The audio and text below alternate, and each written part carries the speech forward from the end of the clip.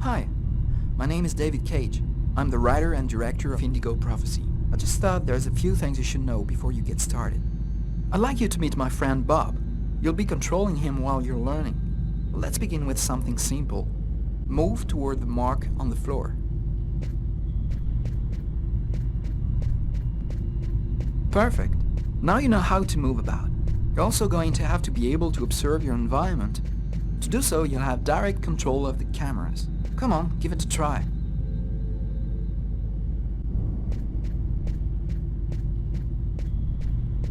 You can also look around you and see exactly what you want to see.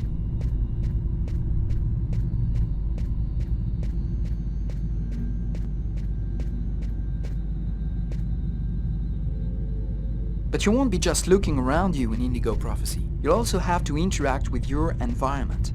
Go to the door. Do you see the symbol at the top of the screen? It indicates the movement you have to make to... That's cool. Now that you know how to move about, use the cameras and interact with the environment, we can move on to more serious stuff. Indigo Prophecy has action sequences where your character's life will be in danger. I'd better explain this to you before you find yourself on your own.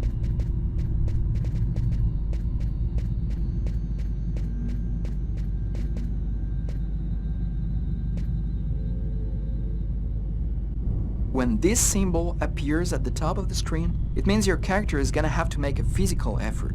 You'll see, you'll be exhausted too.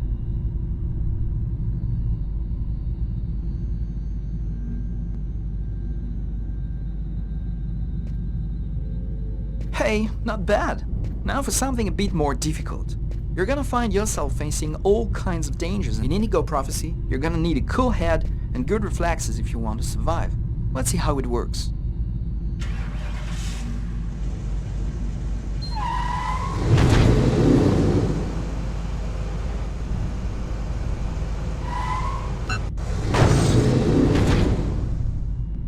That's what can happen if you don't have good reflexes. Try again.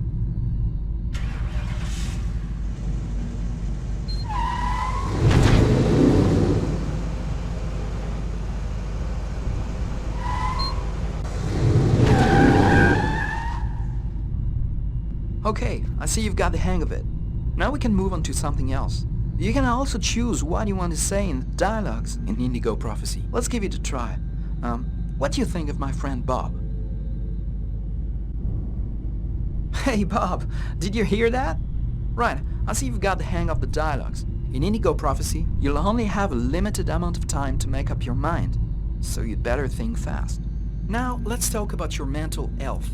In Indigo Prophecy, your actions modify the psychological state of your character. Each time it changes, the symbol will appear on screen. Take care of your character, otherwise you may fall into depression, madness, or even commit suicide. Oh, I nearly forgot something important. In Indigo Prophecy, you'll be able to control all the main characters. Be careful. Your every action will have consequences for the story. A word of advice, think before you act. That's it. I've told you everything I know, or nearly everything. There are still lots of things to discover, but I'll leave you the surprise of finding them for yourself. Now it's up to you to play. And be careful, you're entering a world where anything can happen.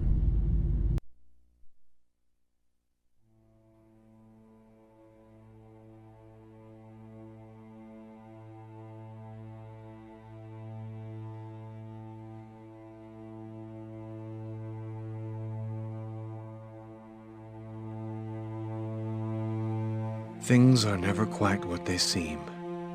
We think we understand the world around us, but we really only see the outside, what it seems to be. I used to be just like you. I believed in humanity, the newspapers, soap commercials, politics, and history books. But one day, the world kicks you in the teeth, and you don't have any choice but to see things the way they really are. My name is Lucas Kane. My story is the one where an ordinary guy has something extraordinary happen to him. Maybe it was supposed to happen. Maybe it was my destiny or my karma or whatever. I know one thing for sure. Nothing's ever going to be the same again.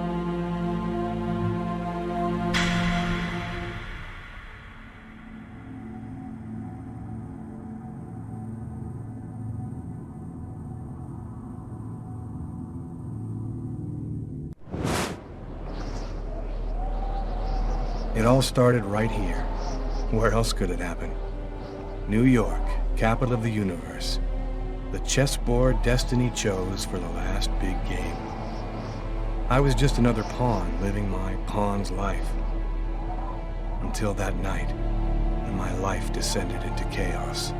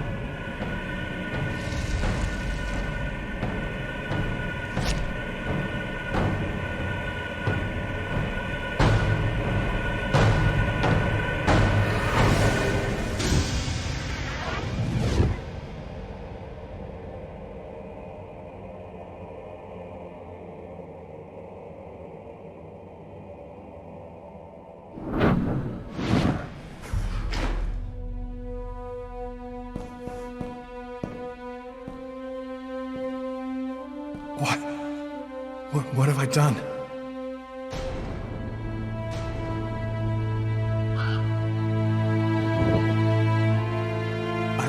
I didn't want...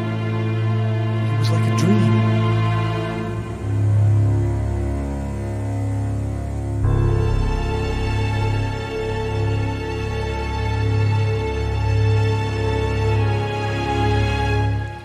Quick. I've got to get out of here, but before somebody comes in here.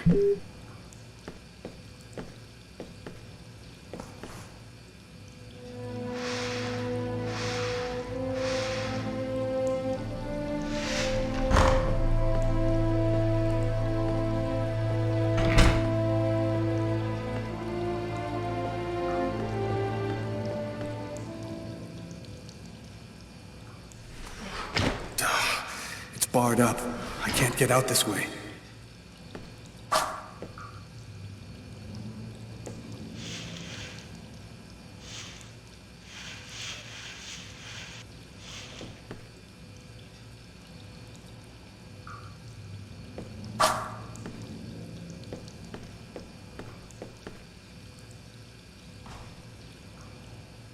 I'm bleeding. I must have cut my wrist with the knife. Both of my forearms are cut, too. The knife. I've got to get rid of it.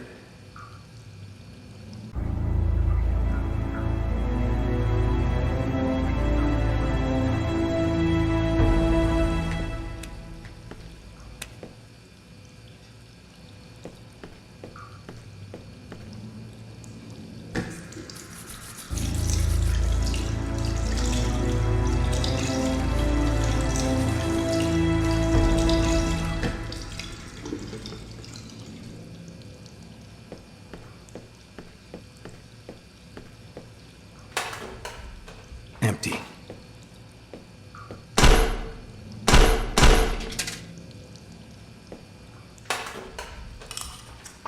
Coin. Might come in handy.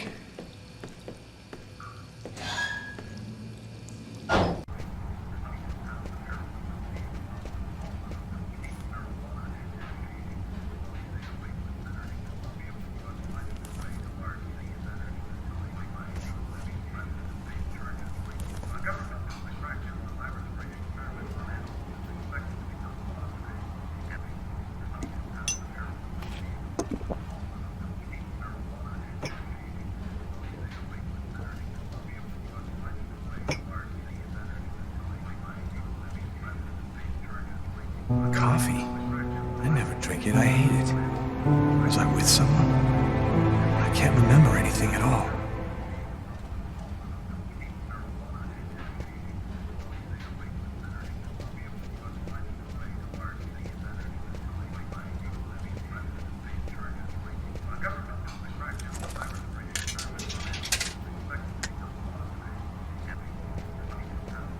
No good man. I need to get out of this neighborhood before the police get here.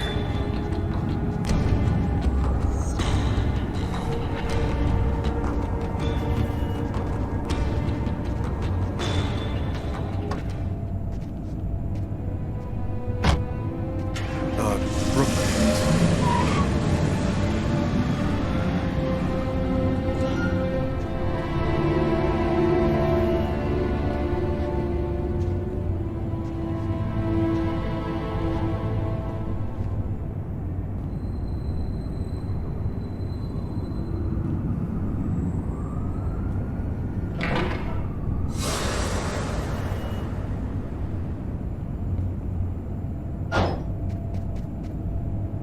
Nobody goes anywhere.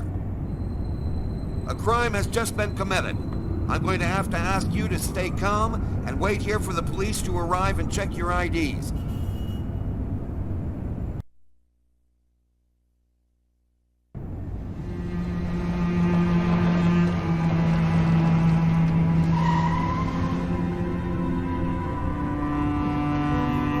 Dog's dining, that's it. Why do they always wait for me to go on duty before they start killing each other in the middle of the night? Tyler, somebody gets murdered every day in New York. But especially when I'm on night duty. It's as if every psycho in the city has it in for me. If you want a bitch, do it inside. That way I don't have to freeze to death listening to it. You're the boss, Carla. In 5 years on the force, I've seen some murders. But you never really get used to death. You just learn to live with it, that's all. I still don't know if it was fatigue, or cold, or something else. But I clearly remember the bad feeling I got when I walked into that restaurant. As if some part of me already knew that this time, something was different.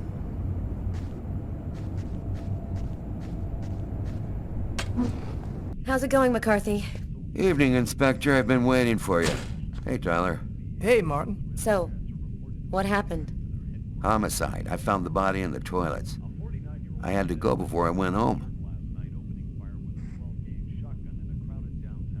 Do we have a suspect? A client left just before I found the body. How was the victim killed? With a blade, from what I could gather. But we should wait for the autopsy. Which table was the suspect sitting at? Oh, he was sitting at that table over there. Is that the waitress over there? Yeah, Kate Morrison. I think that you should interrogate her. If you don't mind me saying, go easy on her, Inspector. She's still in a state of shock. Thanks for your help, Martin. It's late. I think you can go home and get some sleep. I'm gonna wait until you're finished with Kate, if you don't mind. I want to make sure she gets home okay.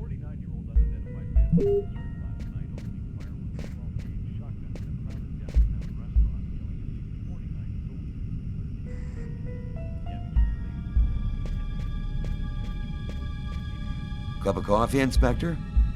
That's sweet, Martin. Maybe later. Tyler, I'm gonna take a look outside. Back then, we didn't know anything yet. We just thought it was cold, you know? If I had known, I probably would have stayed in bed that night, not gotten out till it was all over. That's the problem. If we knew ahead of time what was going to happen, we'd never leave the house.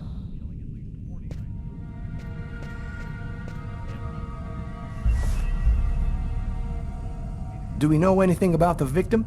His name was John Winston. He worked at a little store in the neighborhood. He lived alone in a small apartment.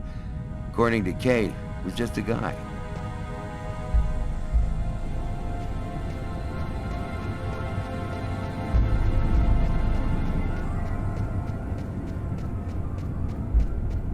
A taxi. The murderer might have come or gone in a taxi. I'm gonna check on the destinations of taxis leaving this area.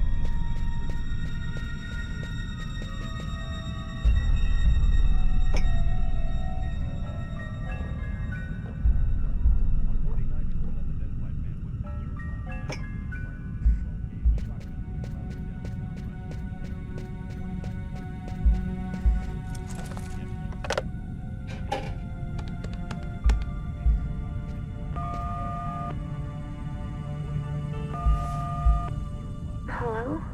It's me. Did you already fall back asleep? Tyler? What time is it? Oh, hell. When are you coming back?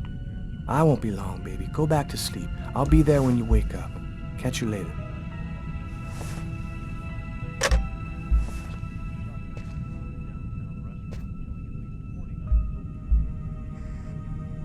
Huh. Here's his fork. But where's the knife?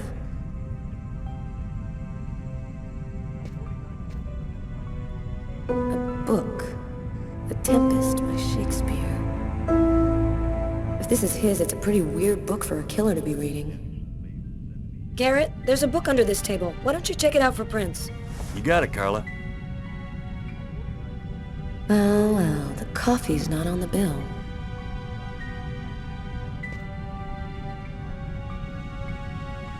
A cup of coffee and a soft drink? That's weird. He's a caffeine addict, or else he wasn't alone. Gotta remember to check with the waitress on that.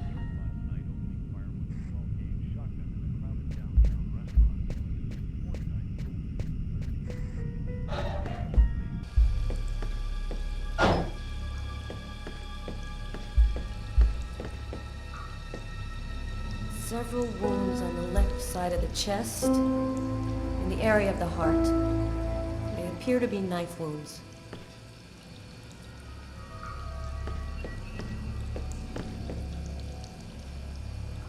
Blood on the mop. The killer must have used it to clean up the mess. Why would he risk getting caught to do that?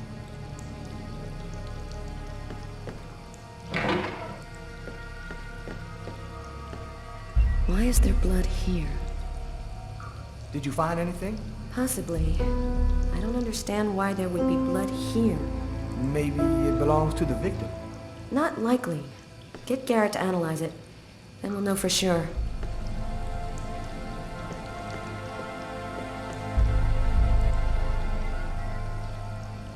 You ever consider a career in plumbing, Carla? You ever consider a career in comedy, Tyler? Hey, everybody says I'm a very funny guy.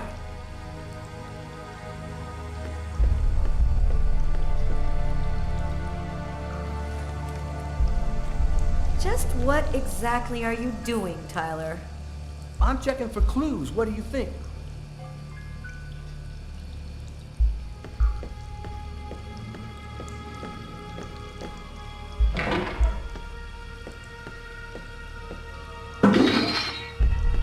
Do you know if anyone has contacted the family? Not as far as I know.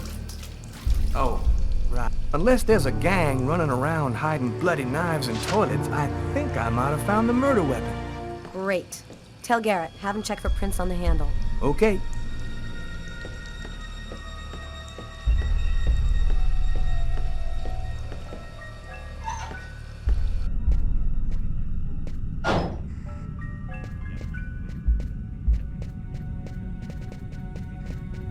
Hey, Garrett. Carla wants you to verify 2 or 3 things. Don't worry, I wrote it all down on this paper so you wouldn't forget. I had a feeling that Carla was gonna keep us up a little longer. You look hammered, Tyler. Yeah, this is my 3rd night on call in a row. You know me, man. If I don't get my beauty sleep, it's Zombie City. You should be out of here pretty soon now. You don't know Carla. She's capable of keeping everybody up till breakfast. Man, she is by far the most stubborn girl I ever met.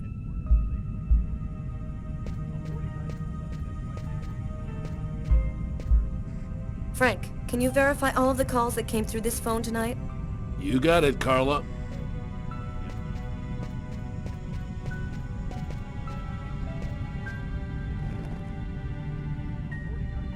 Kate?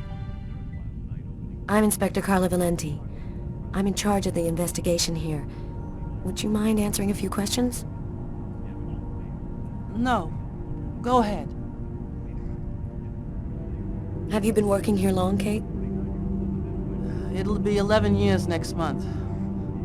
I've seen all sorts in this place. Down and outers, junkies, you name it. The till's been robbed a few times, but murder? That's a new one. Poor John, he was such a nice guy. Did you know the victim well? John was a regular. He came every Monday.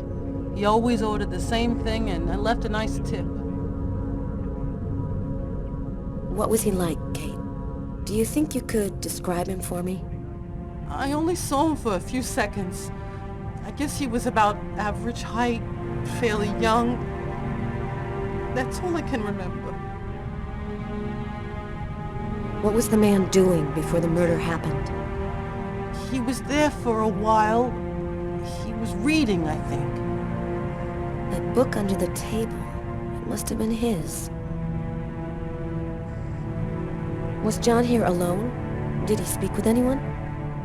John always came alone. We chatted a bit, the weather, his job, the usual stuff. He never talked to anybody else. Did you get the impression that John and the suspect knew each other? No, I don't think they did know each other. The man had already been here a while when John came in. They didn't talk to each other. No, I'm almost certain that John didn't know him. There was a cup of coffee on his table. Do you remember whether he was the one who ordered it? A cup of coffee? No. No, I'm certain he didn't order any coffee. Did you hear anything while John was in the toilets? Sound of a struggle or yelling? No, I didn't notice anything. Can you tell me what you saw? There weren't that many people tonight. It's usually pretty calm during the week. I was just chatting with Martin at the bar. I didn't even see John get up. Oh my God. You have to try to be strong, Kate. I know that this has been a shock for you, but you're the only one who can help us find the suspect. My shift was almost over. I was just chatting with Martin at the bar. John got up and went to the restroom. The man must have followed him, and then he must have snuck out afterwards because I didn't even see him leave. What happened next? Martin went to the restroom, and that's when he found John. Did you happen to notice anything strange about the suspect's behavior before he went into the restroom? No. Wait, yes. I remember something. I came back at one point just to check whether he needed anything. He didn't answer me. He just stared straight ahead. It was weird. I didn't push it. I thought maybe this guy is a little crazy. God, if I had only known. Do you think that you would recognize the suspect? I'll never forget that face. Perfect.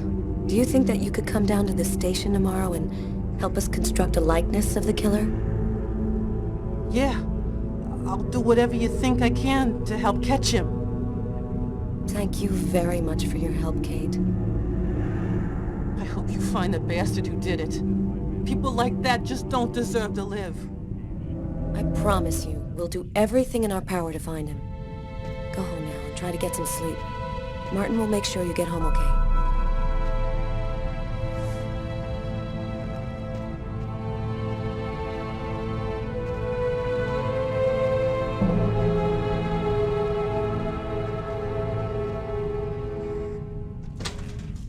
Good night.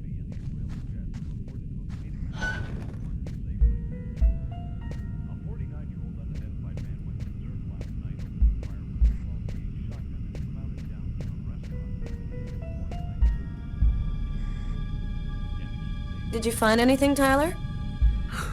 For that, I'd have to be able to keep my eyes open. Keep up the good work, Tyler. Tyler's been my partner for almost a year.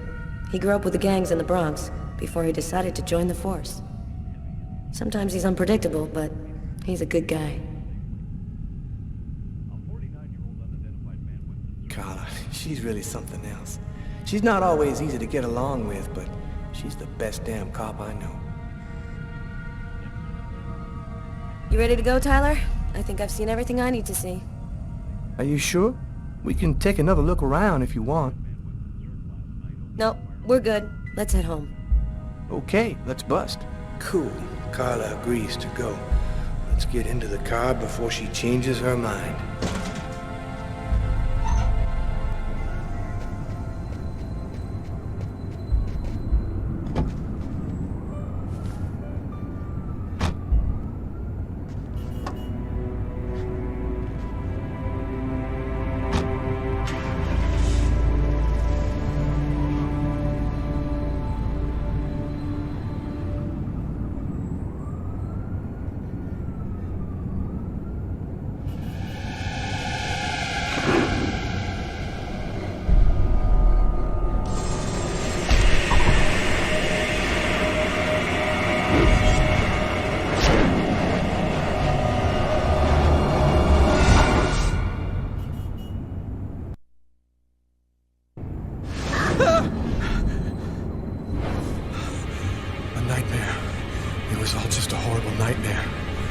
Kill anyone.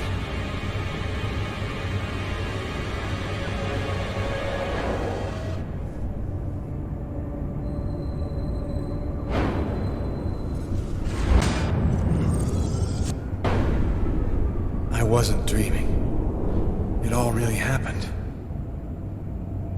I'm gonna get ready and go to work. Oh, my head. It feels like somebody shoved a steel bar in my brain and then melted it. Gotta make it stop. That should help my migraine. Notice reads, don't take with alcohol.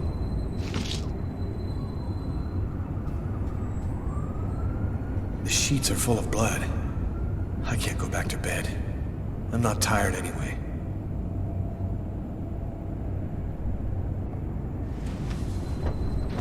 This will hide the blood in case anyone comes in the room. I'll change the sheets later.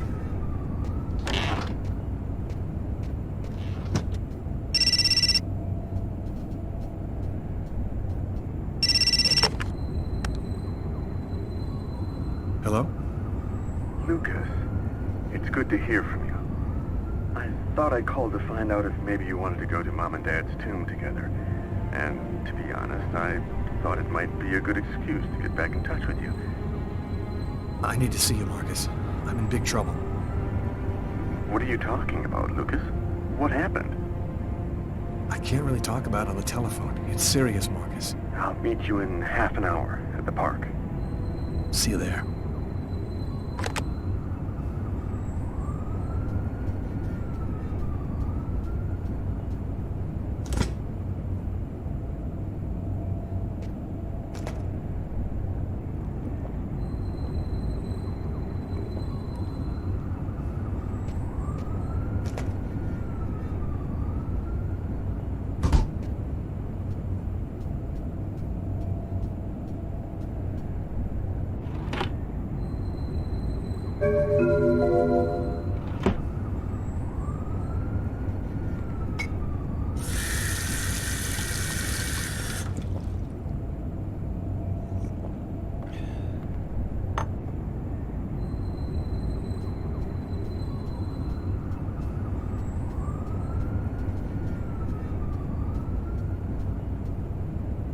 I'm in no condition. My forearms still hurt.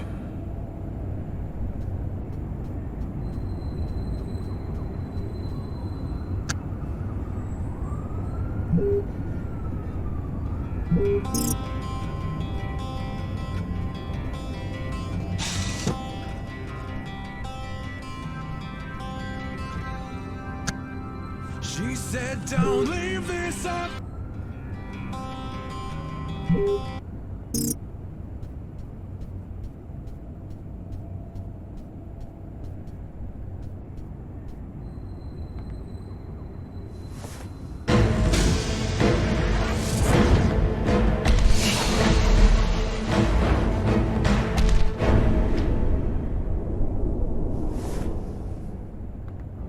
The clothes that I was wearing last night, they're covered in blood. I'd better not leave them there.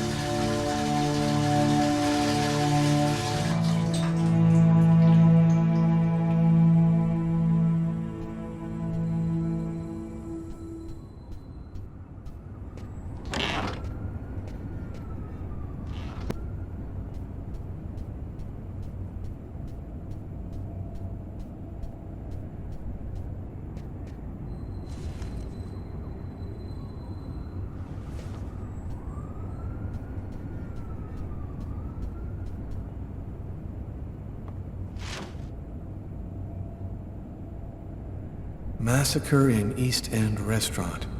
An especially horrible murder was committed last night in the restroom of a local restaurant. The killer is a man in his 30s of average height with brown hair.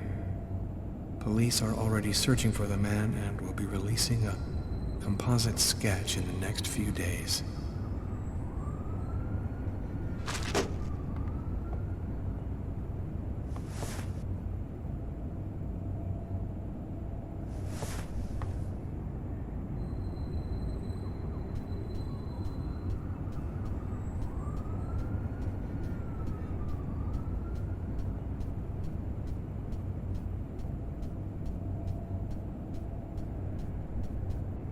Keys to my apartment.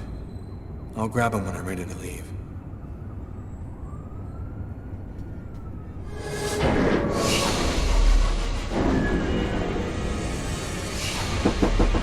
New York police, please open the door.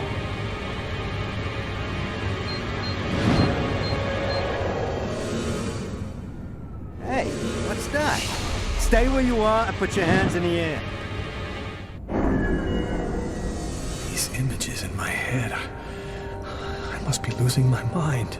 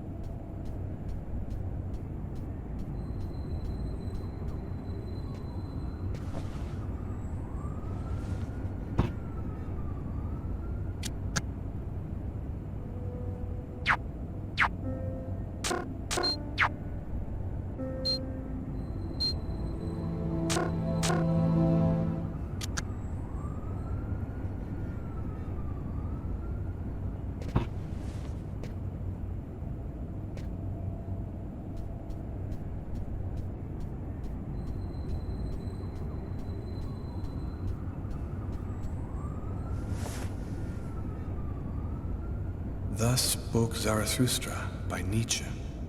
I've read it so many times I know half of it by heart.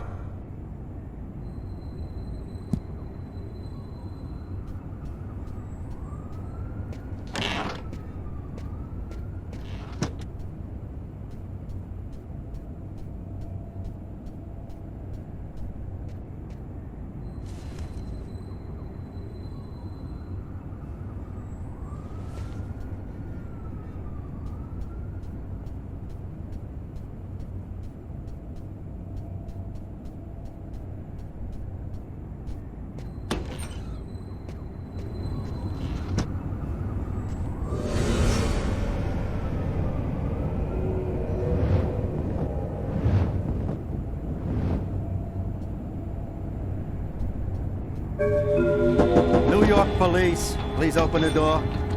It's police. They know. They've come to arrest me. Police, open up. Just a minute, I'm coming. I can't let them find any evidence linking me to last night. I've got a couple seconds to hide everything before I get the door. Sir, this is the New York police. I must insist that you open this door immediately.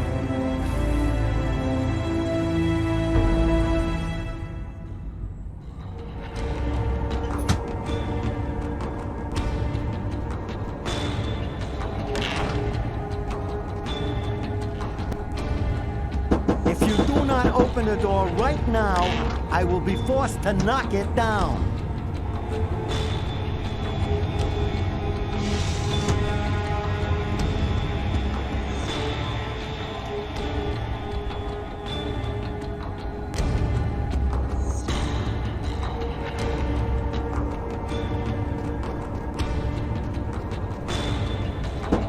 This is your last warning.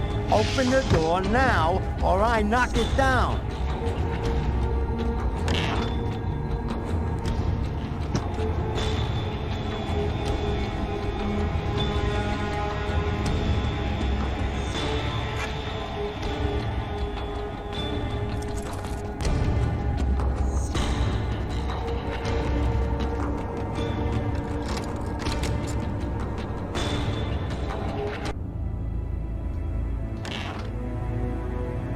I'm sorry to make you wait like that. I was in the shower. Are you Lucas Kane? Yes. Mr. Kane, the neighbors heard yelling from your apartment. Is there a problem? Oh, yeah. Yeah, that was me. I cut myself on some broken glass, and I freaked out a little. Fortunately, it wasn't a really big deal. Would it be all right if I took a little look around your apartment? Whatever. Go ahead.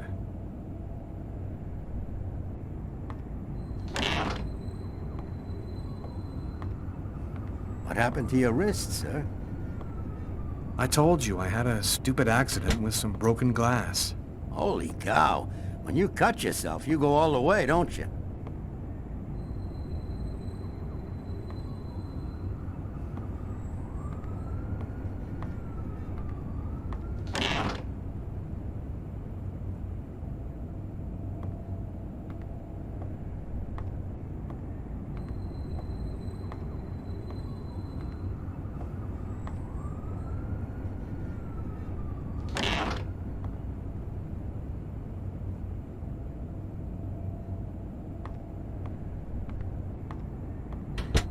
Thank you for your cooperation. Sorry to have bothered you, sir. You know how it is. With everything that's been going on, we prefer to be careful. I understand. Go on, Mr. Kane.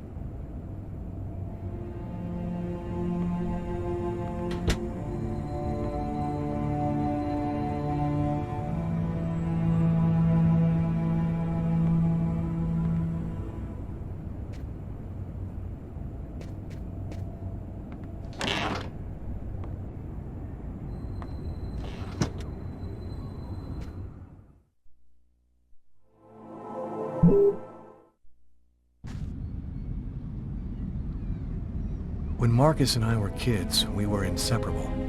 He's the one who took care of me after our parents died. We kind of grew apart after he became a priest. But he's still the only person I really trust. The only one who might believe that I had nothing to do with all this mess.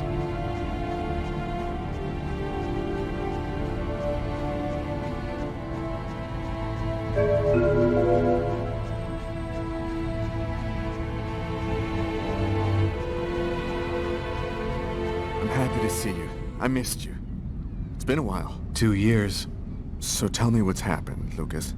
I've killed a man, Marcus. It happened at a restaurant last night. It's like I was possessed, in a sort of trance, like I was a puppet on a string. I saw what I was doing, but I was powerless to stop it. My God. I can't believe this, Lucas. Tell me that it wasn't you. You're not capable of something like that. And there's this, too. You cut your wrists?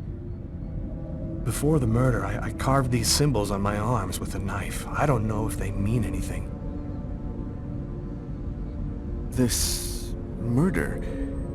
Exactly how did it happen? Well, after work last night, I stopped at a little diner to get something to eat. I read a book at my table, I think. And after, it's just a black hole. I don't remember anything. Right up until I found myself in the toilets with a knife in my hand. It was horrible.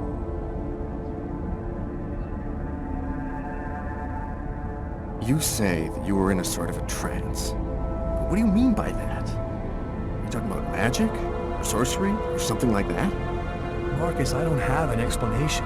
I'm just telling you what happened, that's all. I'm only certain about one thing. I'm not the one who really killed that man. Who else have you told all of this to? No one. You're the only person that I can trust. While I was doing this horrible thing, I saw something, or rather someone. Was somebody else there with you? No, it was like a sort of vision. I saw a man in the middle of hundreds of candles, and there was this little girl. You saw a little girl? She seemed alone, lost. She asked me to help her. What happened to me, Marcus? What am I supposed to do now? You know me better than anyone, Marcus. Help me. Listen, Lucas, I'm a bit lost here. This whole story is just so bizarre. Maybe you need some professional help. Most cases of possession are known to actually stem from psychiatric... Marcus, I don't have a psychiatric problem. I'm not crazy. I am a priest, Lucas. The fact that you have taken a life is a very serious matter. I told you that it wasn't me, Marcus. All these years and nothing's changed. You still never listen to me. Lucas, don't ask me to make a choice between my faith and my brother. I'm not a murderer, Marcus. You're the only person I can trust. I'm just asking you to believe me. Very well. I'll do whatever I can for you, but I can't do anything that goes against my beliefs. Look, I need to get some answers. I'll call you. Here. You need this more than I do. Marcus, you know that I don't believe in all that. Thanks.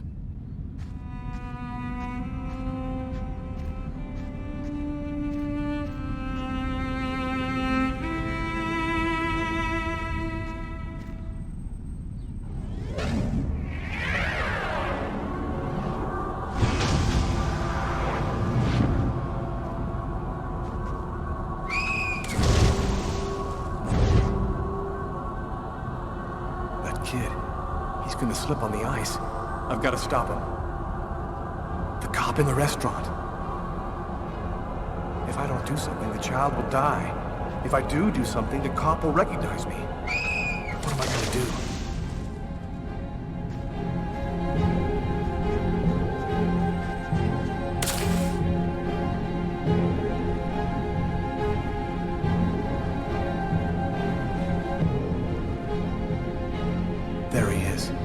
Lost consciousness. Quick, I've got to go back up before I run out of air.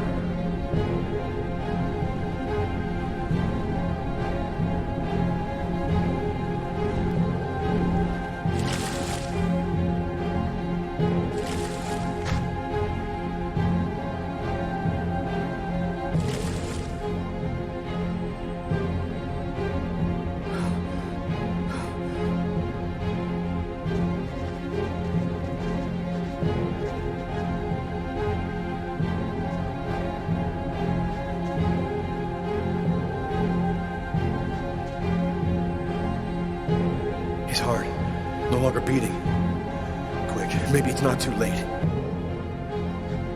1, 2, 3. 1, 2, 3. 1, 2, 3. 1, 2, 3. 1, 2, 3. 1, 2, 3.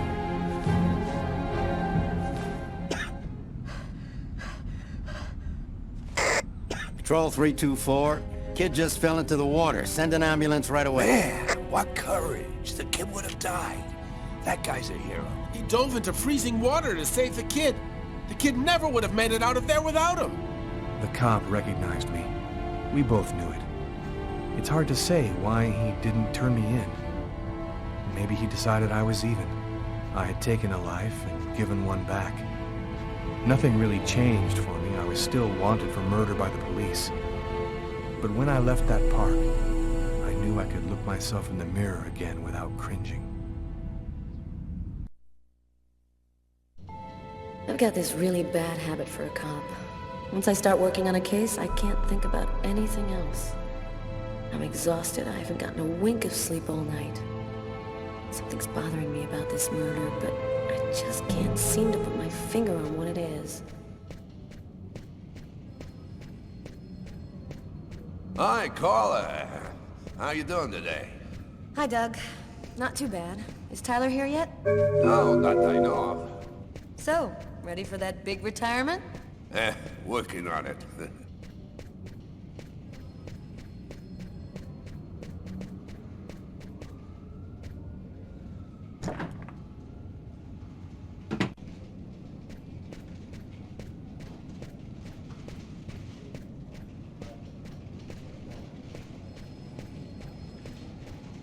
Hey, Carla, can you tell your partner to pay me back that $100 he owes me? I've been waiting 6 months for it now. Can't help you there, Jeffrey. Talk to him about it. He's been avoiding me like the plague.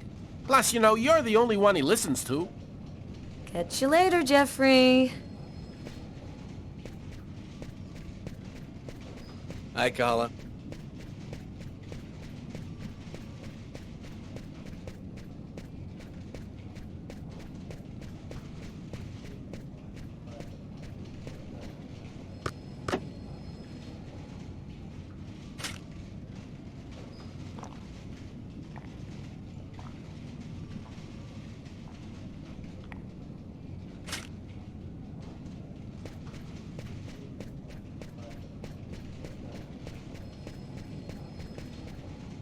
Hi, Carla. Hi, Garrett. Oh, wait, Carla. I got some results back on the tests we did for that restaurant murder. Great. As soon as Tyler gets here, we'll come and see you. Okay, I'll be at my desk all morning. Tyler is still not here. I'd better try to give him a ring.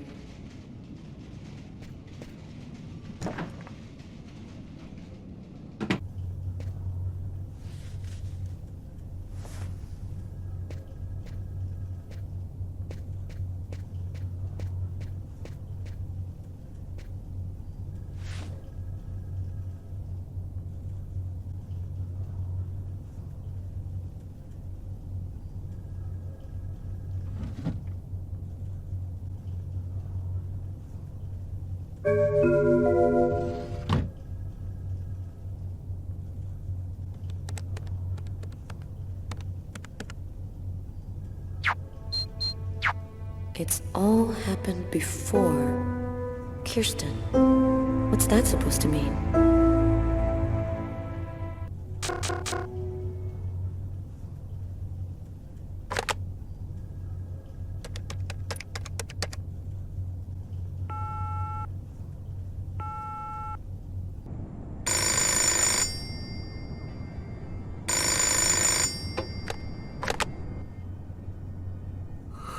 Yeah? Know what time it is? Oh, shit. Get a move on. The waitress is coming this morning to flesh out the composite on the killer. I'm on my way.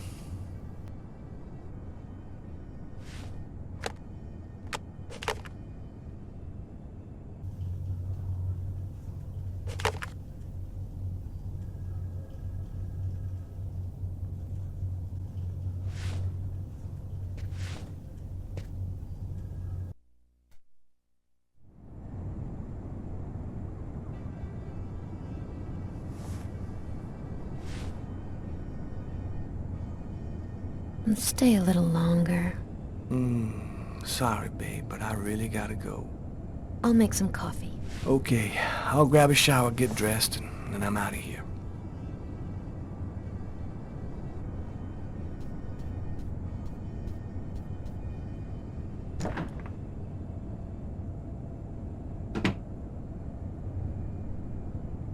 Hey, you're a good-looking guy, you know that?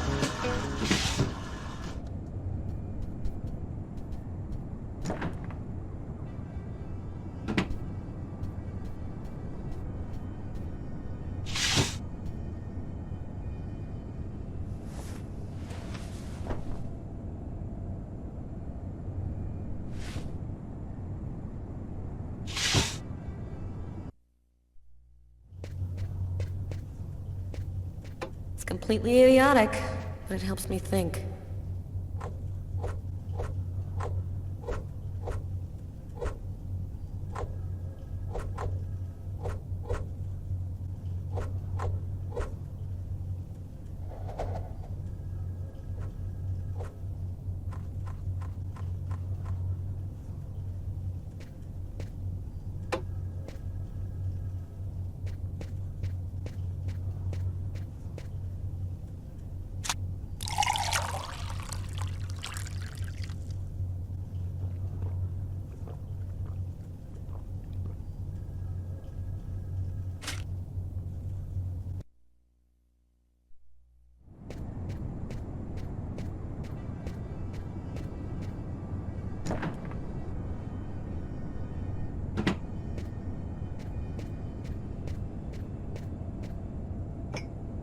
Go back to bed, Sam. You're gonna catch your death of cold like that.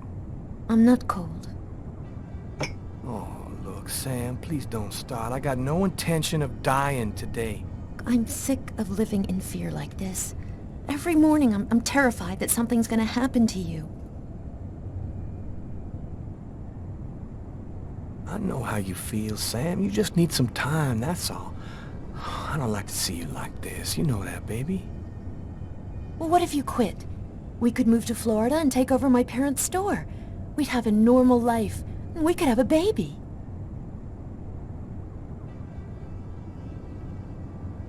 I'm not ready for a normal life yet, Sam. Right now, I belong here. You need to try to accept me for what I am, and what I choose to do.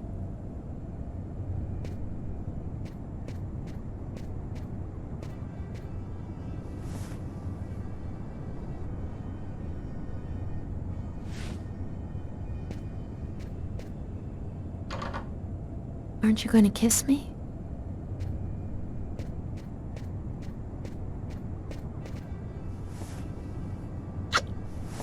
I love you, Tyler.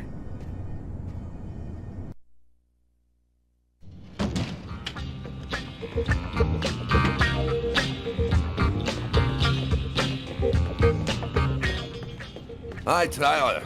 Oh, Carla's looking for you. Yeah, I know. So, you ready for retirement, man? Yeah, I'm working on it.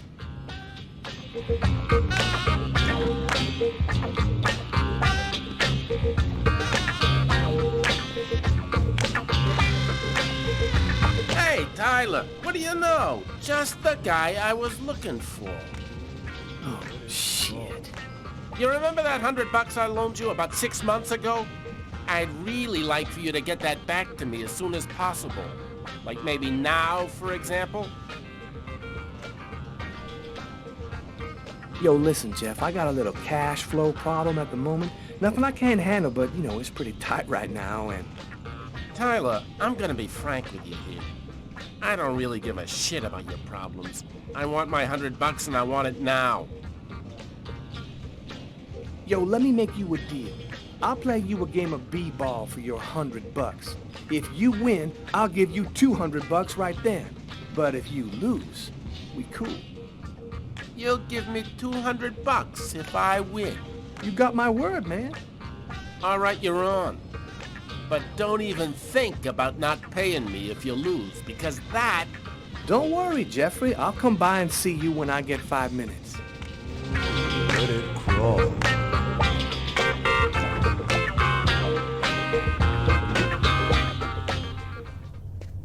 The waitress hasn't come in yet? She won't be long. Garrett got the lab results. Shall we go? All right, let me hang up my coat. I'll be right with you. Okay. See you in a minute.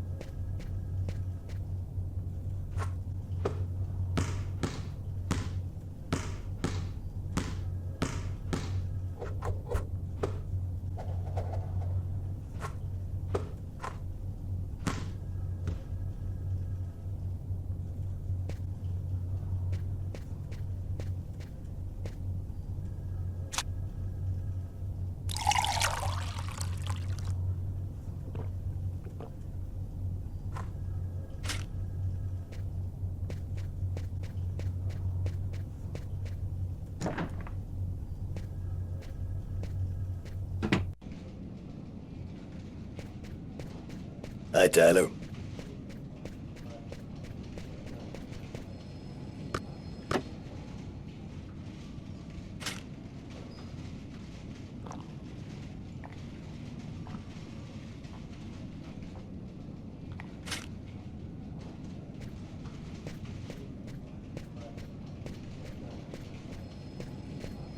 So, what do you want to start with?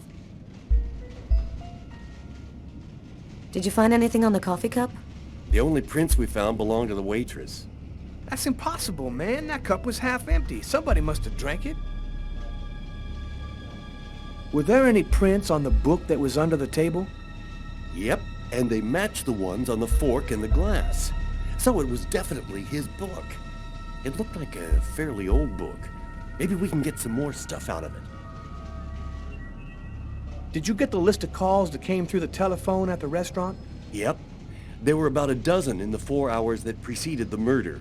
I'll send you a list by email. What about the pool of blood in the stall? You're not going to believe this. The blood wasn't from the victim. It was from the killer. What was he doing bleeding in the stall? I have absolutely no idea. What did you find on the knife? Got some good prints off it. They matched those found on the fork and glass at the suspect's table. So, the murderer was definitely at that table. Anything on the blade? I'm getting to that. We definitely had blood from the victim, but the weird thing is we also found blood from the killer. So, what do you think about all that? I don't have any explanation for the blood in the stall. The victim could have wounded the killer during a struggle, but it doesn't make sense that it would be in the stall. It's as though the killer wounded himself. Hey, why not? You get clumsy fools in every other profession. Why not killers? That's kind of a flimsy explanation, Garrett. To each his own, Carla. I do the testing, you figure out the reason why. Thanks for your help, Garrett. See you later. So, what do we do now? You go take care of the composite. I'm gonna go check with the coroner and see if he got anything from the body. Okay. Catch you later.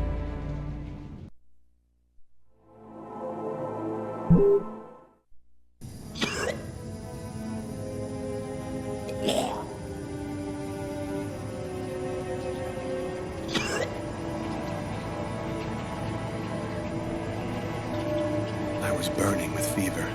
I was shaking all over. The migraine was back and drilling holes into my brain. And to top it off, I couldn't keep any food down. My body seemed to be fighting against something, but I still didn't know what.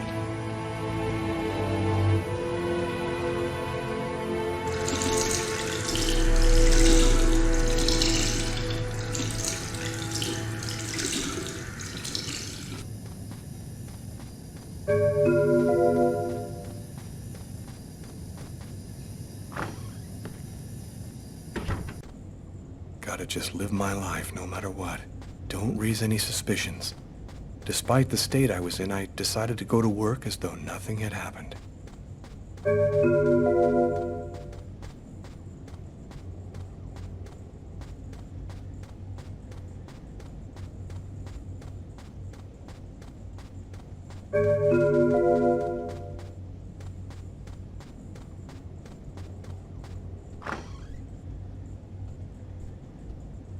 I'm in charge of computer maintenance in the Nacer and Jones Bank.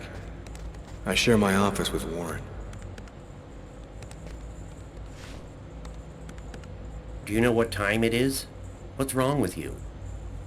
I had a little problem on the way back in. I had to go back home and change my clothes.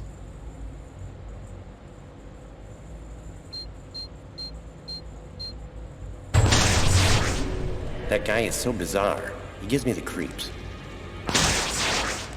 What'd you say? What? You were saying something? No, I didn't say anything. Are you sure you're all right, Lucas? I heard something, as though I could read his mind.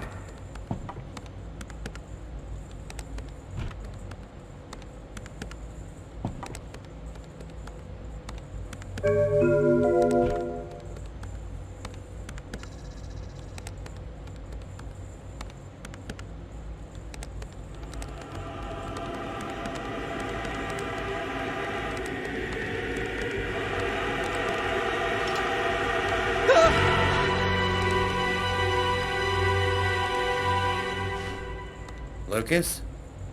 You okay? Yeah, I'm fine.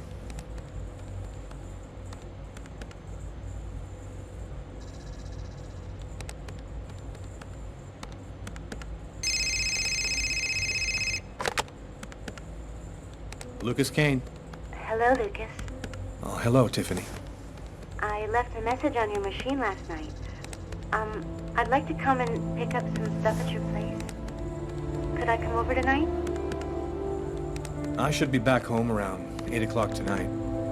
Okay, it won't take too long. Are you doing okay, Lucas? I gotta let you go. I'm doing a thing here. Bye.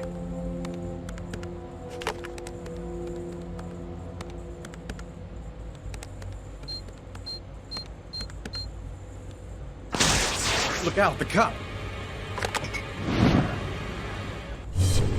Lucas? Is there a problem? No, I just thought... It seemed so real. I saw that coffee cup fall.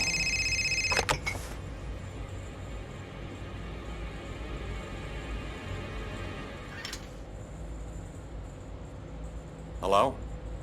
Yes, sir. We'll get on that right away. Station 62 is down. I'll go. No, forget it. I'll handle it. Whatever you say.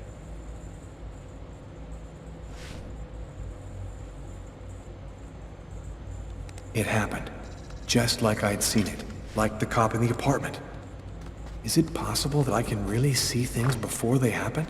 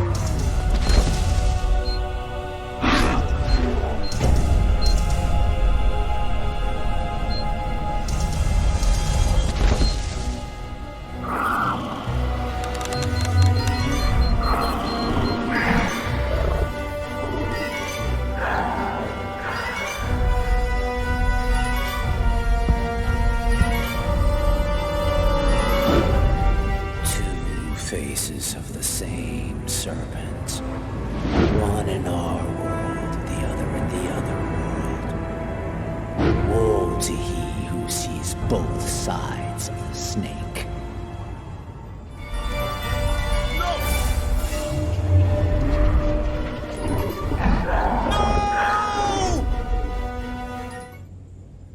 Lucas? Lucas, what happened? Did you hear me? Are you alright? Hey, you've hurt yourself. You're bleeding. I gotta go. I didn't have the slightest idea what had happened. The one thing I do know, those things almost killed me.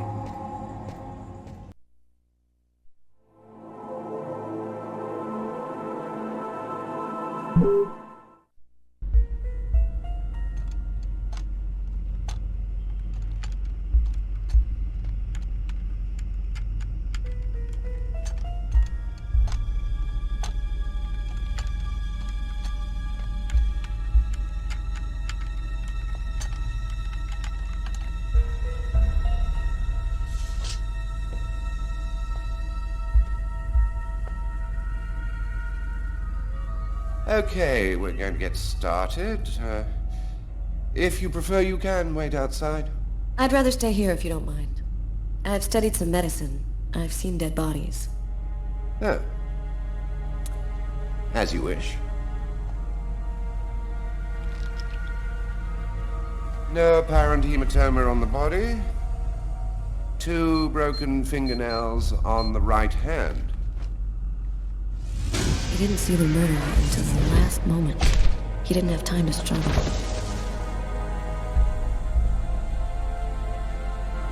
Large hematoma on the back of the cranium. Fracture of the occipital bone. He cracked his head when he fell. Abnormal dilation in, both pupils. Why are his pupils dilated? What did he see before he died? 3 knife wounds between the 3rd and 5th ribs in the proximity of the heart. The blade was driven in deeply. The stabs seem to have been delivered from the front and moved from left to right. The murderer was left-handed. 1 stab neatly cut the aorta, and the other 2 cut the left and right coronary arteries. He really didn't have a chance. The blade slipped right through the ribs to cut the arteries. Did he die immediately? No, it would be fairly slow. Probably at least 3 or 4 minutes. The time for the brain to stop functioning due to the lack of oxygen. Do you think the killer had some knowledge of anatomy? It's not impossible, but I doubt that someone who understood human anatomy would do this. You'd really have to be deranged to want to provoke a slow and agonizing death in this manner.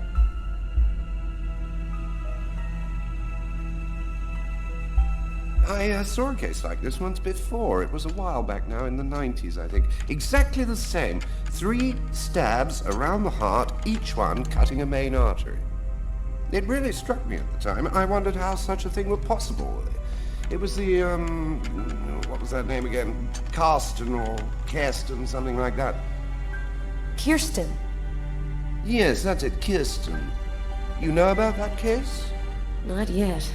But I'm sure as hell gonna find out.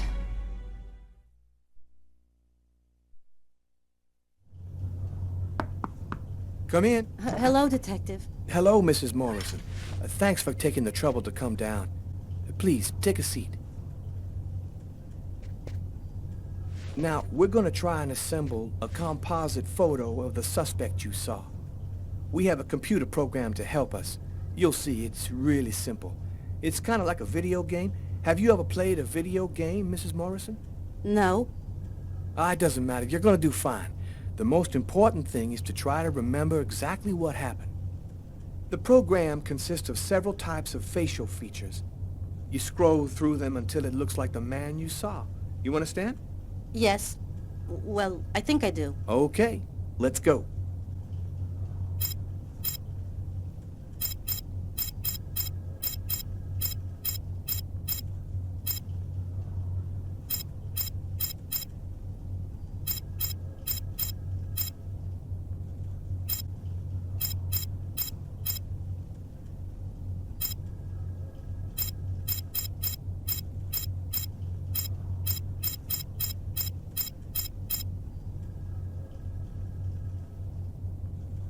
Now, is this the face of the person you saw?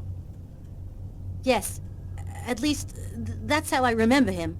Thank you very much for your help. We're gonna get this picture out to all the airports, trains, and bus stations, and to all of our patrolmen. If this guy is still in New York, we're gonna find him. And go buy yourself a video game.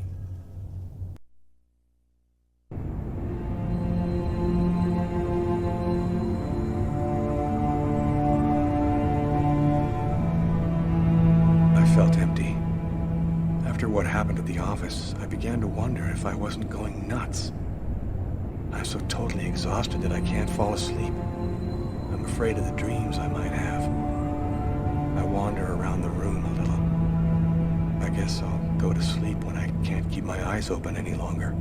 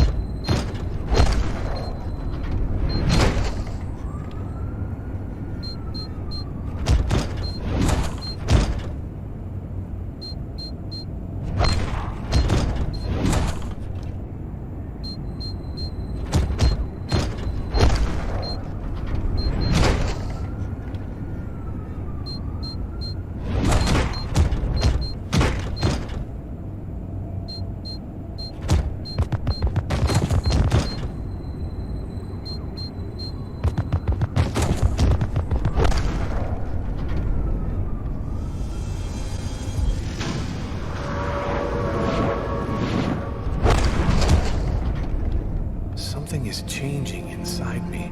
I'm stronger and quicker. My God, what's happening to me?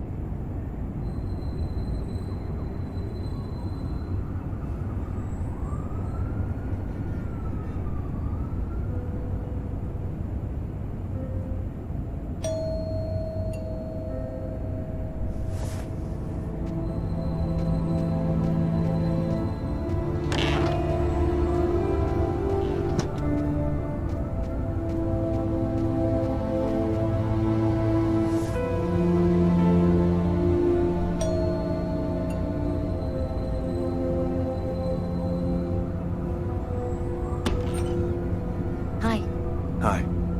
I came to pick up my stuff. I hope I'm not disturbing you. No, I'm just a little bit sleepy. Come in.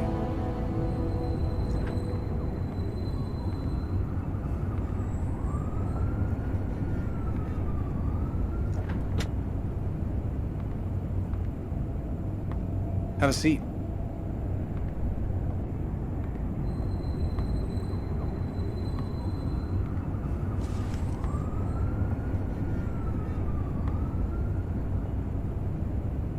Want something to drink? I think there's still a bottle of gin laying around in the kitchen somewhere if you want. Yeah, I'd love some.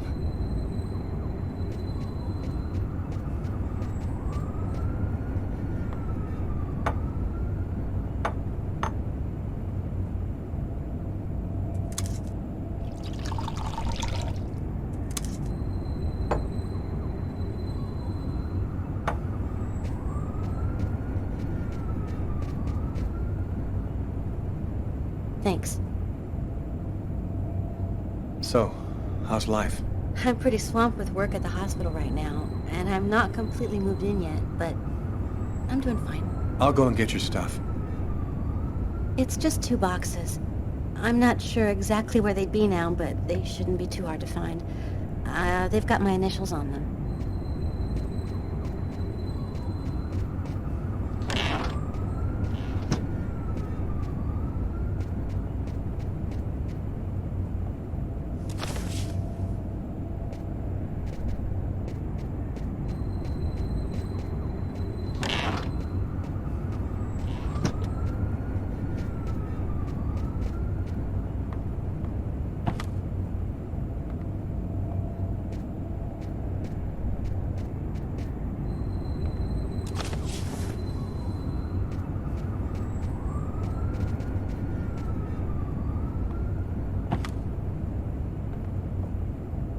Here they are. I think that's everything.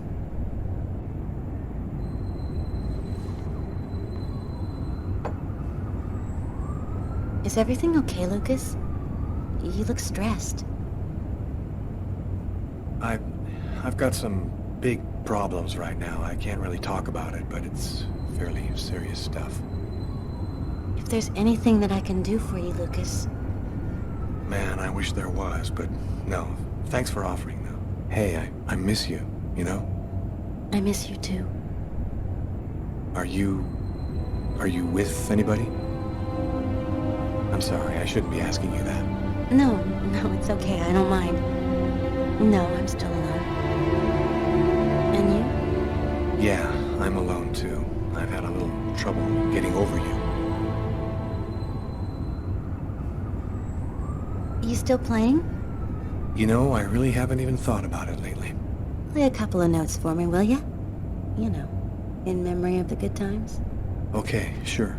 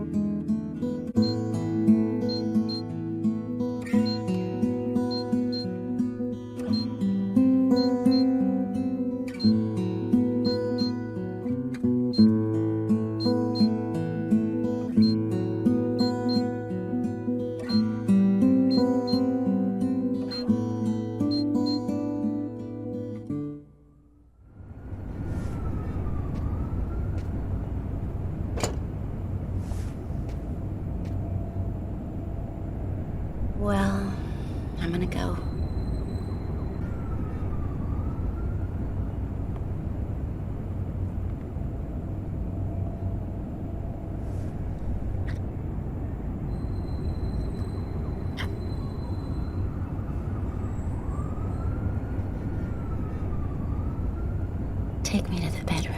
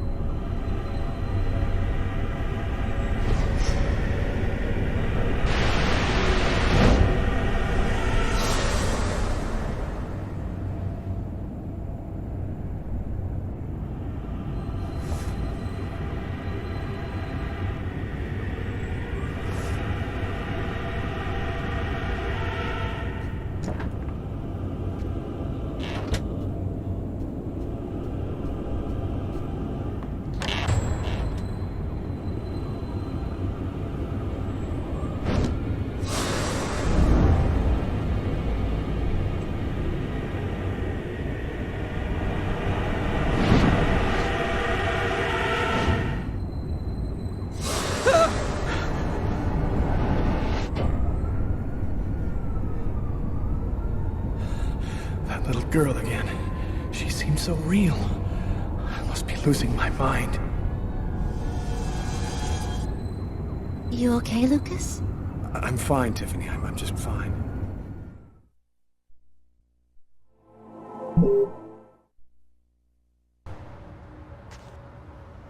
$10 years. 10 years since my parents were killed in a car accident. I've never completely recovered from losing them. You never really get over something like that. Considering all that's been happening to me lately, I thought maybe I should go and meditate at their grave a little this morning.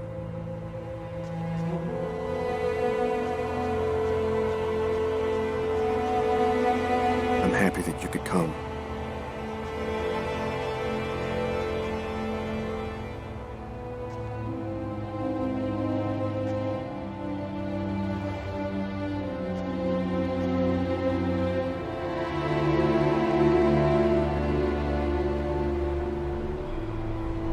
Lucas, come on, Lucas, come and play. You can't spend your whole life just sitting in the corner. Lucas.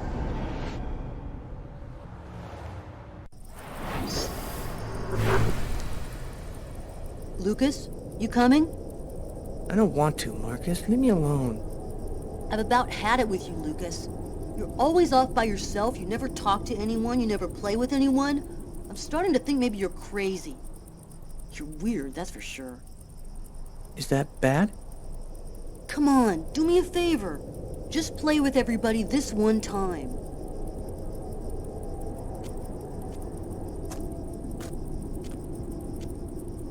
How about hide and seek? We could go play in Hangar 4. No way! You know we're not allowed to play in there. Who cares? We can get in through that hole in the fence like last time. Nobody will see us. We can get inside the hangar from the back door. Good idea. Let's do it. Are you coming with us, Lucas?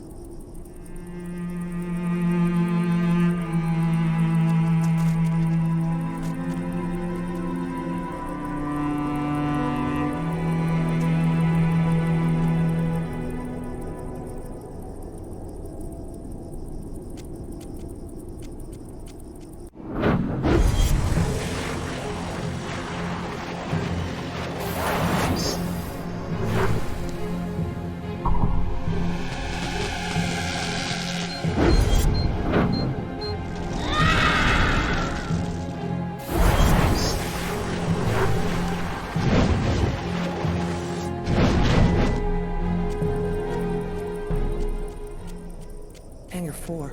It's gonna burn. Marcus and the others will get caught in the fire. Quick, I've got to warn someone. We've got to save them before it's too late.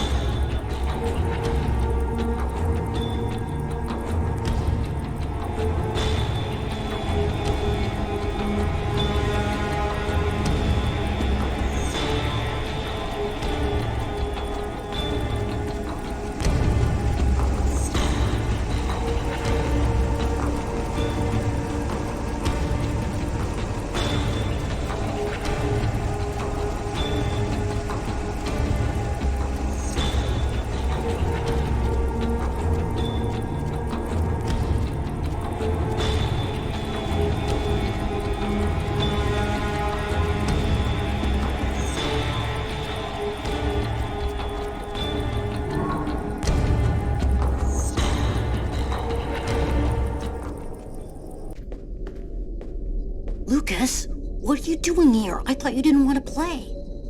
Get out of here now, Marcus. The hangar's going to explode. Huh? How can that... Don't ask any questions, Marcus. Get out now. It's about to explode. I'll keep looking for the others.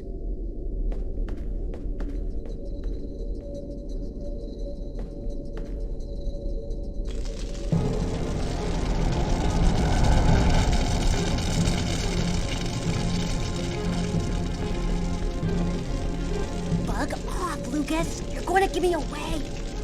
The hangar's going to explode. You gotta get out of here right now.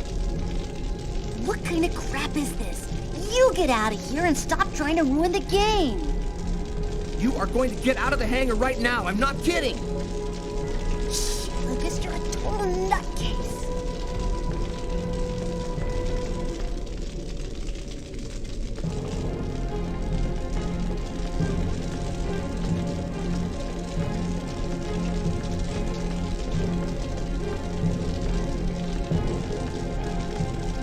What are you doing here, Lucas? Get out. Nobody wants to play with you. You need to get out of here, Kurt. The hangar's gonna blow. You don't know what you're talking about. You're just a retard, Lucas. Your mother sent me to find you. I'm gonna go and tell her that you're messing around in here. What? My mom? You say one word to her and you're dead meat. I'll deal with you later, freak.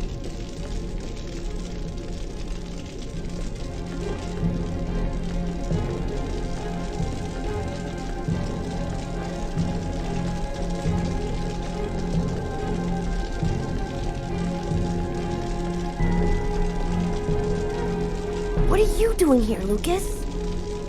The game's over. Everybody's gone. You can come out now. Oh, that's just great. Why didn't anybody tell me?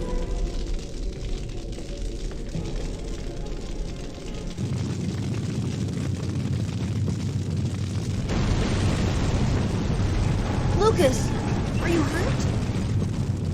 No, just a few scratches. And the others? I managed to warn them in time. They all got out. How did you know it was going to happen, Lucas? I saw it. I saw it before it happened. Don't ask me how. You know they'll never believe that. I know. Lucas? Are you all right, Lucas? Lucas, can you hear me? I did a little checking around, without giving your name, obviously. I was told about a person who is familiar with, let's say, unusual phenomena. I think that maybe she could help you. Here, this is her address. You know that I don't believe in any of this, Lucas, but I sincerely hope that she can give you some kind of answer. I hope so too.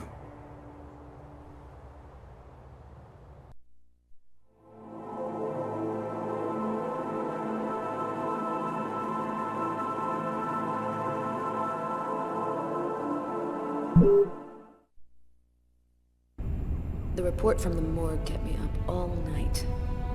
Rather than answering any questions, it just added new ones. Did the murderer intentionally give the victim a slow, painful death? Is there any link to the mysterious Kirsten case? Who sent me that email about Kirsten and why? This training session with Tyler is just what I need. I need to cleanse my spirit and just breathe a little. Damn, you look a little out of it, Carla. You sure you're cool? I'm fine. Why wouldn't I be? Okay, let's warm up a little, then go for it. Let me know when you're ready. Okay, sounds good.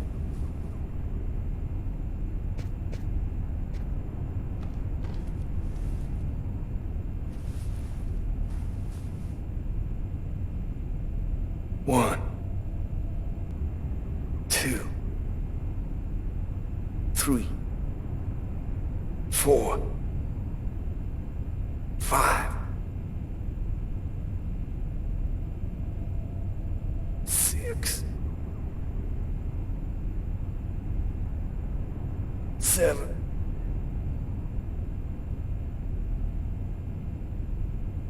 8.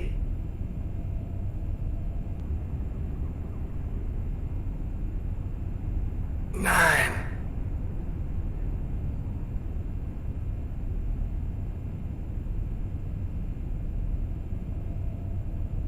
Damn. Yeah, I'm in pretty good shape this morning. One more set and I'll be ready to get in the ring.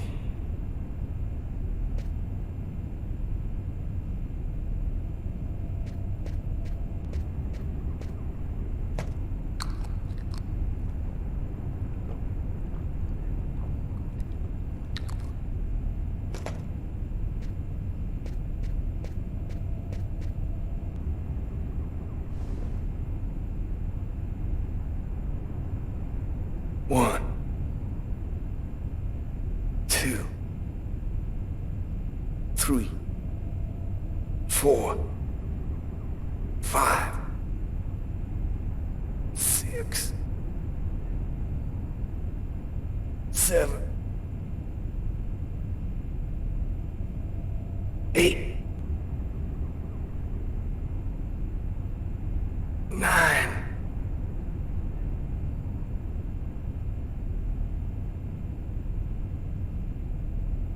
Damn. Cool. I'm ready to rock.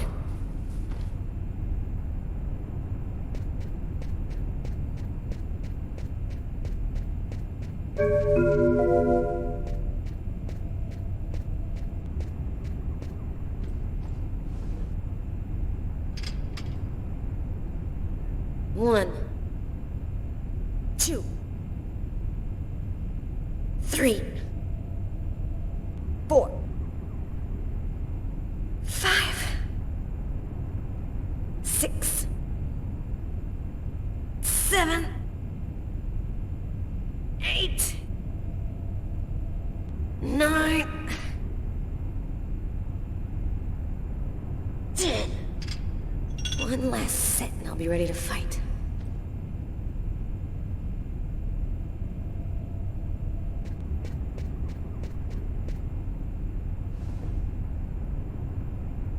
One, 2, 3, 4, 5, 6, 7, 8, 9, 10. Okay, I'm warmed up. I'm ready to get in the ring.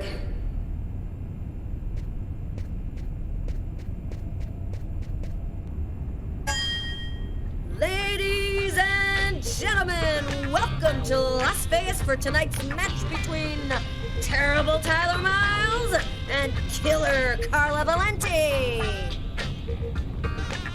Oh yeah, and who's always kicking out the crap about me acting like a kid all the time?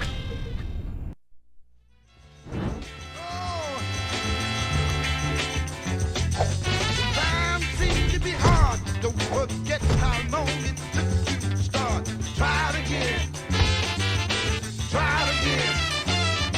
When things just won't go your way, hold on, try it another day. But try it again. Try it again.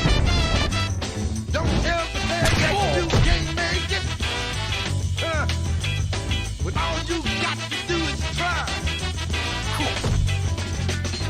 Don't give up, don't give up. If you do, you might as well lay down and die. Hey! When you're trying to reach the top, the more you try, the more you flop. Try it again. Try it again. If you feel like you're trying too hard, jump back and give yourself another start. But try it again. Try it again. Things just won't go your way. You got to come on and try it another day. But try it again. Try it again. Then if you can't make it, I believe that you can make it. Get on out there, you can take it. Get up, get out, get on down now. Oh, if you're trying to reach the top, the more you try, the more you flop. Try it again. Got to try it again. Things just won't go your way. Hold on and try it another So you want to go again? all you got to do is just, you can make it, don't have to stop. Get on up, get on out. No, I'm done. I'm gonna grab a shower and get back to work.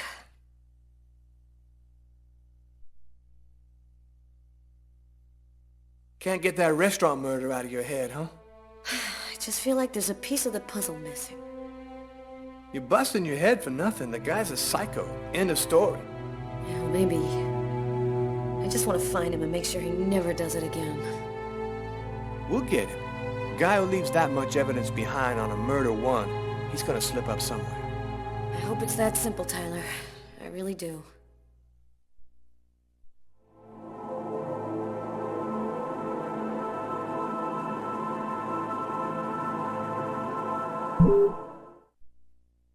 So, how's that restaurant murder case coming along?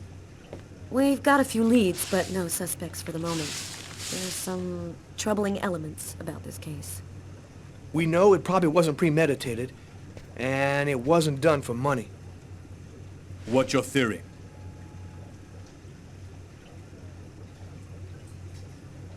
Well, some of the elements match the MO of a psycho. You know, he left prints and blood everywhere, let himself be seen by witnesses. Man, he practically left his name and address. You know, these guys hear God's voice telling them to kill somebody. That would explain the non-premeditated part.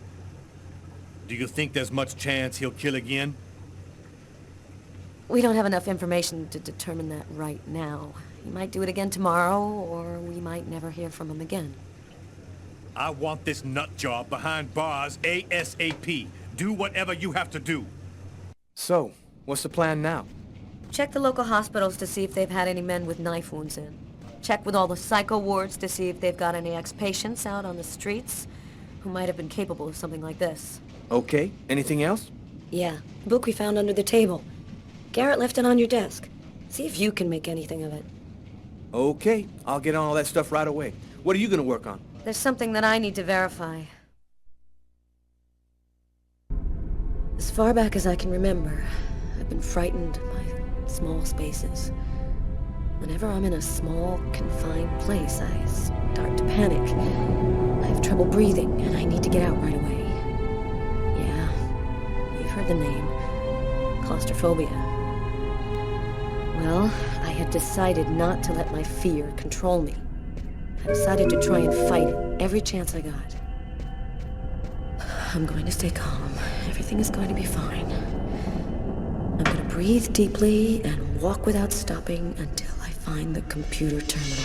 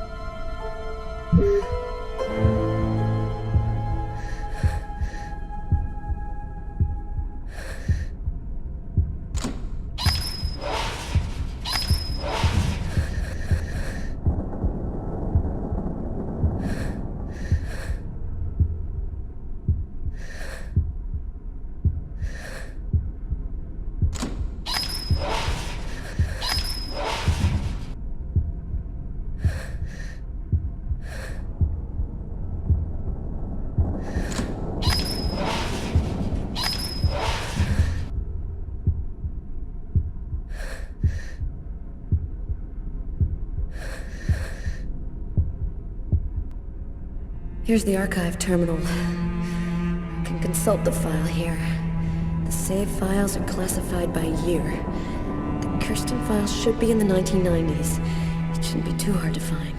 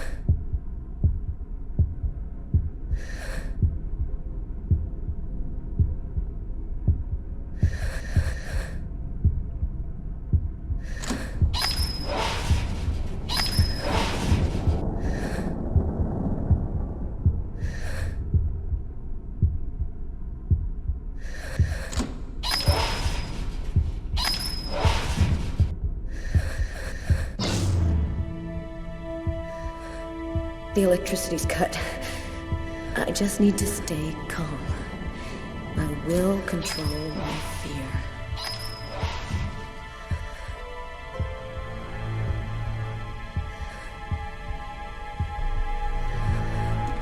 Here are the files starting with K. Just need to check to make sure I've got the right year on the terminal.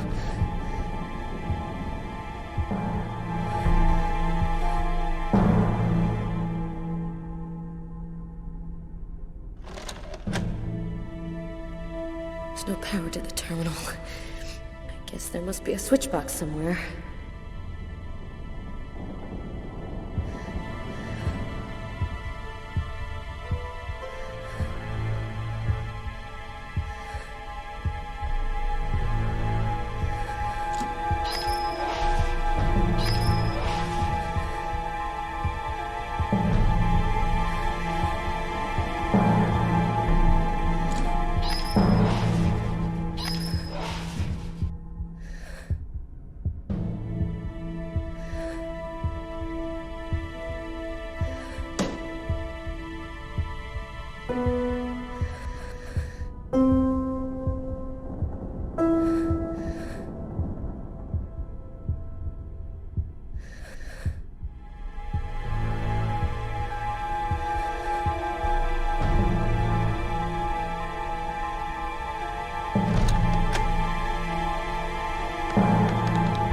I found it. The file is empty. No report, no evidence, nothing. Wait. Here's the name of the detective in charge of the investigation. Robert Mitchell.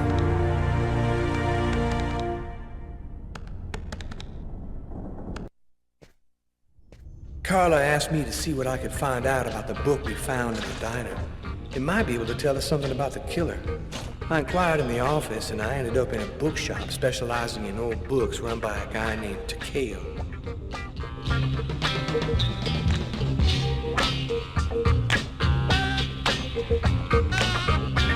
Yo!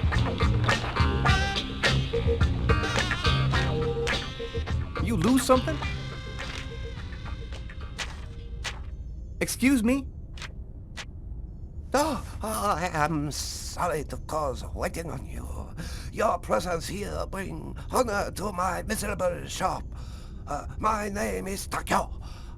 Tell me what I can do to make you happy? Damn.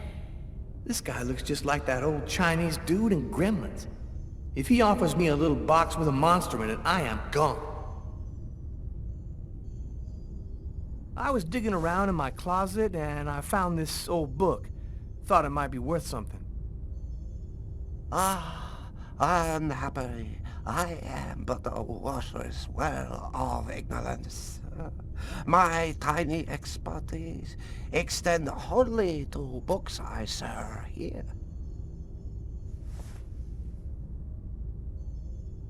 Can you just take a look at it? You must have seen books like this one before. Many times, yes.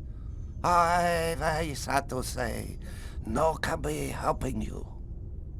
Thanks anyway. At least I tried.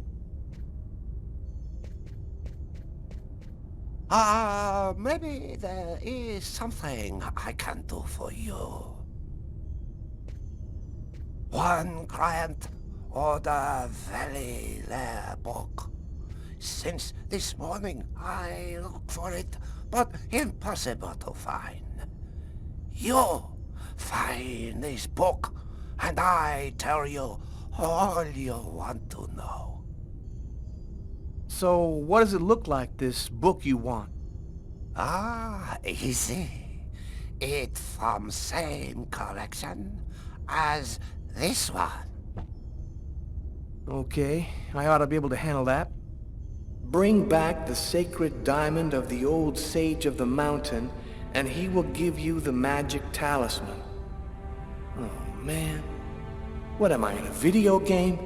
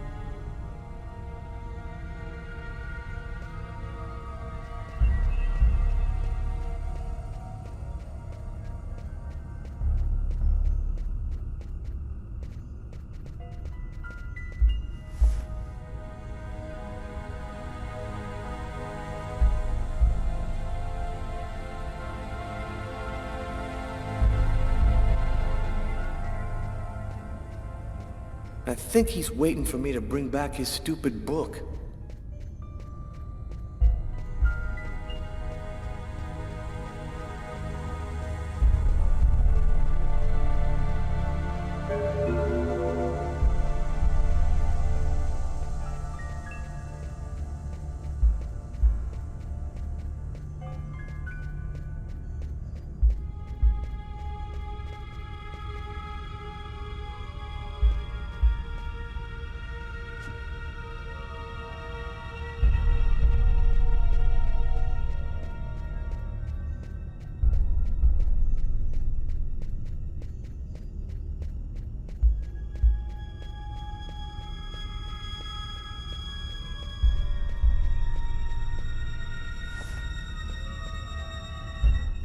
Okay, here's your book. Oh, great. You found it. Thanks, dude. What do you want to know about that book? Is it just me, or did you lose your accent? Oh, yeah. That's for the customers. They love that wise old Japanese master stuff. I was born in Brooklyn, man. I never been no further than Long Island. Hey, I'm more American than you are, man. Is there any way to find out who would have sold this book? Nah, this book ain't worth enough for any seller to remember it. Yo, thanks for your help. No problem. Come by again, okay?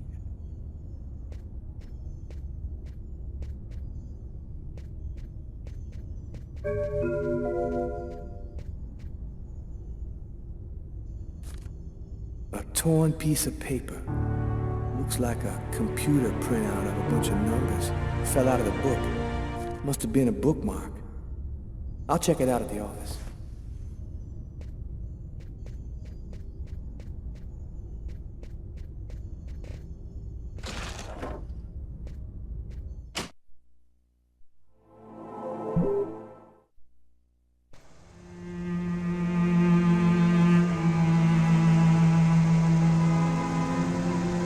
Here it is.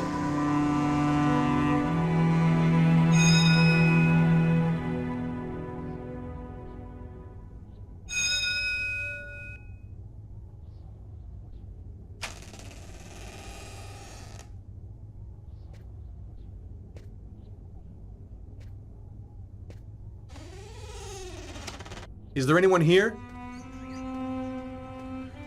Is anyone at home?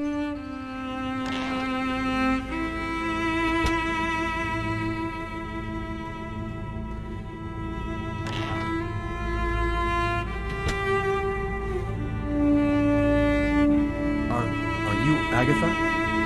Why do you want to talk to Agatha?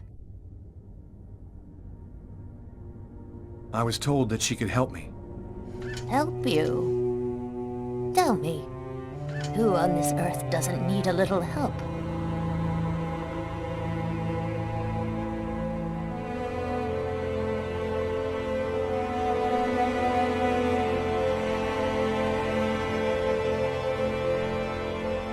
One need not have eyes to see. Be kind, young man. Push me over to my birds. It'll be more comfortable for us to talk over there.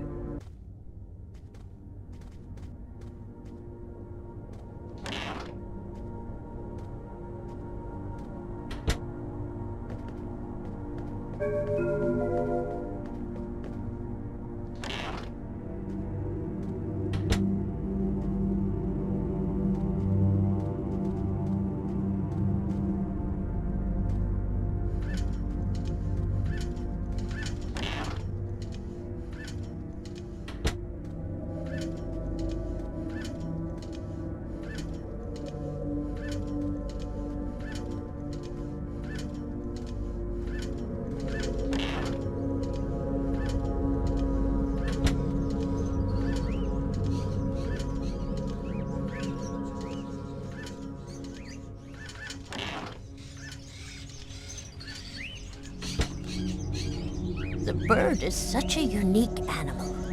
It can spend its entire life locked up in a cage and yet still keep on singing away. What brings you here, young man? Tell me, what is your cage like? I killed a man. It was like I was possessed. I watched it all happen, but I had no control over my actions. Sounds like a rather commonplace story to me.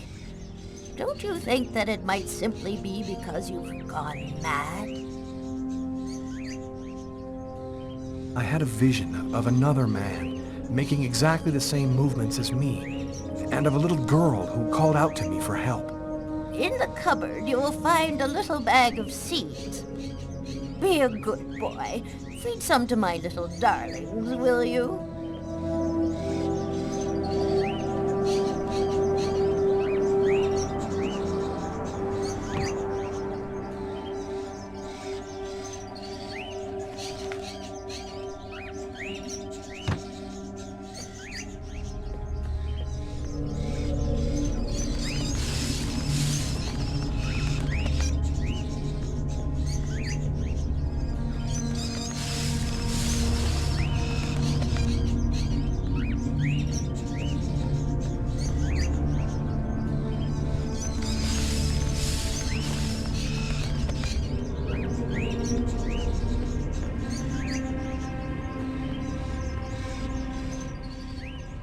Have you experienced any other strange manifestations since then? Have you had any odd dreams or visions? Yes, I see things as if the reality in front of me was deforming, becoming horrible. Are you able to attach anything concrete to your visions, such as a symbol or sign, maybe a word? When I regained control of myself after the murder, this symbol had been cut into my wrist with a knife. A snake. 2 open jaws. Oh, dear God. What does it mean? There's only one way for me to be sure. Please, push me into the sitting room.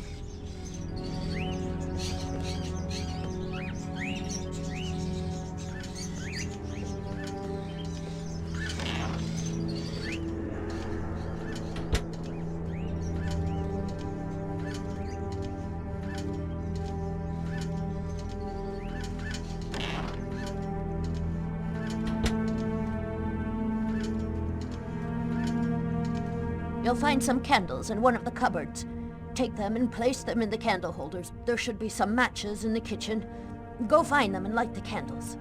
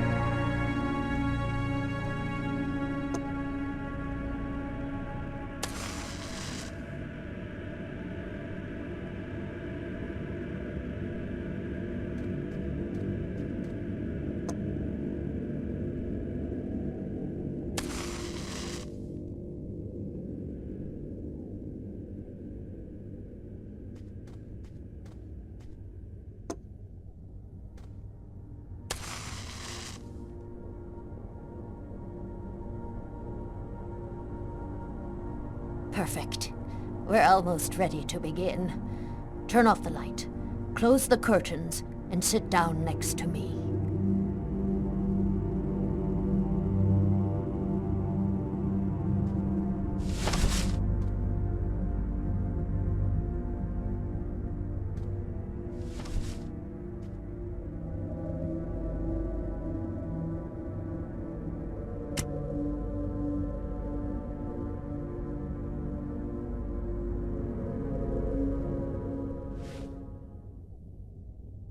The only way to understand what has happened to you is to try to go deep into your unconscious memory. Whoever it was that forced you to commit this murder has erased himself from your memory. But there still must be a trace in your unconscious. I can help you to locate it. It's an exhausting ceremony, and there's always a risk involved. Do you, or do you not wish to try it? Yes, I do. Give me your hands.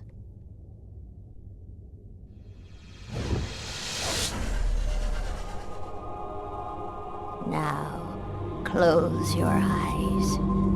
I want you to empty your mind and open wide the doors to your unconscious. And let me enter there. That's it. We're still together. Lucas, are you there? Yes. I want you to return to the restaurant just before the events began. Evacuate all extraneous thoughts and wander freely through your memory.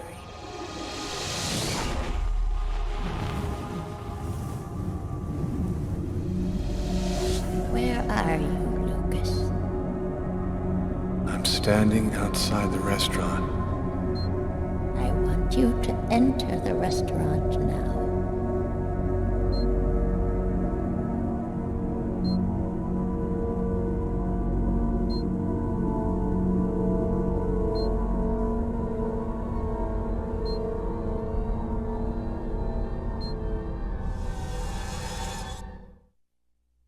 I've gone into the restaurant. What do you see? I see some customers, and I see the waitress. Can you see the table where you were sitting? I'm looking. There's a police officer. He's sitting at the counter. Concentrate, Lucas. Now, walk to your table.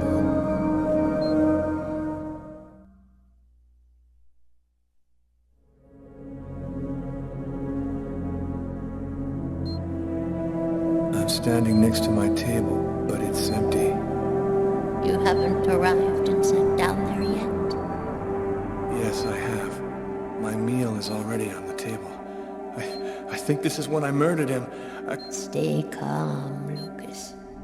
I want you to tell me exactly where you are. I'm in the restroom, and so is the other man. What's he doing? He's urinating. He doesn't suspect anything.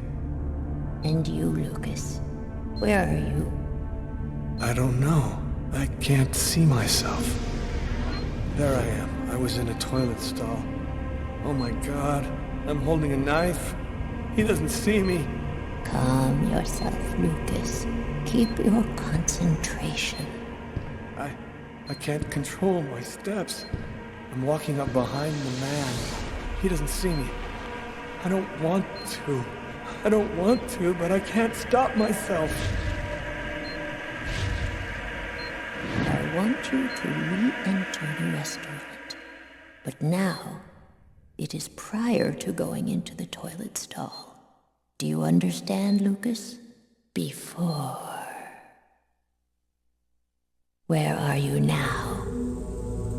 I'm in the restaurant dining room again. Are you sitting at your table? Yes, I am. I can see myself. What are you doing, Lucas? I'm eating. I'm eating and reading a book. A book? Yes. Shakespeare, The Tempest. What else do you see? As I told thee before, I am subject to a tyrant, a sorcerer, that by his cunning hath cheated me of the island. What did you say? It's a passage from Shakespeare's Tempest. That's what you're reading, is it not? Yes.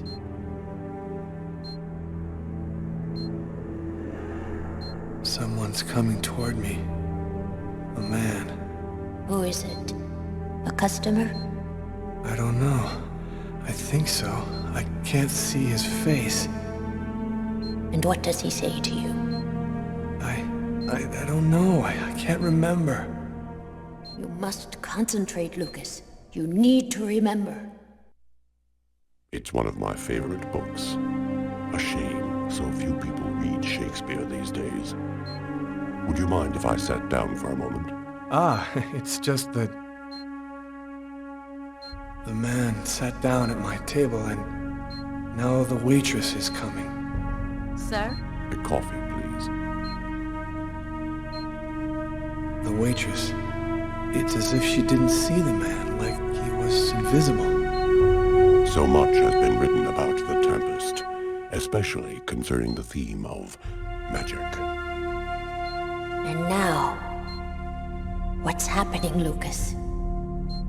I don't know. The man gives off a very strange energy. It's hard to describe. Go on, Lucas. What happens after that? Do you believe in the power of magic? No, I don't. Listen, You're wrong. You know there's much more to our universe than can be perceived by the naked eye. Your coffee, sir. Thanks, Kate.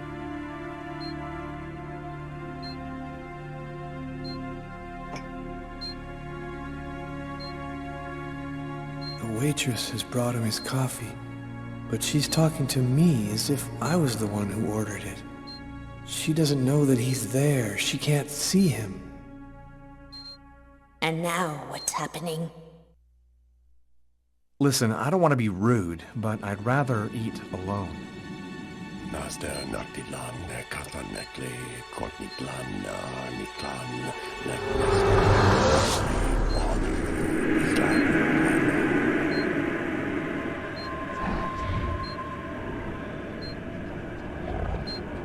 I'm paralyzed. I can't feel my body.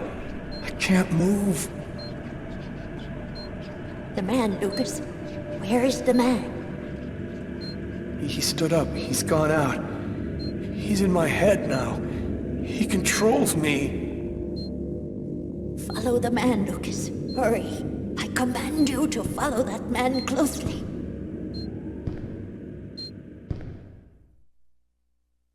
He's going out the rear door. Follow him. Your mind and his are now linked. You can see what he sees.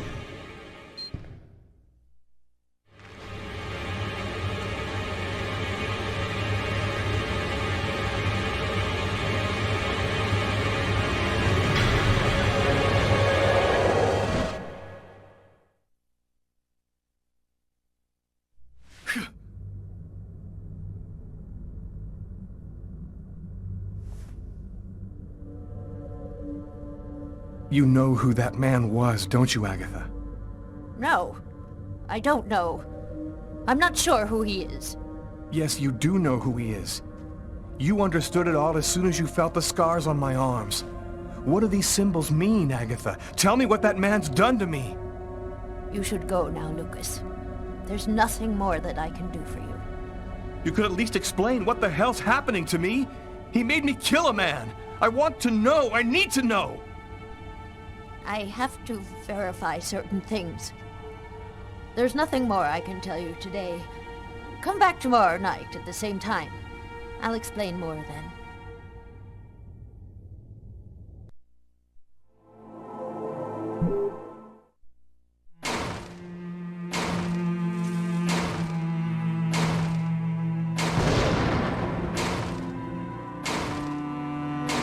Training Sergeant Mitchell?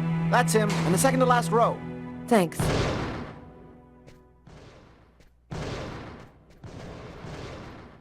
Sergeant Mitchell? Yes? I'm Inspector Carla Valenti. Would you mind if I asked you a few questions concerning one of my investigations? Young lady, I haven't worked in investigations for a long time. I doubt I can be much help. It's concerning an old case, but I'm still looking into it. The Kirsten case? Because you can't locate the file, is that right? Yes, that's right. The file's been classified. How'd you like to do some target practice with me? Sure. Why not?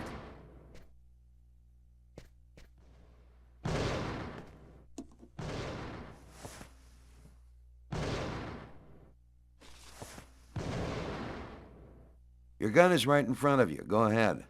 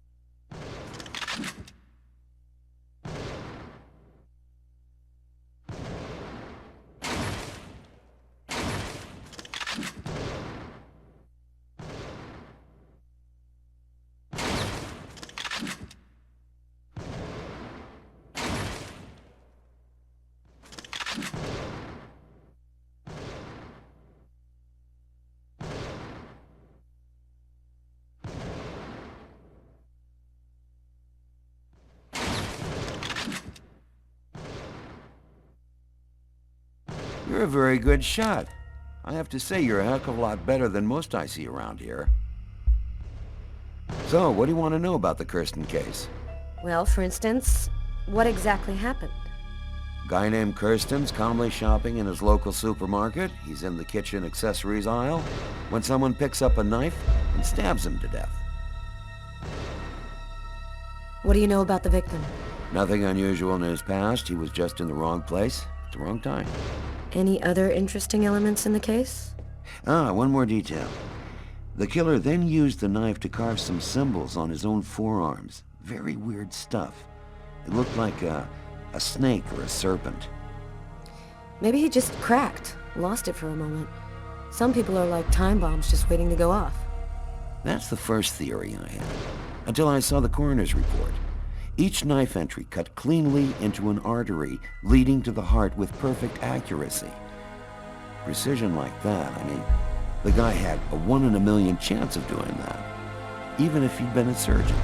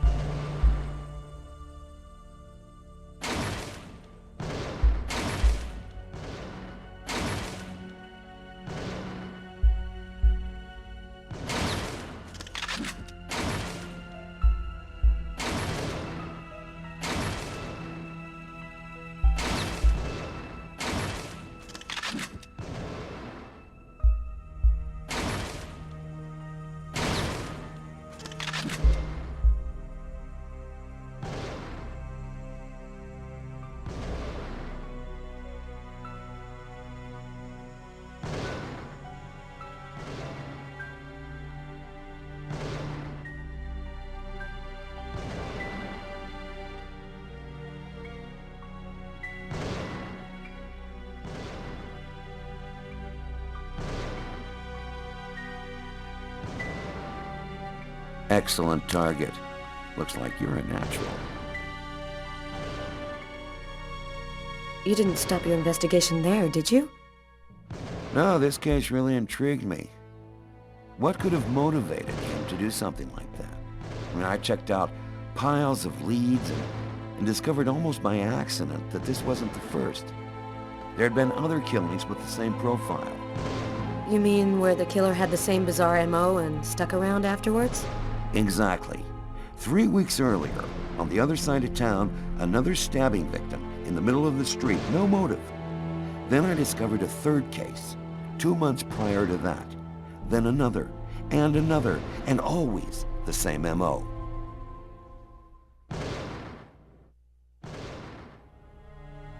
And in all these cases, the perp was arrested?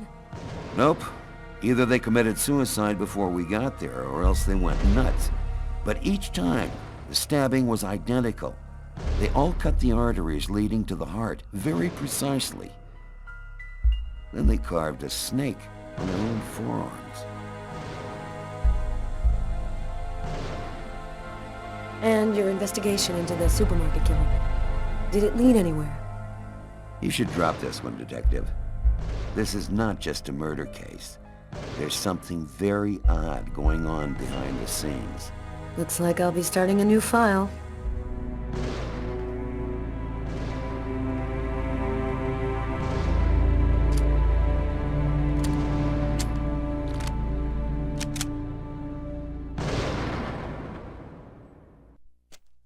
I'd worked good and hard on the investigation, done everything Carla had asked. Now I just wanted to relax and play some b-ball. And also settle a little score I had with Jeffrey.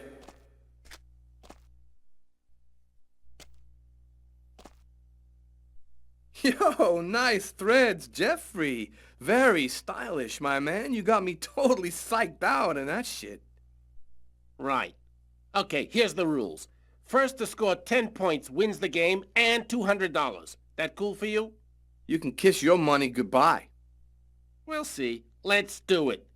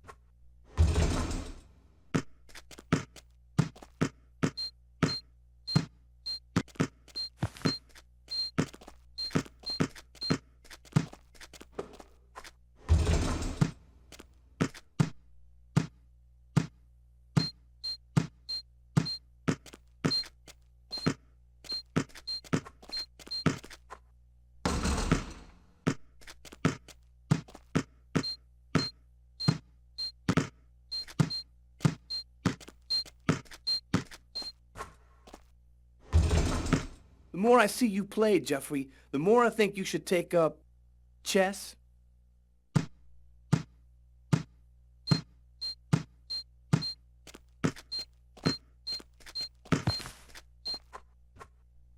Yes! Now that was pure poetry in motion.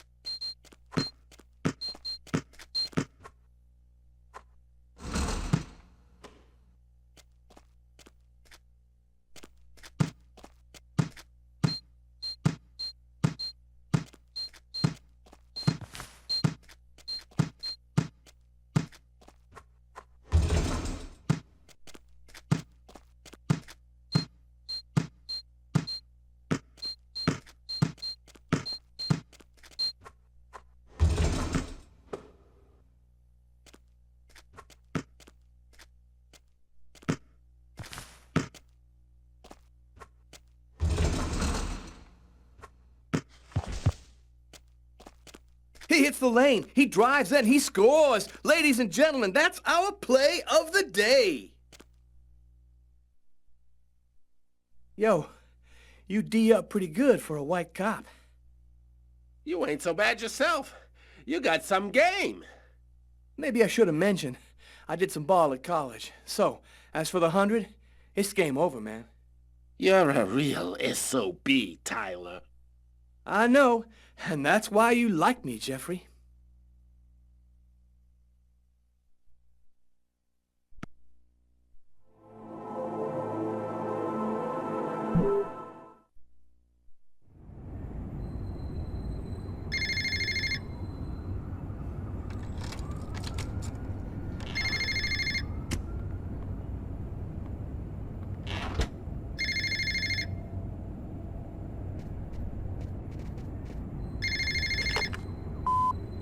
Lucas Kane.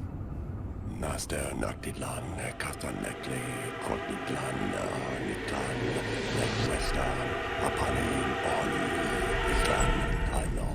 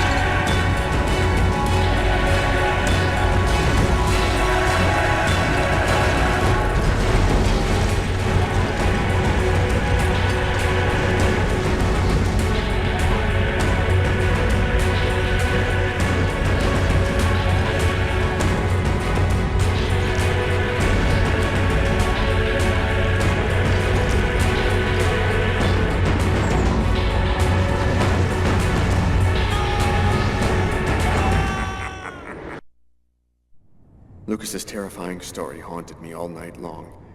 I had to see him, to talk to him. I had to find out what Agatha had told him. I wanted to look my brother in the eye and hear the truth. I'd never been to his apartment before, and it took me some time to find it.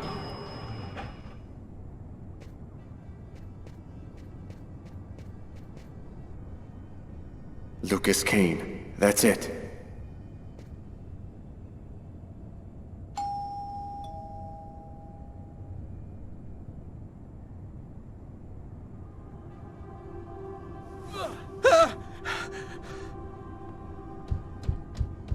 Lucas? Lucas, open the door! Lucas!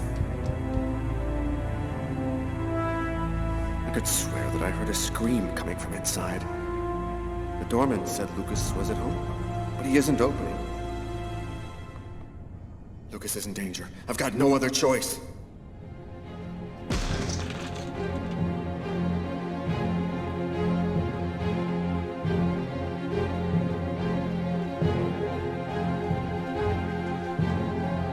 Lucas! Oh my God!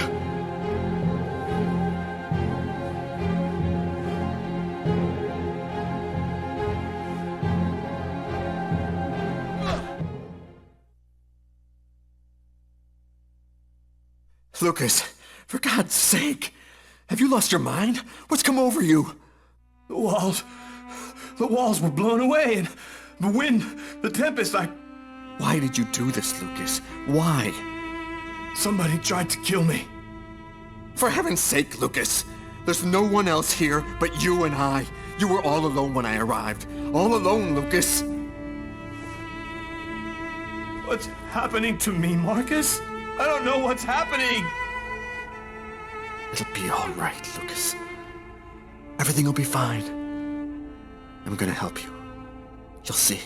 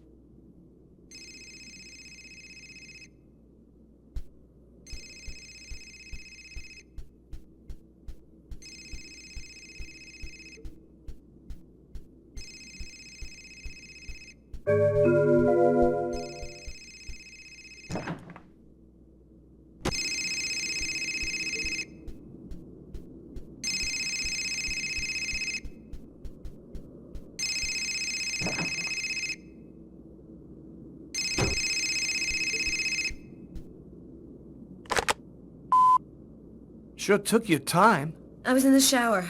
What do you got? I got nothing. Dead end. Impossible to ID the page marker found in the book from the restaurant. It's got a series of numeric codes written on it, but it just looks like a lot of numbers to me. I thought you might have some ideas. Why don't you fax it to me? I wasn't tired anyway. I'm sure it'll make for good bedtime reading. Okay, I'll send it now. If you get any brainstorms, give me a ring. I'll be here for a while. Tonight's gonna be a long one. Okay, talk to you later, Tyler.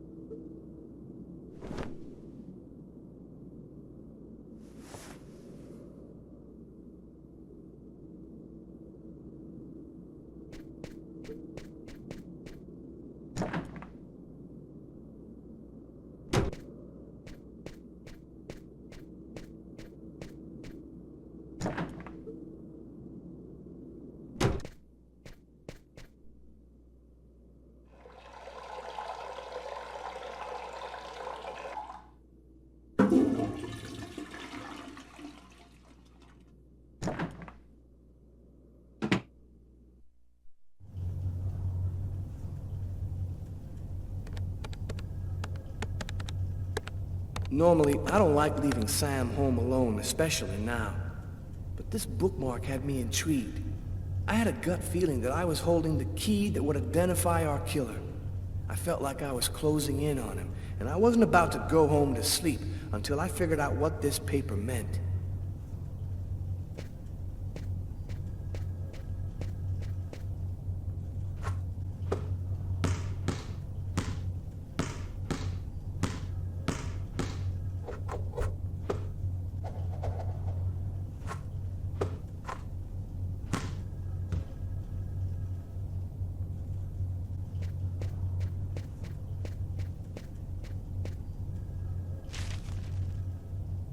Man, nothing but stock quotes. How can anyone possibly decipher these things? Wait a minute. That's it. I gotta call Carla right away.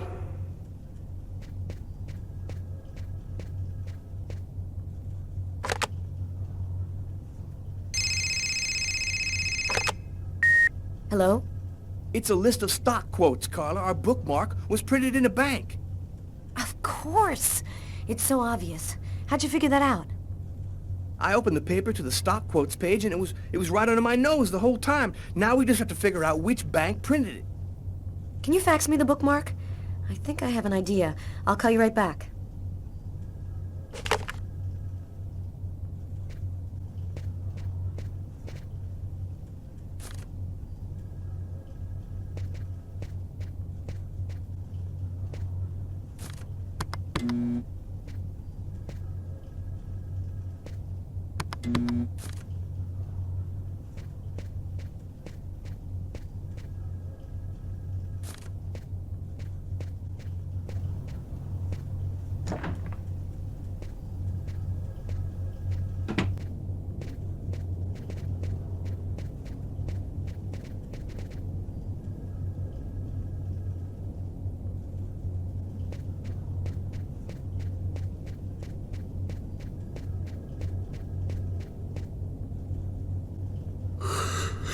Oh, man.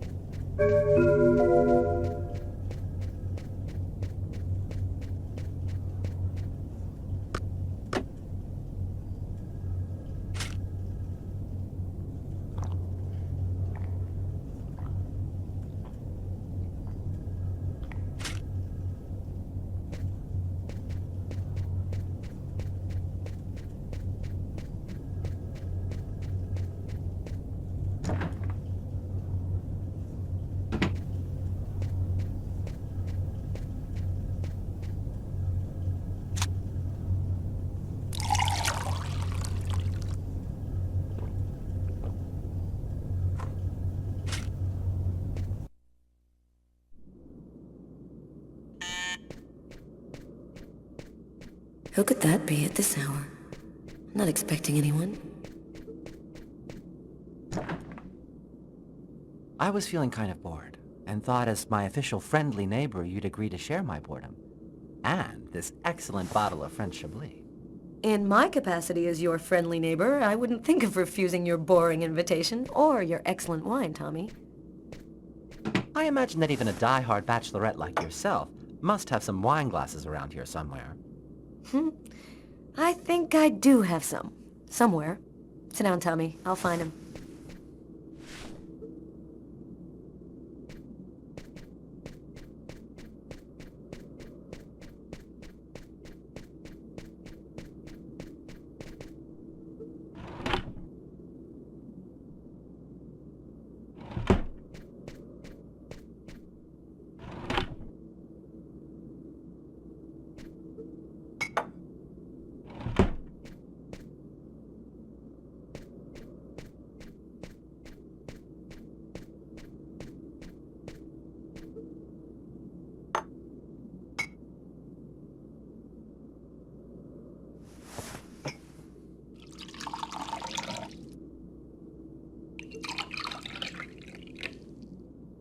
A toast?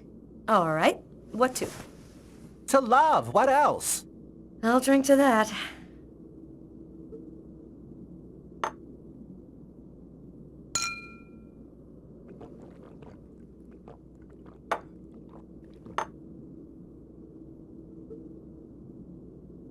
Are you with anyone? Well, actually, I did meet someone 2 weeks ago. He's very real and very nice. And he works in a bank, too. I think this time it could turn into something serious. I'm happy to see you got your smile back. We all have our ups and downs, right? I always thought that people in New York didn't give a damn about gayness. They were so enlightened. How wrong I was. They still look at us as being different from so-called normal folks. Are you still single? What's a beautiful girl like you waiting for? Go find yourself a nice guy. If there's one thing New York has lots of, it's handsome men. I don't know. I guess the desire's just not there. My last romantic experiences were total disasters. I'm not ready for anything, or anyone just yet. Enough small talk. Look at what I brought. Tarot cards? I'm going to read your future. You mean you know how to use those things? My grandmother was a psychic. She taught me how to read the cards when I was just a kid. She handed down her seeing powers to me. It really works, you know? What the cards foretell always come to pass. Let's see if you're going to meet your true soulmate or if you're going to die as a wrinkled old maid. Okay, Mr. Gypsy. Tell me what I'm supposed to do. It's easy. First, take the cards and mix them up.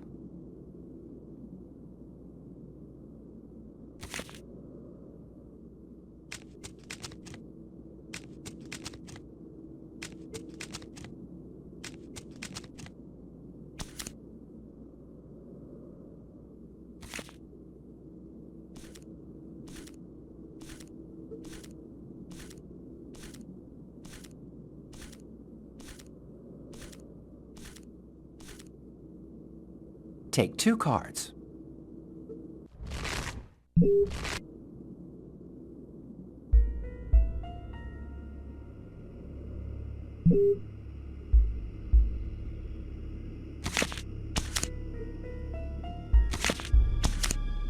There's going to be a dark period, an escape, and terrible danger. Take 2 more cards.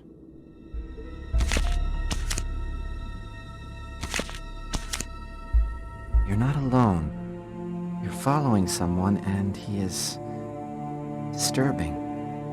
He hides a heavy secret. Take 2 more cards, please.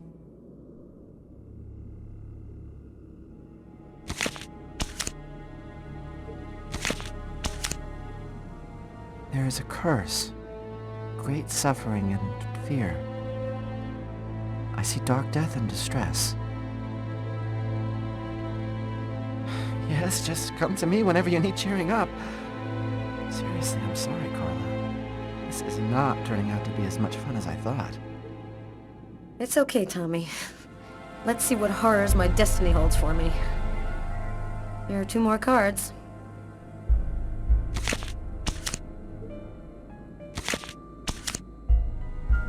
One child, 2 destinies, a path toward life, the other path toward death. Carla, I think we'll stop there. I'm sorry, I don't know what happened. It's the first time I've ever read this sort of thing in the cards. Usually don't express anything like this. Don't apologize, Tommy. It's just a silly game.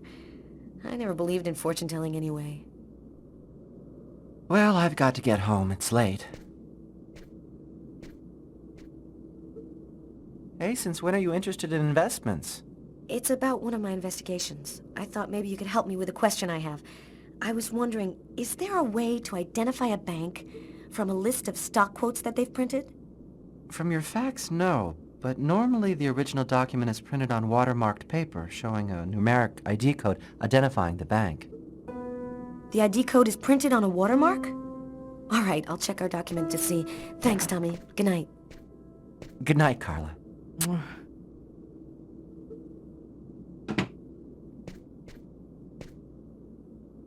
That's it. I've got to call Tyler.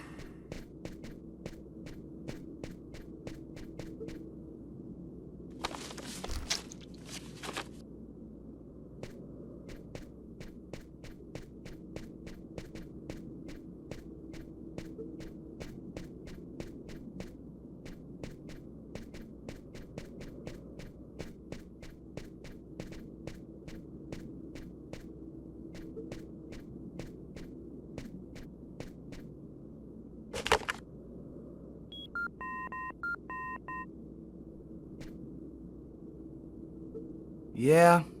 Our bookmark should be watermarked with the bank's ID code. I'll check it out and call you right back.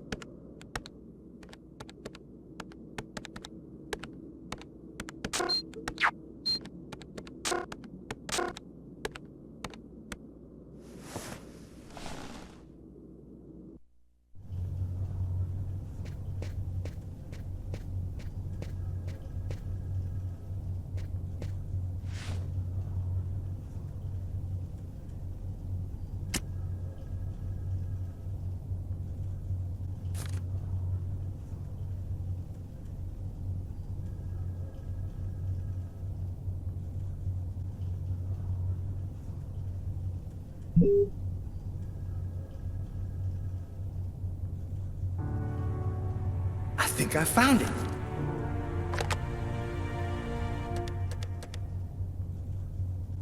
Tyler? I've got the code. You should have no trouble identifying which bank it corresponds to. This time we've got our killer. I think I'll pay a little visit to the bank tomorrow. You want me to go? No, I'd rather go myself if you don't mind. I'd like to see what our boy looks like. We'll meet afterwards at the station and compare notes. See you tomorrow, Tyler. Okay, see you then, Carla.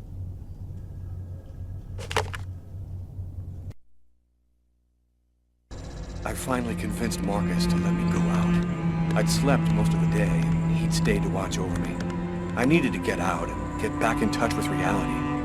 My physical condition was deteriorating rapidly. My mental state wasn't much better. I could feel myself slipping away. I knew that it wouldn't be long before I lost it.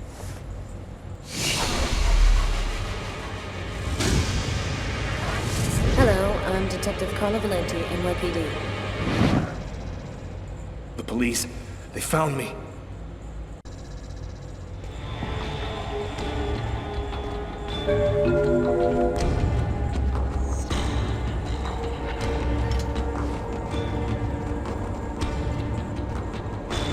A torn piece of computer paper. I think I must have used it for a bookmark.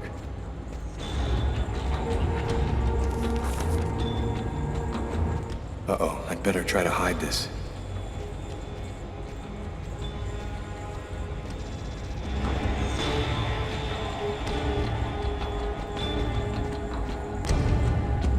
Richard III. I often read Shakespeare. I like the sober, desperate tone.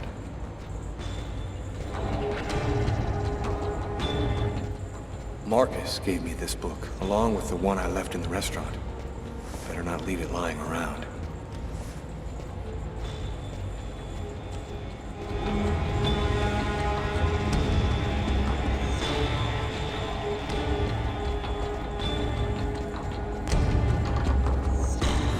It's too late for me to think about running.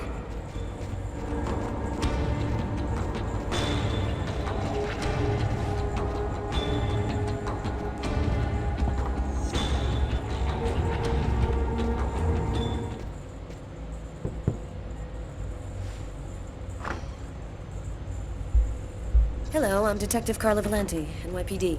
You are Lucas Kane, right? I'd like to ask you a couple of questions. Questions? What about? I'm working on a homicide case, and we have reason to believe that the murderer worked at this bank. What do you want to know? Could you confirm that this list came from here at the bank? Will he say something about the watermark? The paper does come from here. It has our bank ID code and the watermark. Is there a way to establish where it was printed from?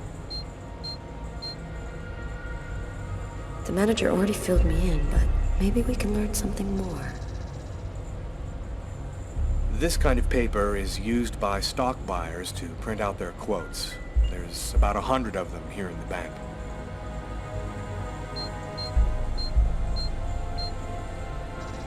This guy seems really tense. Probably nervous about being questioned by the police.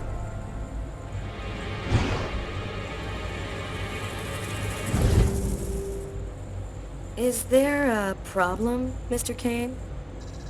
Huh? Oh, no, sorry. Is there a way to determine where this particular document was printed out? What's his problem? Seems like my questions are upsetting him. No, not really. Our printers don't leave any identifiable marks. A witness helped us make a composite photo of the suspect. Would you mind taking a look at it for us?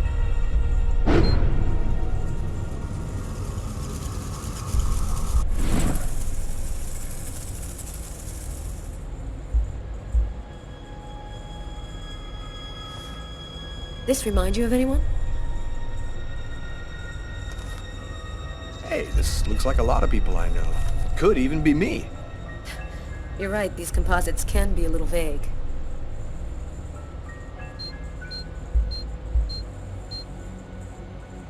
The composite fits this guy like a glove. Could he be the one?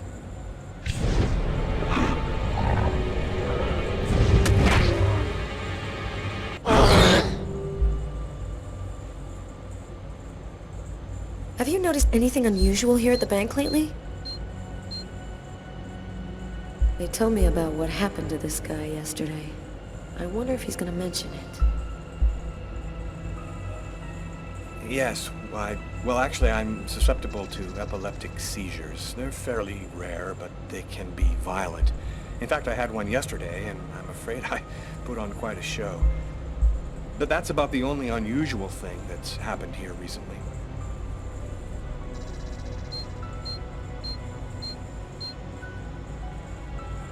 That's strange. His forearms are bandaged. I wonder what happened to him. Did something happen to your arms? Oh, I had a stupid accident doing some home repair work. I guess I'm not much of a Mr. Fix-It guy. Is that you in the picture with the priest? Is he a friend of yours? That priest looks a lot like him. Maybe a member of his family. That's my brother, Marcus.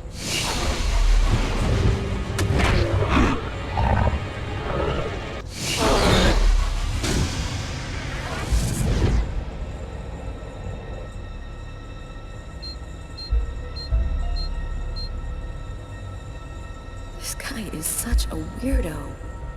I guess spending your whole day with computers fries your brain a little. I'm not feeling very well. I'm just gonna go and splash some water on my face. Go right ahead. I'll wait for you here.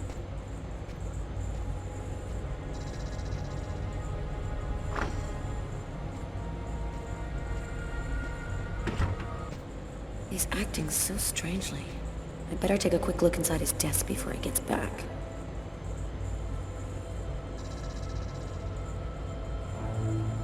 There ought to be some fingerprints on it. That'll make it easy to see if this is our man.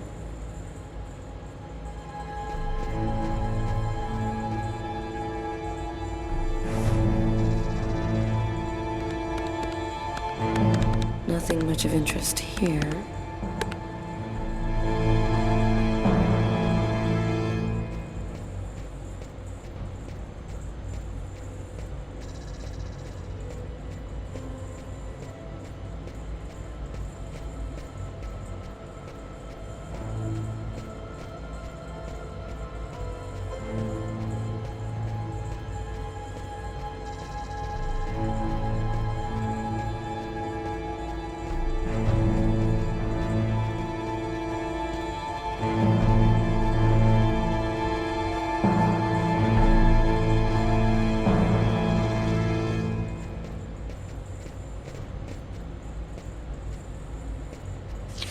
There's something written on the picture.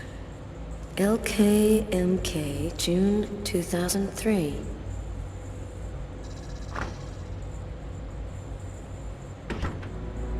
Feeling better? Yes, thanks.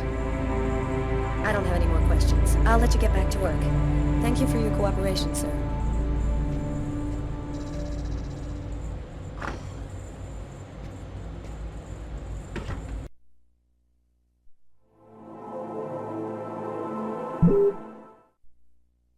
The noose is tightening. The police are closing in on me. They'll be back, and next time, they'll take me in. Agatha was my last chance. She's the only one who seems to understand what's happening to me. I just hope this time she'll give me some answers.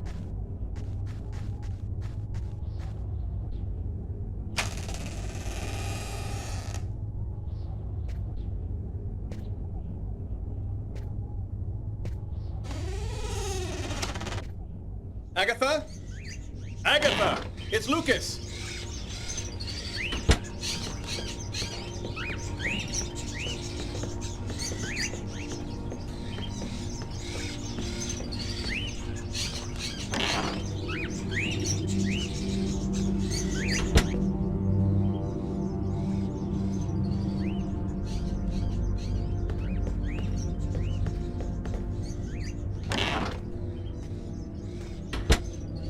Someone just went out the window.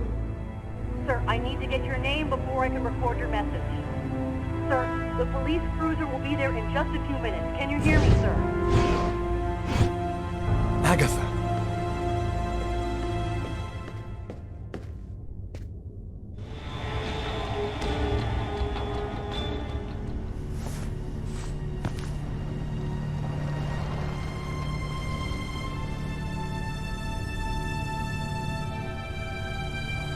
Dead. They killed her. She was the only one who could help me, the only one who knew.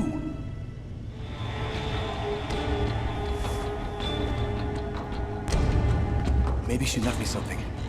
The answer could be here somewhere. Quick, I still have a few minutes to search her apartment before the police get here. What brings you here, young man? Tell me, what is your cage like?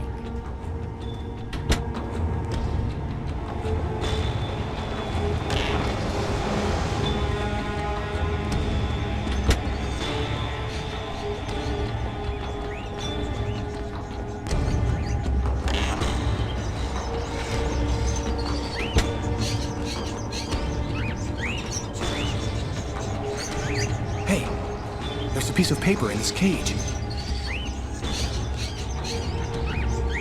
Damn, the door's locked tight. There's gotta be a key somewhere, or at least something to pry it open with.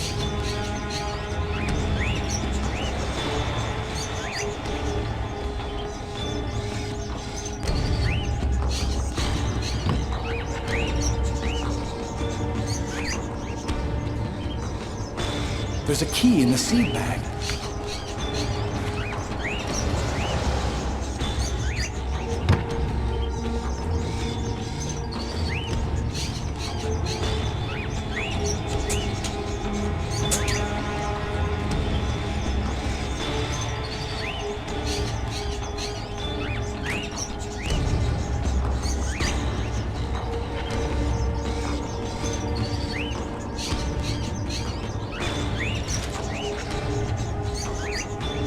Newspaper article from 1928. Why would Agatha want me to see this?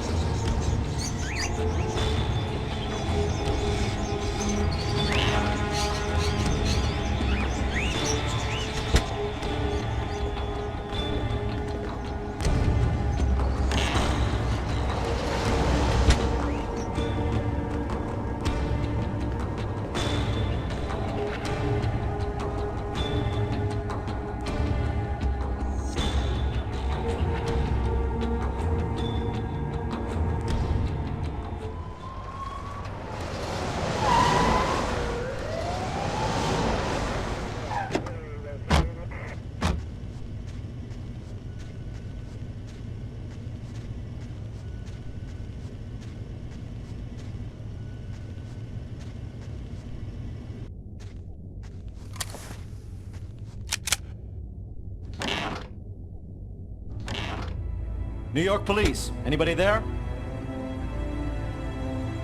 Hey, Kevin, call an ambulance. There's a body on the floor.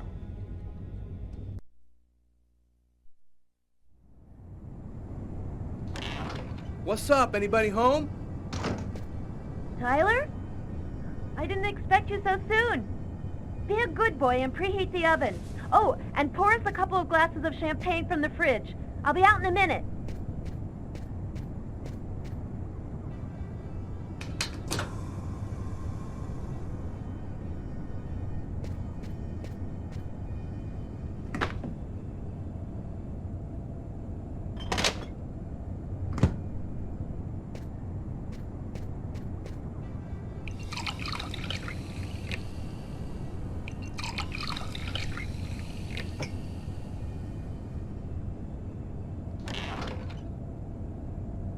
Hello, Detective Miles.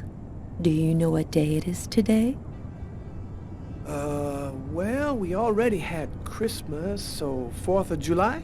No, that's summer. No, you got me. Tyler. Okay, babe. It's been exactly 2 years since I met the woman of my dreams. You want to put some music on? I feel like dancing.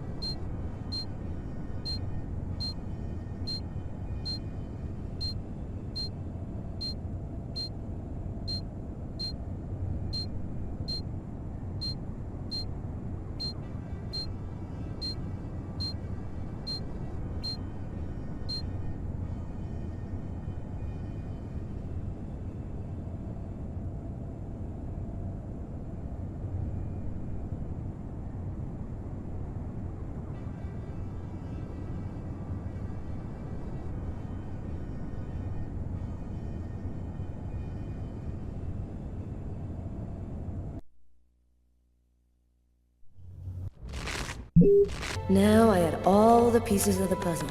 I just needed to put them all together to find our murderer. On my desk lay all the information from Nazer and Jones. On Tyler's desk, the clues from the restaurant. The identity of the killer is here somewhere.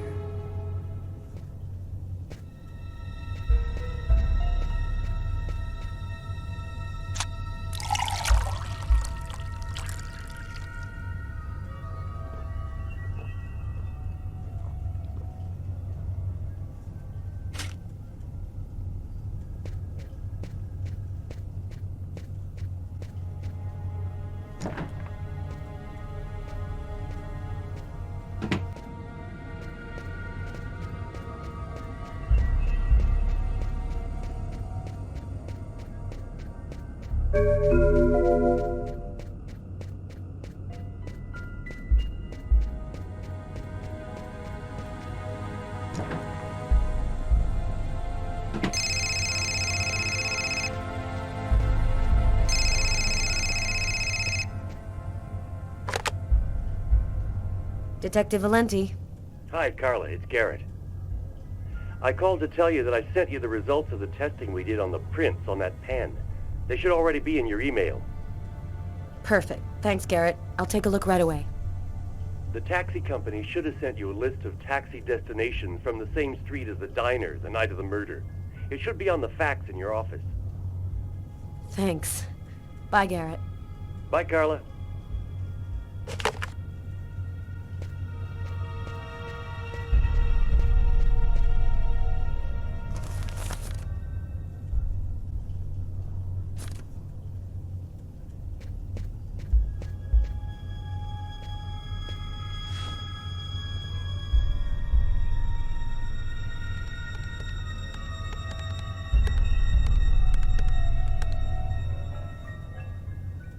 No doubt about it, the prints from the restaurant and the pen come from the same person. I've got my first link. I'll need another in order to establish proof that Kane is our man.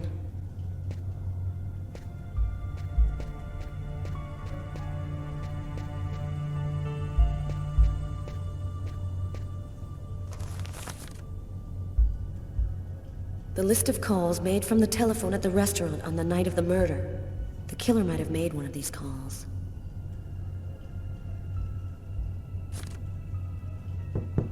Come in. Oh, hi, Carla. I saw the light was on, so I thought I'd, come in and say hello. Nice to see you, Martin. It's calmer here at night. It helps me think a little clearer. Carla, this has been bothering me for a while. I need to talk to you. You see, I saw the killer from the restaurant.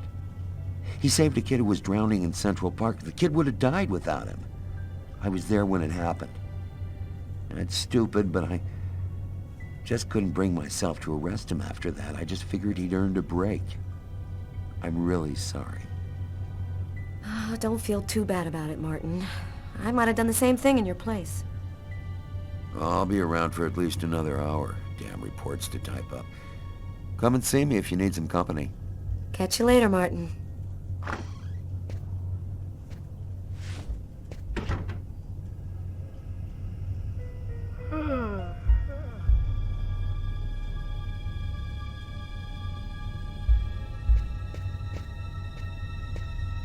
It's completely idiotic, but it helps me think.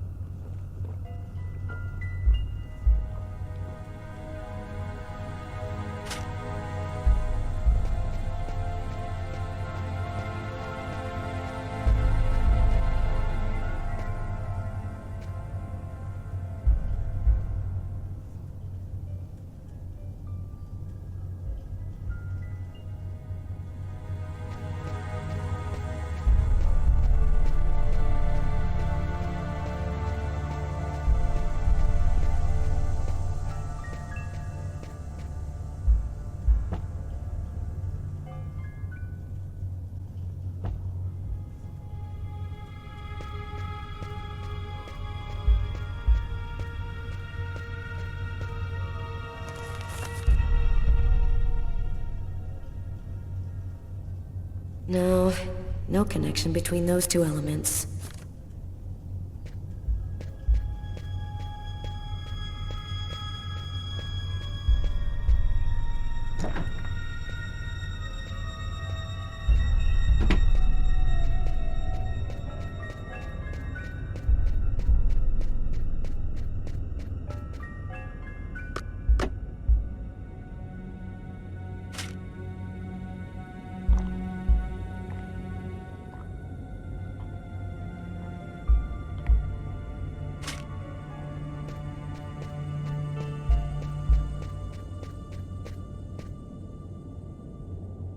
I wanted to stretch my legs a bit.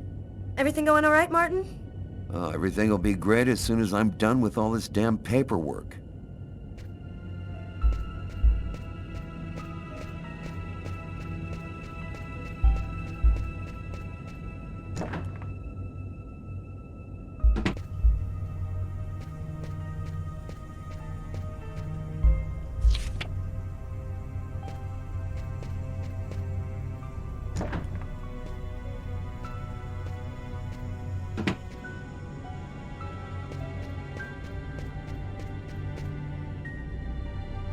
Take a look at this. Ever seen this guy before? That's him. That's the guy from the restaurant. Are you sure, Martin? Positive. This time, there's no reasonable doubt. Lucas Kane is the restaurant killer. I've got to tell Tyler right away.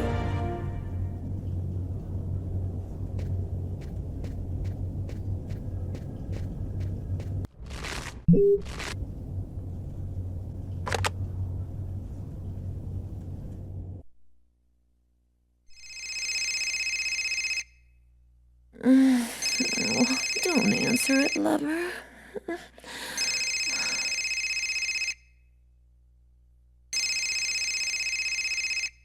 Sorry, babe. I need to answer. It might be important. Tyler, no! Hello?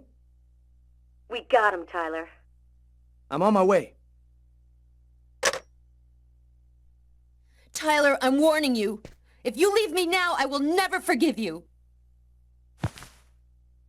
I won't be long, babe. Just sip some champagne and I'll be right back before you know it.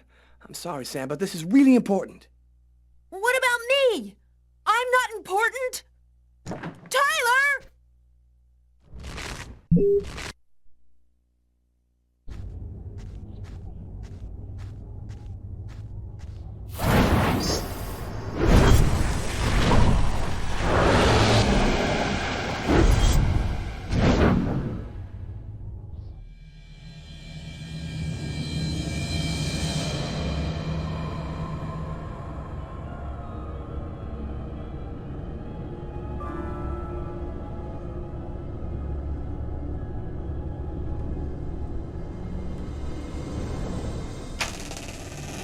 Sorry, we're closed. Come back tomorrow.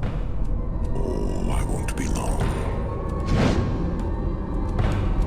Master Nagdidlan, Gibini, Nataquen, Castanecli, Quadiclana, Quentana.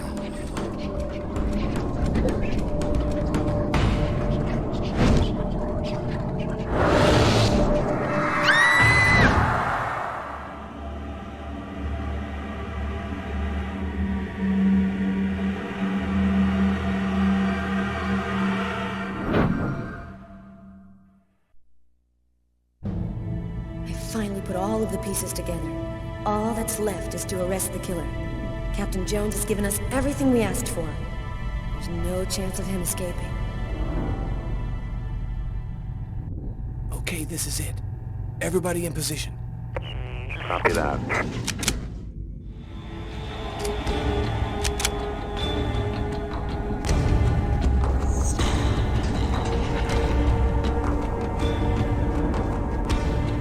I'll go in first. You cover me. Okay.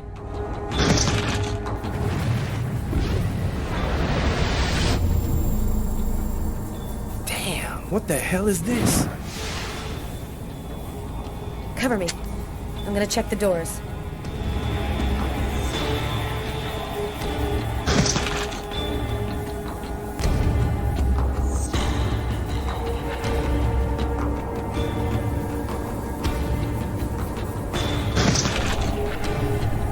Missed him. Well, he's running now. He's running across the street. What should I do, Carla? Stop him. We're coming. Copy that. It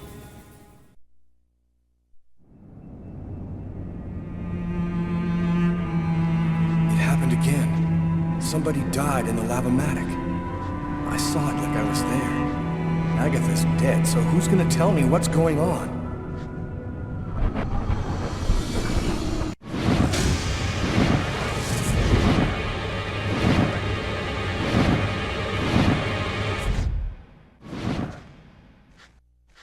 Put your hands in the air. Damn, the police. They already found me. I'll spend the rest of my days rotting in prison, and I'll never find out what really happened. No, it's not gonna happen like that.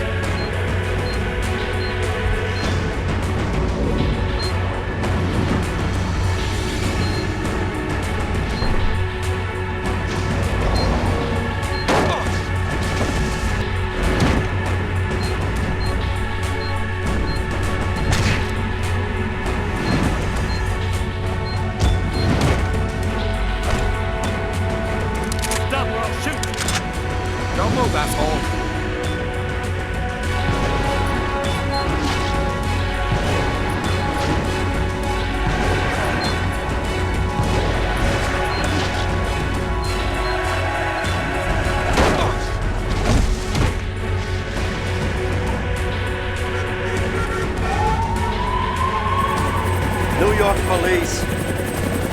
Don't move.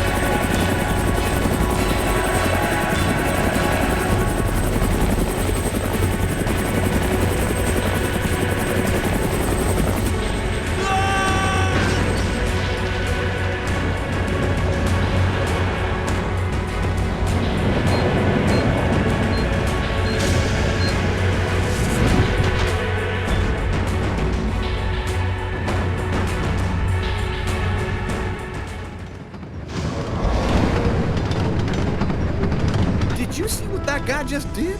Shit, that's crazy. We need to catch him.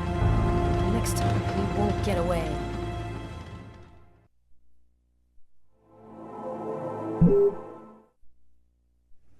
Five men in the hospital, 4 wrecked squad cars, a helicopter that just missed blowing up in our faces. Meanwhile, the killer takes a nice quiet ride on the subway. I hope there's a good explanation for all this. Nothing went according to plan, Captain. The operation was set up by the book and everybody did their jobs, but Kane displayed some abnormal abilities. Just what are you trying to tell me here? That this guy is Superman? That's your excuse? And you seriously expect me to buy that crap? We underestimated Kane. There's no denying it. We knew he was dangerous, but not that he could knock out trained armed policemen and then escape hanging under a helicopter. I don't give a crap about your two-bit excuses. When the press finds out that Kane slipped through our fingers, they're gonna make me a laughingstock, and the mayor's gonna come looking for my head. Now what is the plan, people? Are you on his trail? Kane's photo will be in every squad car, train station, and airport. He puts 1 foot outside and we'll be all over him.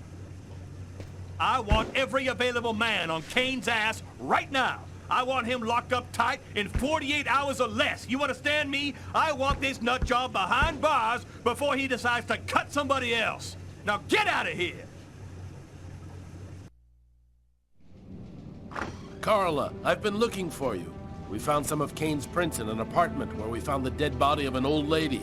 And that's not all. There was a double murder last night in a lavomatic. One of the 2 victims was killed by knife blows to the heart.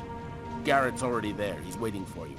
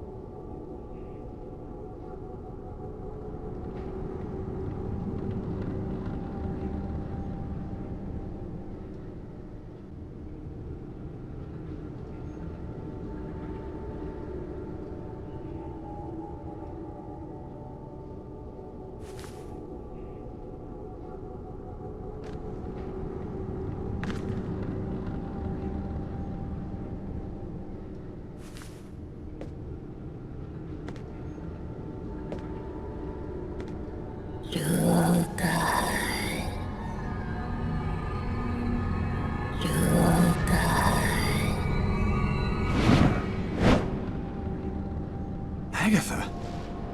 Agatha, is that you? I thought you were... Dead. In a way.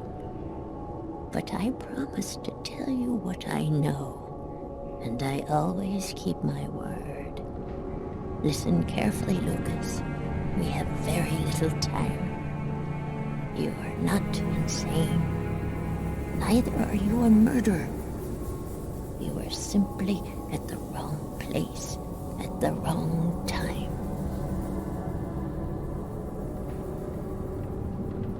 Then who made me commit that murder? Who came and sat down at my table in the restaurant?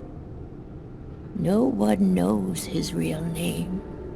They call him the Oracle. He serves the most powerful of the powerful. They live in shadow, but they have controlled this world since the dawn of time. Why did they pick me? Why did they want to kill that guy? Pure chance. They just needed one man to kill another in order to open the mouth of the serpents. You're not the first to be chosen to perform the sacrifice, and certainly not the last. They're coming. Save yourself, Lucas. They want your life. Kuwet-Nit-Lan, in the ancient Mayan civilization. You'll find some of the answers you seek there. Agatha? Agatha!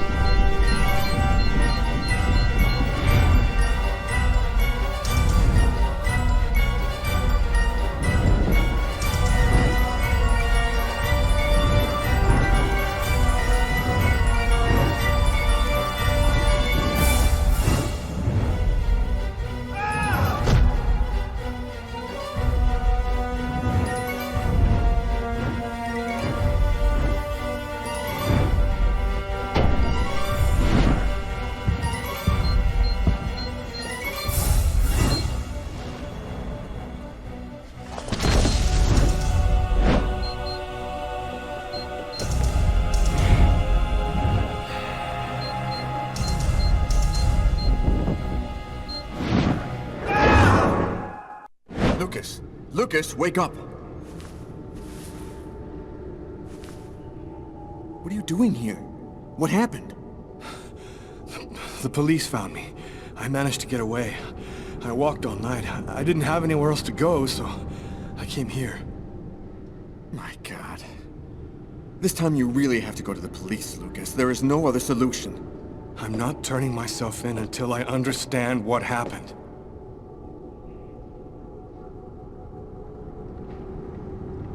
I saw Agatha again. Here, just a while ago. She's dead, but she had some things to tell me. I think she wants to help me. Agatha is dead? Are you telling me that you... No, I didn't kill Agatha, Marcus. She was dead by the time I got there. But you're saying that you talked to a dead person? None of this makes any sense. Someone tried to kill me through my visions. They can attack me anywhere. I think they want to prevent Agatha from talking to me. This is all a bit much, Lucas. What if this whole thing is all in your head? Isn't it at least possible that you're losing your grip on reality?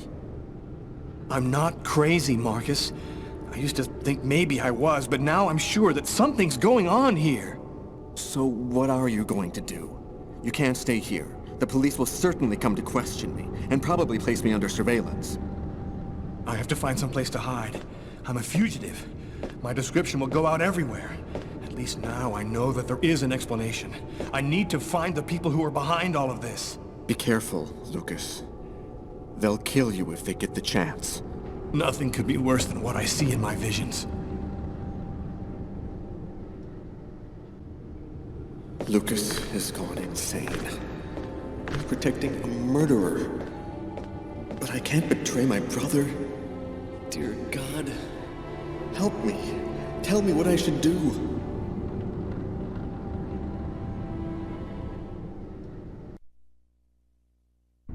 -5 degrees Fahrenheit.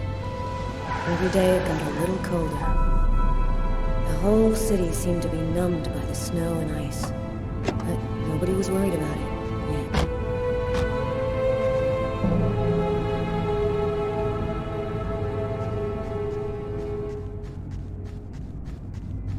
Go take a look inside, Tyler.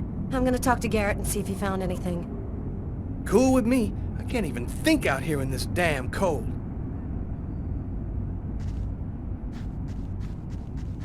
Ah, I was waiting for you, Carla.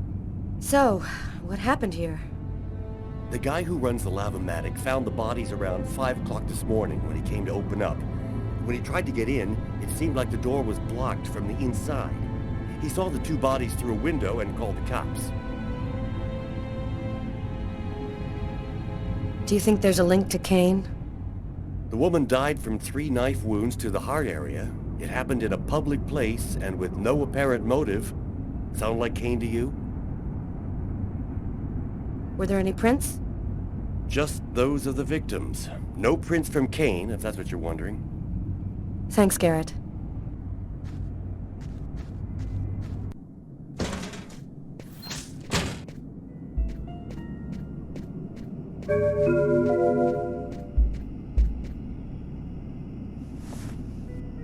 Bizarre. Why is there blood here?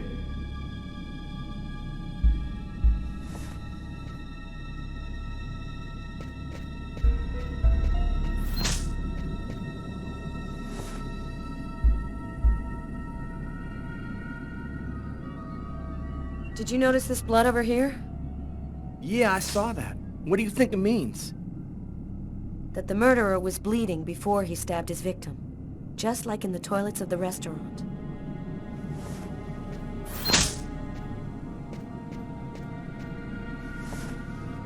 A knife stuck in his eye. Death would have been instantaneous. Bizarre.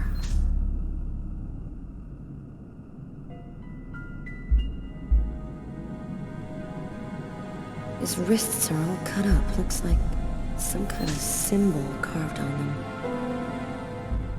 Snake. A snake with 2 heads.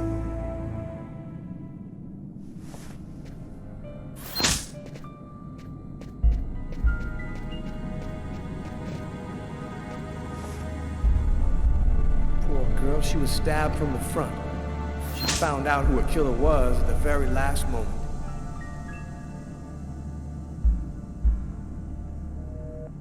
We can still hear the dial tone. She must not have had time to dial the number. Too bad, we could have had a live witness.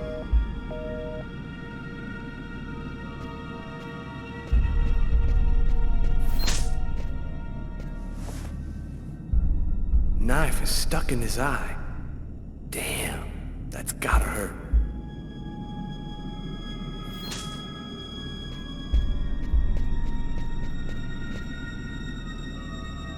Three or 4 stabs in the area of the heart. Exactly like the victim in the restaurant. I wouldn't be surprised if the autopsy finds that the arteries were severed.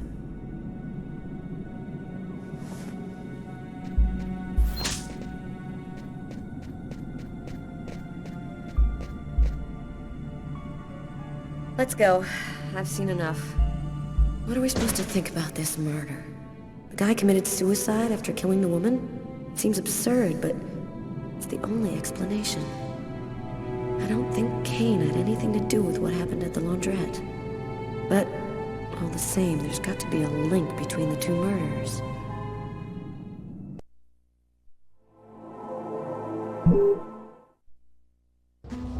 I had nowhere to go. I was exhausted. I felt like I was gonna die, either from the cold or from hunger. I hoped that I could rest for a couple of hours at Tiffany's place, get my energy back, and figure out what to do next. I'd only been to her new apartment once before. I only had a vague memory of exactly where it was, but I was sure that this was the street.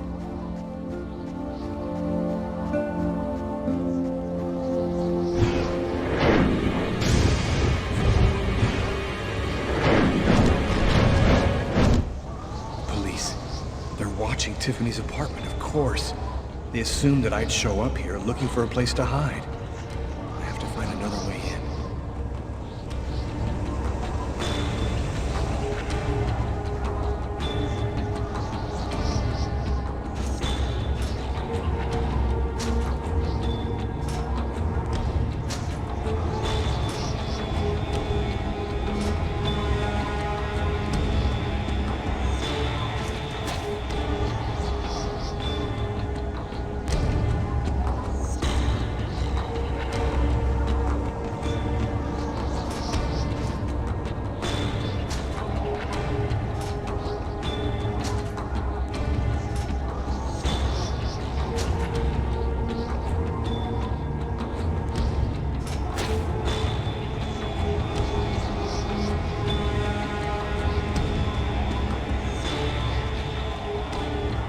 Police. There must be some way to get around.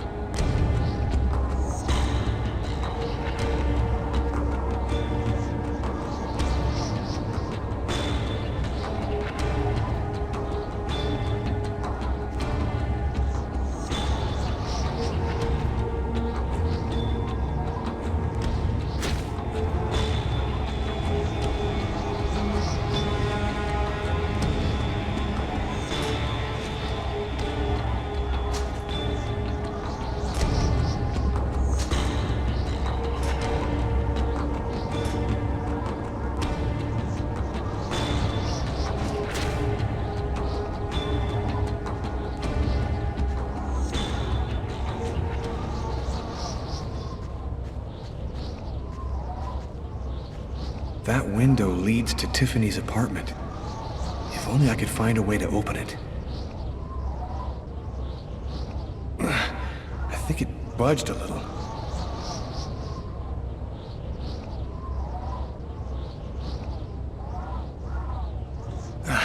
It's open a few inches.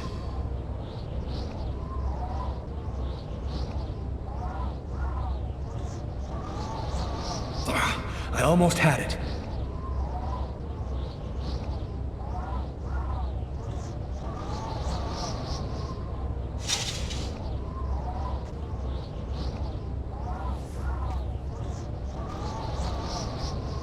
I wasn't too proud about breaking into Tiffany's apartment like a common criminal, but I had no choice. I hadn't eaten in almost a day.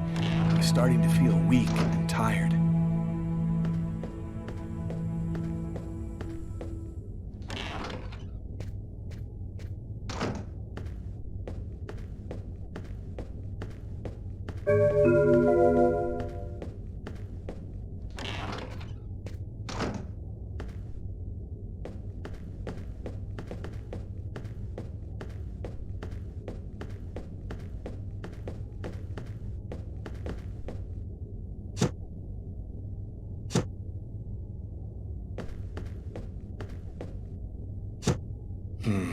Nothing to eat here. Nothing to eat here.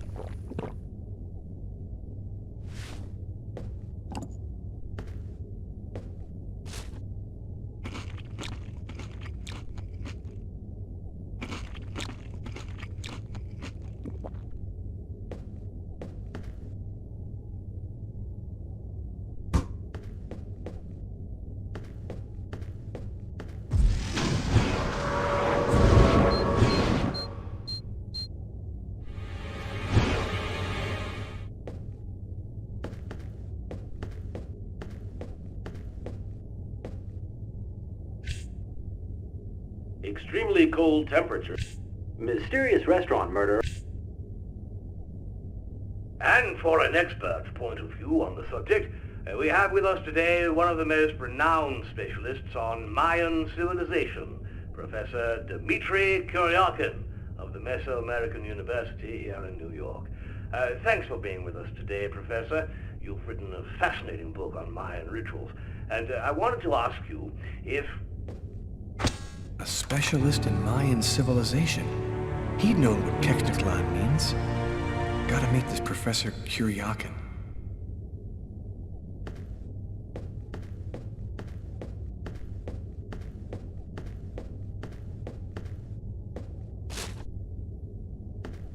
My picture's in all the newspapers. I can be identified by just about anyone in the street now. I'm going to have... I guess I'm out of danger for now. I'll wait for Tiffany to get back before I leave.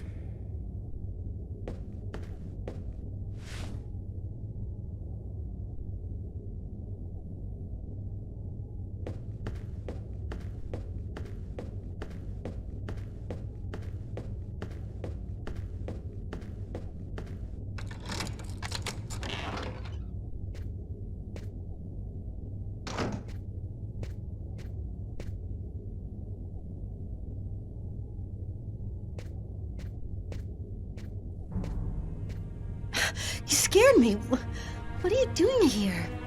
The police are looking for me. I needed a place to hide for a few hours. Lucas, what happened to you?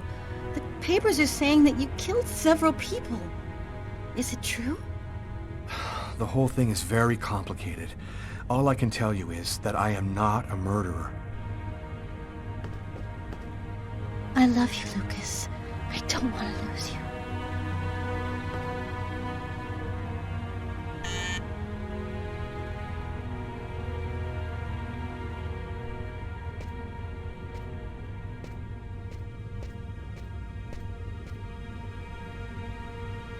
Lucas, it's the police. What are we gonna do?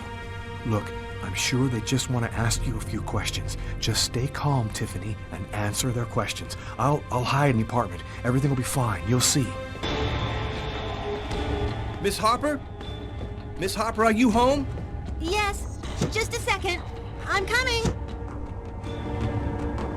Lucas, I can't keep them waiting anymore. I've got to open the door.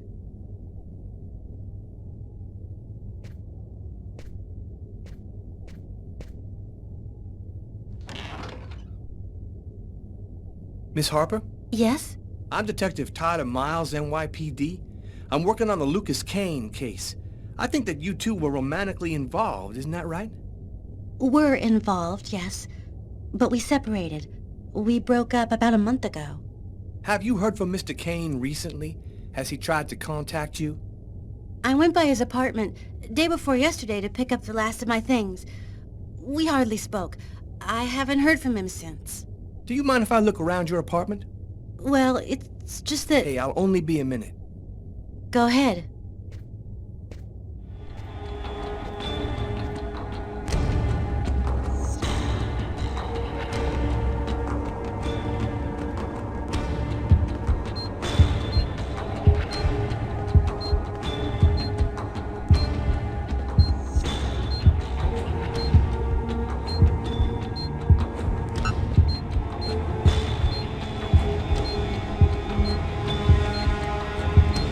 Doing a little redecorating? Yes, the apartment wasn't in very good shape, so I've been painting it. It's taking a long time with my job. I don't have much time to... And what do you do? I'm a nurse. I work at St. John's Hospital.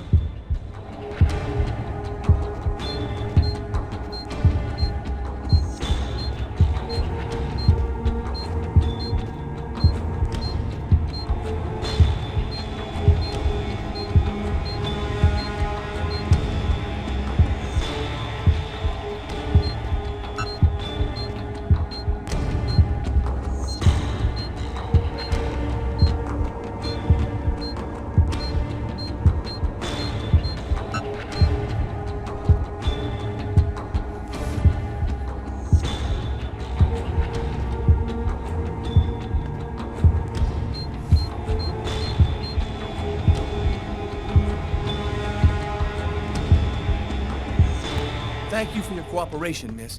If Kane does try to recontact you, please call me right away. Here's my card.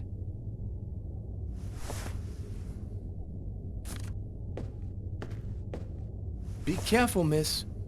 Kane's a very dangerous man.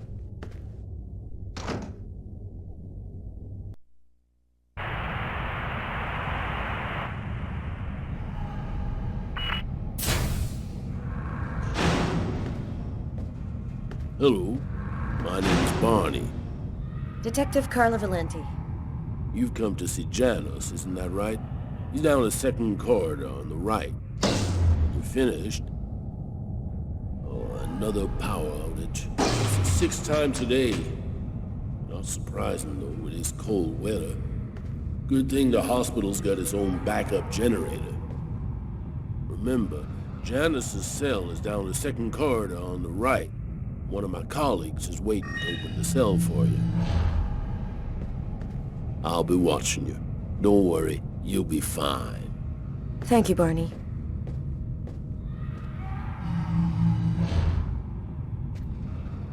I wasn't sure exactly what I expected to find out by coming here.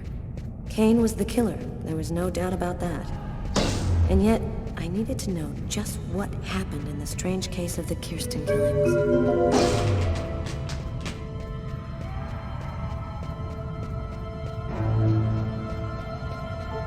Hello, detectives. I'll wait for you here. Perfect, thanks.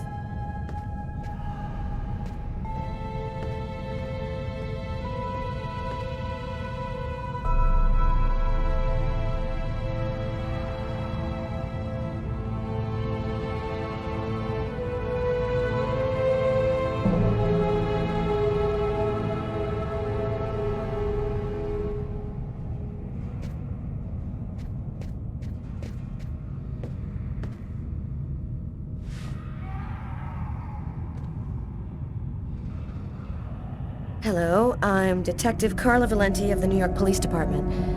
I'd like to ask you a few questions, if it's all right with you, of course. Could we talk a little about Kirsten?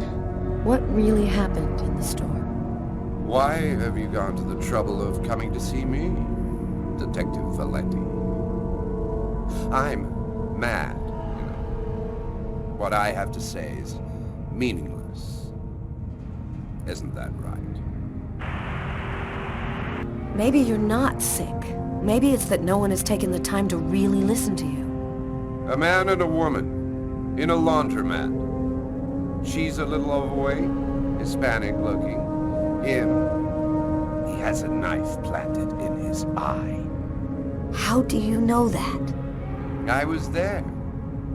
I can see through his eyes. Every one of the murders.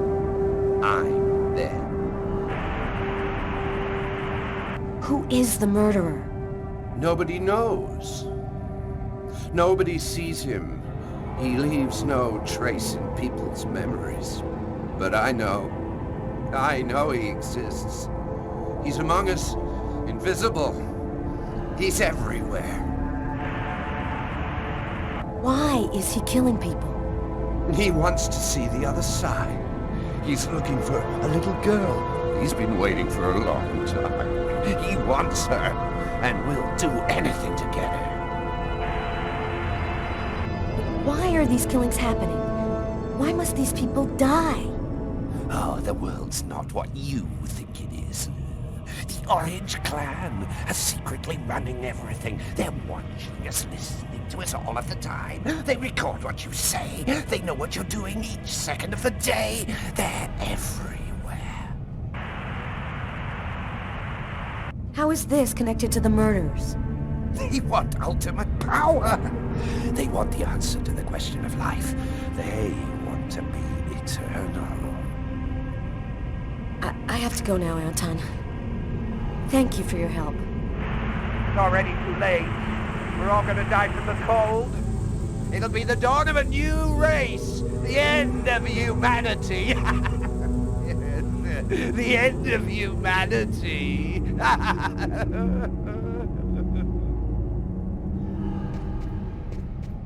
Everything go all right? I'll walk you to the... Damn it! This time it looks serious. It looks to me like our backup electrical generator hasn't kicked in. It'll come on. Sometimes it takes a minute. We'll wait here in the meantime. What was that noise? Oh shit. The cell doors. All of the cell doors have been opened. The electrical outage must have screwed up the auto-lock system. What? You mean the patients are free to leave their cells and nothing... Wait. Don't move. Don't make any noise. We don't want them to locate us here. Just keep cool, and we'll wait for the lights to come on. Relax. Stay close to me. The aide. They got him. I have to move from here, or they'll find me too. If I don't breathe more calmly, I'm gonna faint. And then they get me for sure. Oh God, hurry. Oh no, I hear one coming. He's getting so close. Freeze, Carla. Don't move. Hold your breath. He's going away. I can keep moving. He's right there.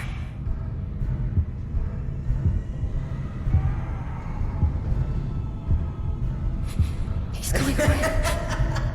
I can keep moving.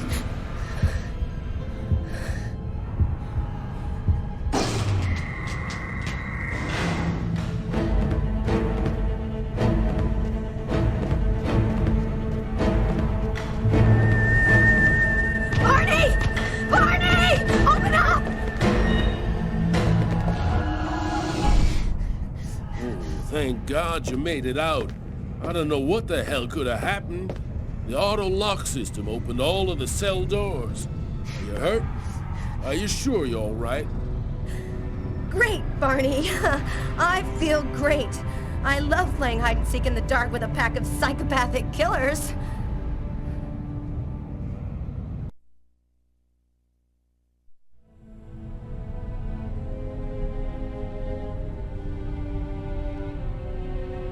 This man I'd barely seen on TV was my last hope.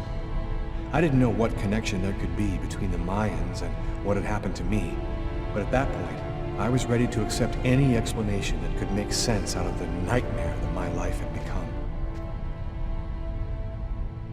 Hello, I'm a journalist, and I have an appointment with Professor Kuriakin. The professor's waiting for you.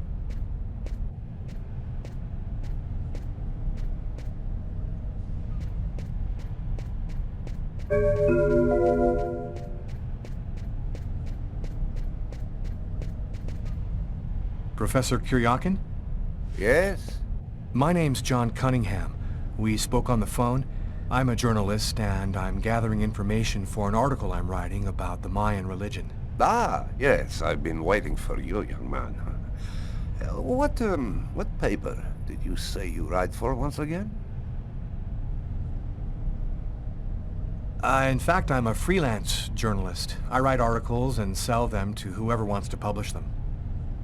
It's curious, but your face seems familiar to me. Have we met somewhere before? Yeah, I get that a lot. I guess I must have one of those boring faces everybody sees everywhere. Well then, let's have a go at it. Where would you like to start? Can you tell me anything about Cuecnitlan? Of course. Come, I'll introduce you.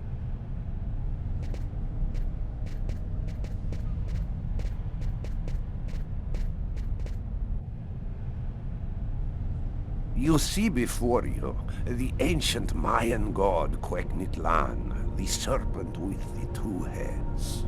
One head sees in this reality, the second in the other world.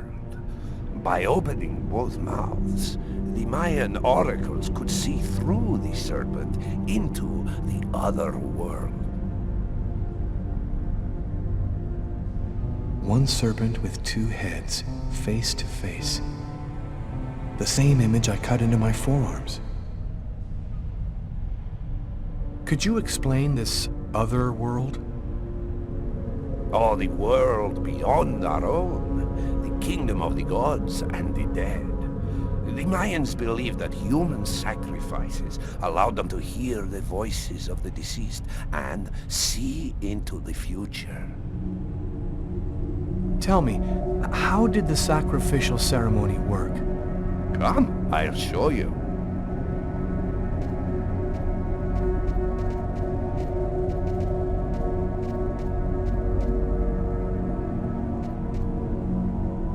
This painting, dating from the 1st century BC, shows a sacrificial ceremony. The victim's agony must have lasted quite some time. The priority being to keep the mouths open as long as possible. The victim was stabbed 3 times, each wound cutting a pulmonary artery leading to the heart. The Oracle is not the one stabbing the victim? Oh, the Oracle must never soil himself with the blood of another. That is why he chooses a sort of proxy, another person in the crowd, totally at random. This person becomes the executor. The Oracle takes complete control of the executor, manipulating him from a distance. What happened to the executor after the sacrifice? He went mad and committed suicide after accomplishing his part of the ritual. A Mayan sacrifice. That's what it was. You aren't a journalist, are you?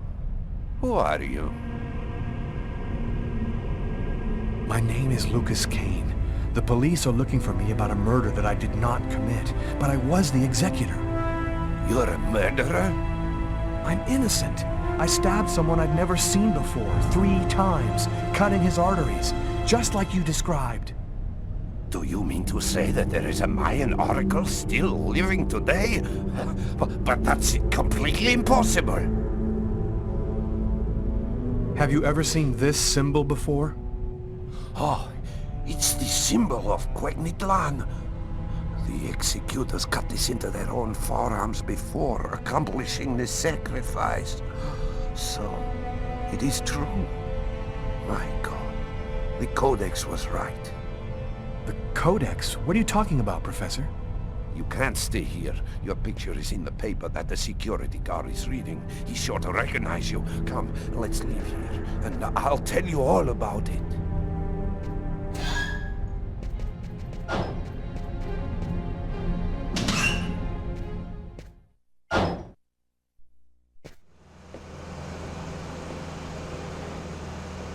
Thank you for your help, Professor.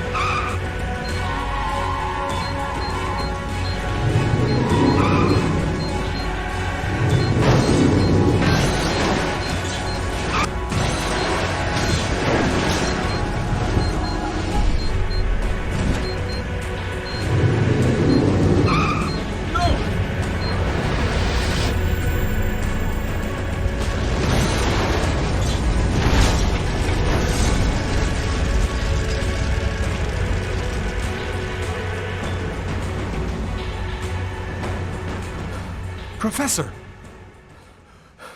The Codex speaks of the coming of a child, a prophet, the answer to all of life's questions. The Oracle kills to find the child.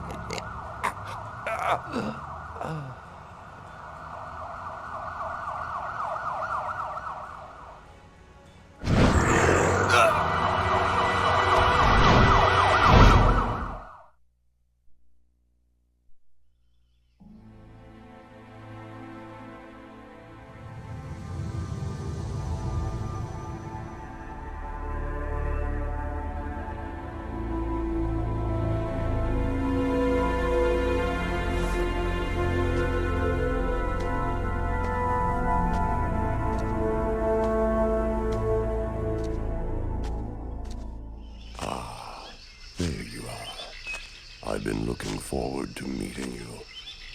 Few men are capable of resisting an oracle. What is there so different about you?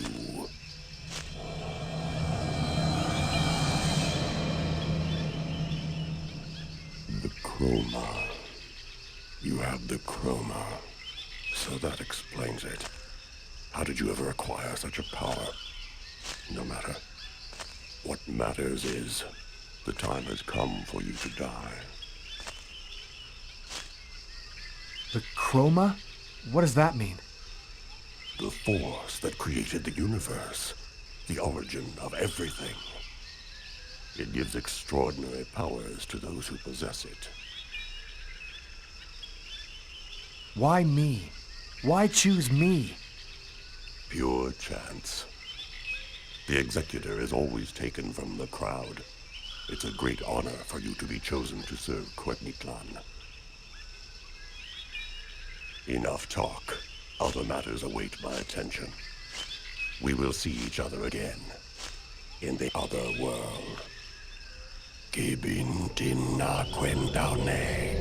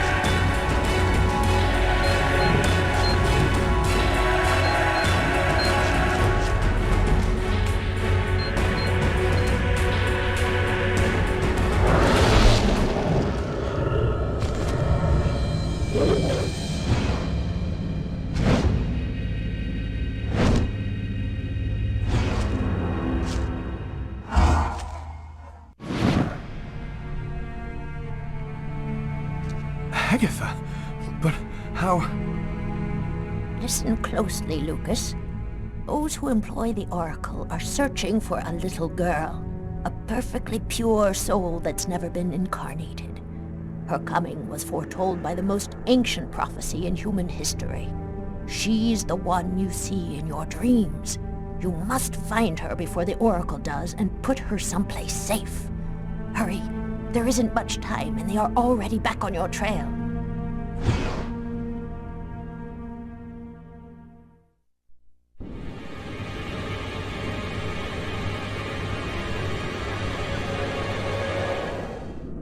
I must inform you that we are unhappy. Very unhappy. He has escaped you again. First in the museum lot. A big mistake, the museum lot. And then in the wave. What's worse, you showed yourself openly to him. And all for nothing. It's just... I was unaware of certain factors, my lords.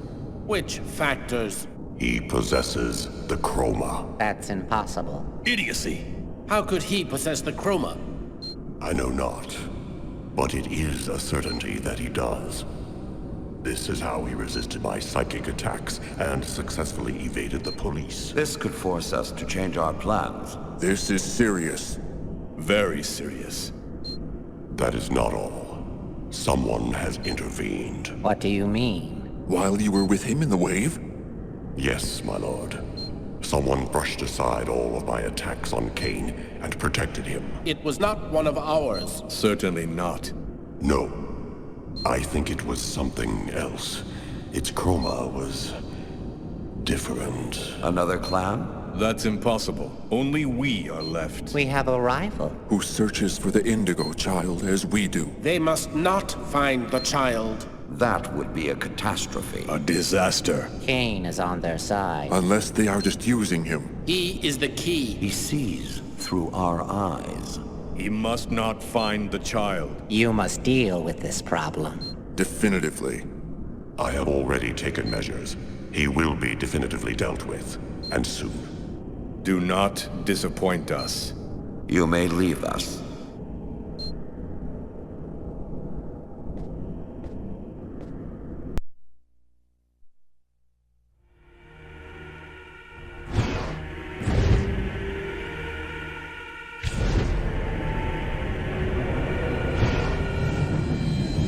Is in Marcus's church. There's not a moment to lose. I've got to warn him or he's dead. We should wait, Carla. Backup will be here any minute now.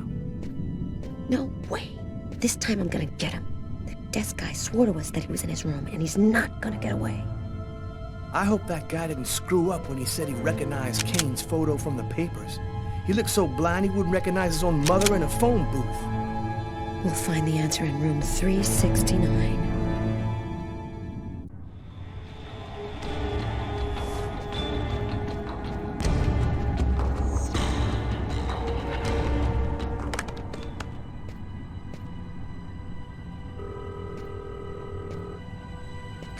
Marcus, pick up.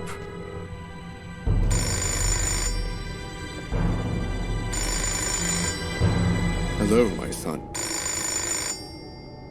I'll be with you in just a minute. I just need to answer the telephone.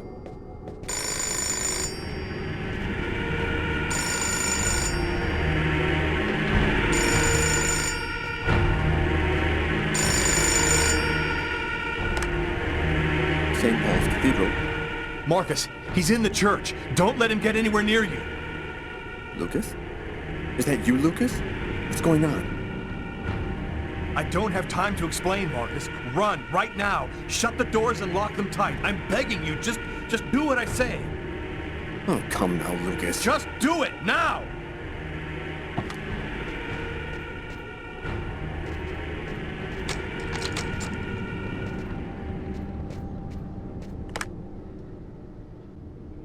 All right, I'm locked in. Now, can you explain what's going on? Call the police, and don't come out until they get there. Lucas? 369. Here it is.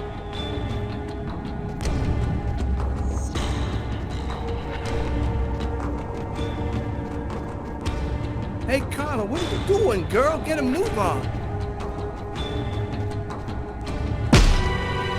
Nobody move!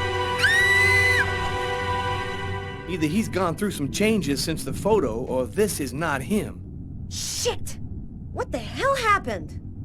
Calm down, girl. I think there's been a slight misunderstanding.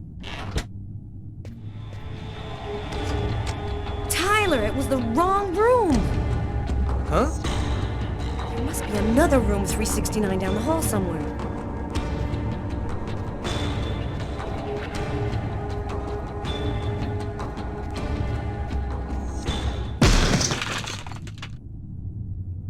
I think the bird has flown the coop. I'm gonna find him, Tyler. I promise you. Come on, let's go.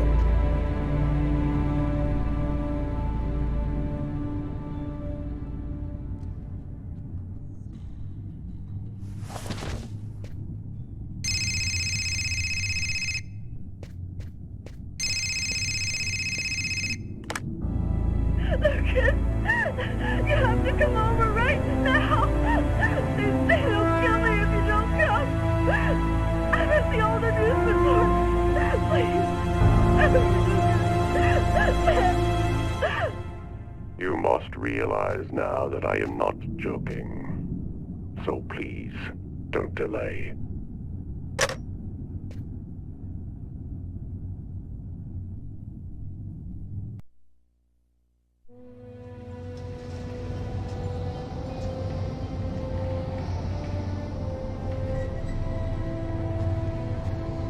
Moving towards my death. Everything that I've been through since the second I entered that diner, all of it was leading me to this moment. I was tired of fighting, running and hiding all the time. I was losing anyway. There was only one thing left to do. Try to save Tiffany's life. And after that, I decided not to fight my destiny anymore.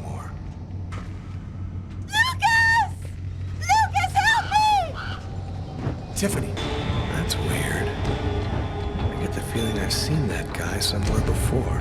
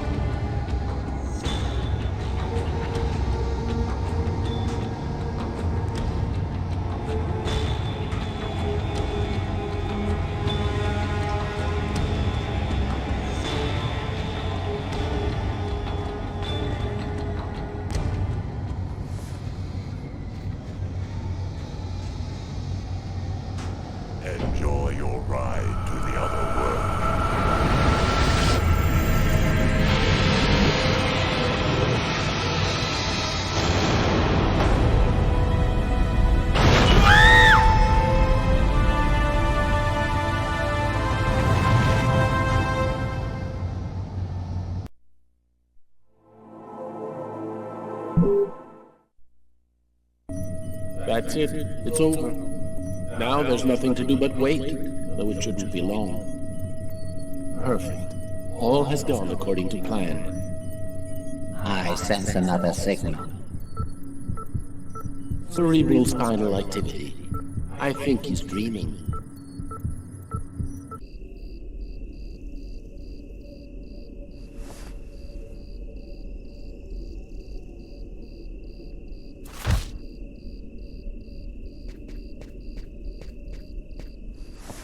Wake up, Marcus, it's time. Hurry up, we don't have much time. Are you sure you want to go, Lucas? It could be dangerous. We have to go in there ready for anything, Marcus, right? Maybe there'll be an alien spaceship inside, or the tomb of an ancient king and all of his treasure. Or a giant frozen dinosaur? And what if it's a secret weapon to take over the world? Come on, let's hurry. The hangar's gonna be well guarded. We better get going if we don't want Mom and Dad to catch us.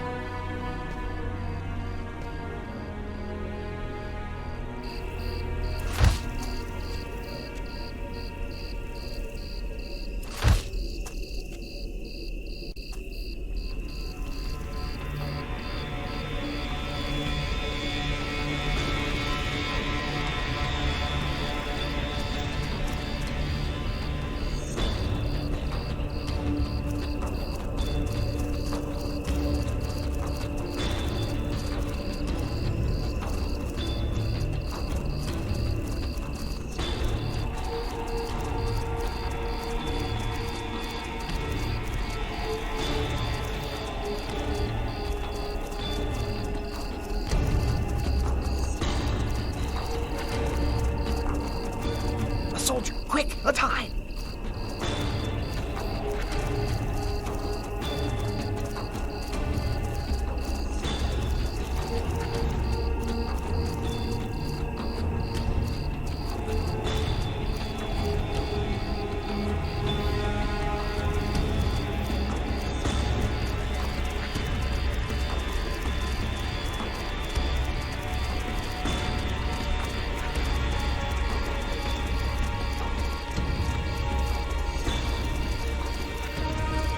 Can't go any further. That soldier's blocking the way. One of us should sneak around the back and find a way to avoid him.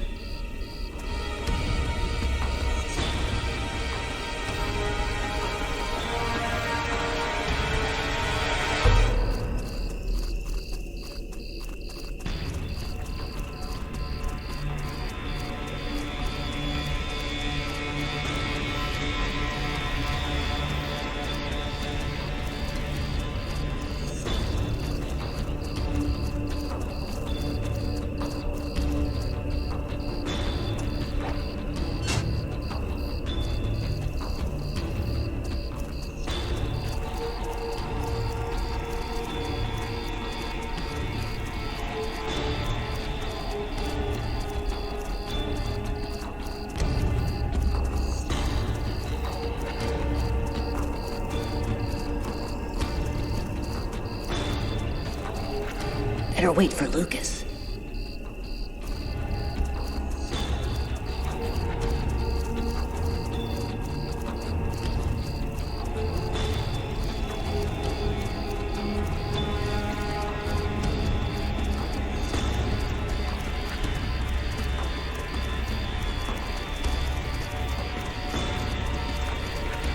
Now what? The only way to get to the hangar without being seen is to climb up the telephone pole and hang off of the cable. Impossible. That pole is right under the guard's nose. I know, but there's no other way. Listen, I'm gonna try to get him to look the other way. Meanwhile, you run and climb up the pole. I'll try to set it up so you have enough time. Okay, but how are you gonna get in? I'll meet you back at the house. You tell me everything when you get back. At least that way we'll know for sure whether there's a flying saucer in that hangar.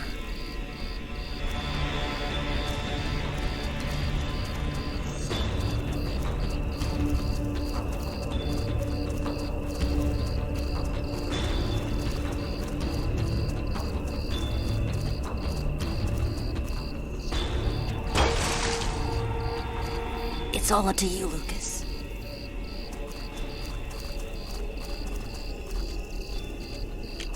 Hey, What do you think you're doing there? I'm looking for my cat, sir. He ran out of the house. He was on the garbage, but then he got away before I could grab him. You're one of the Kane boys, right?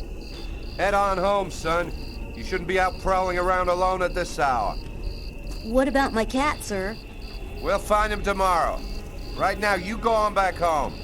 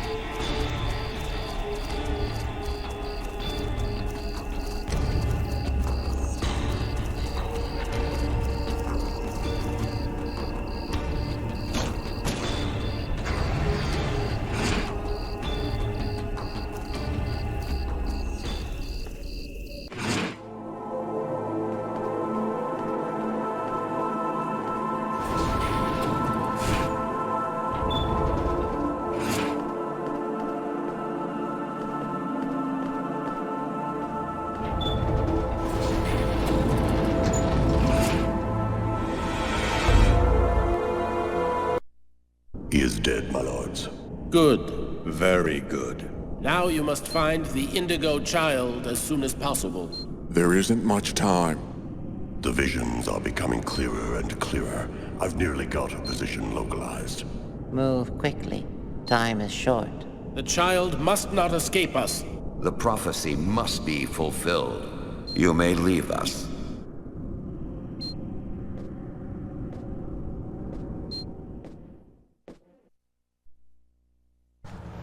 When I got the call, I didn't hesitate for 1 second. I came without telling anybody, not even Tyler. All I knew is that I was supposed to go to the grave of somebody who'd just been buried that morning. Tiffany Harper, Lucas Kane's ex-girlfriend.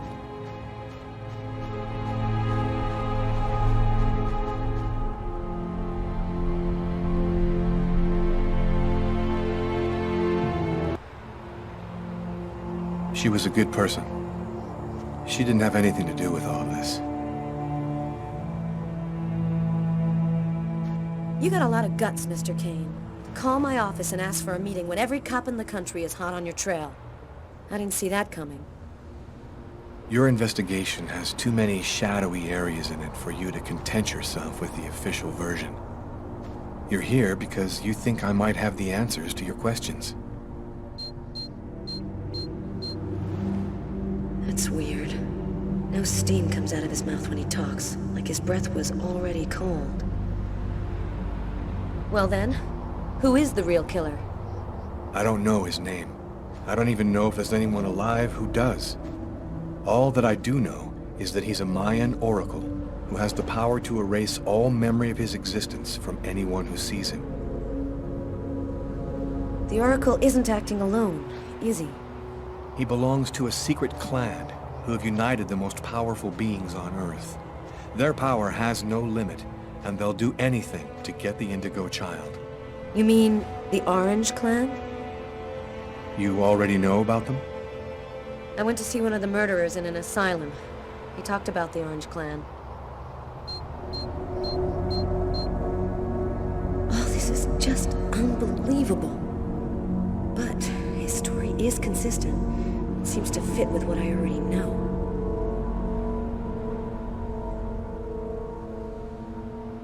And your apartment? When we came to arrest you, the walls were covered with ritualistic symbols and articles about the murder cut out of the paper. It was all arranged to make me the ideal suspect. The Oracle and the Orange Clan were behind all that. And you? What's your role in all of this? I was just a random victim of the Oracle, nothing more. There have been other similar murders, haven't there? The Oracle has been waiting for the Indigo Child for over 2,000 years. But he didn't know when or where she would arrive. So he had to do periodic sacrifices in order to find her as soon as she was born. What about all of these dead people around you, Lucas? What happened to Tiffany? And that old woman, Agatha? The Oracle wanted to eliminate me. I had become an inconvenience to him. He wanted to keep Agatha from talking, and he used Tiffany to draw me into a trap.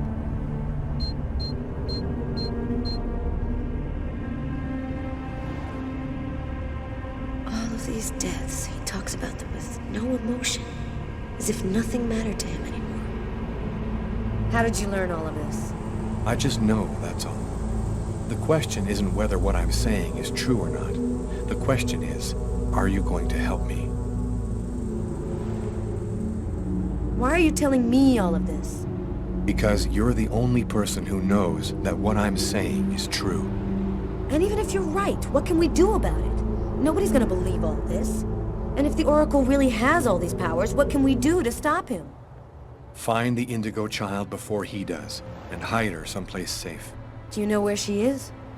Not yet, but I'll find her. I see through the eyes of the Oracle during his visions. If he sees her, I'll see her. This is just insane. I cannot believe I'm actually sitting here talking about saving the world with a fugitive wanted by every police department in the country.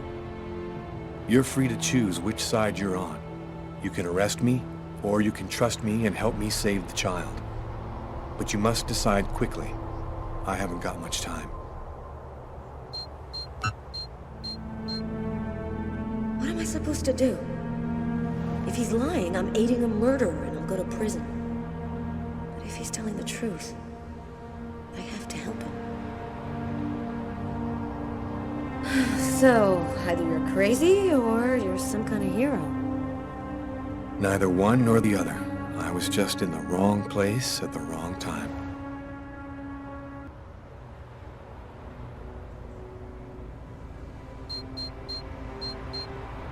His hand. It's as cold as ice.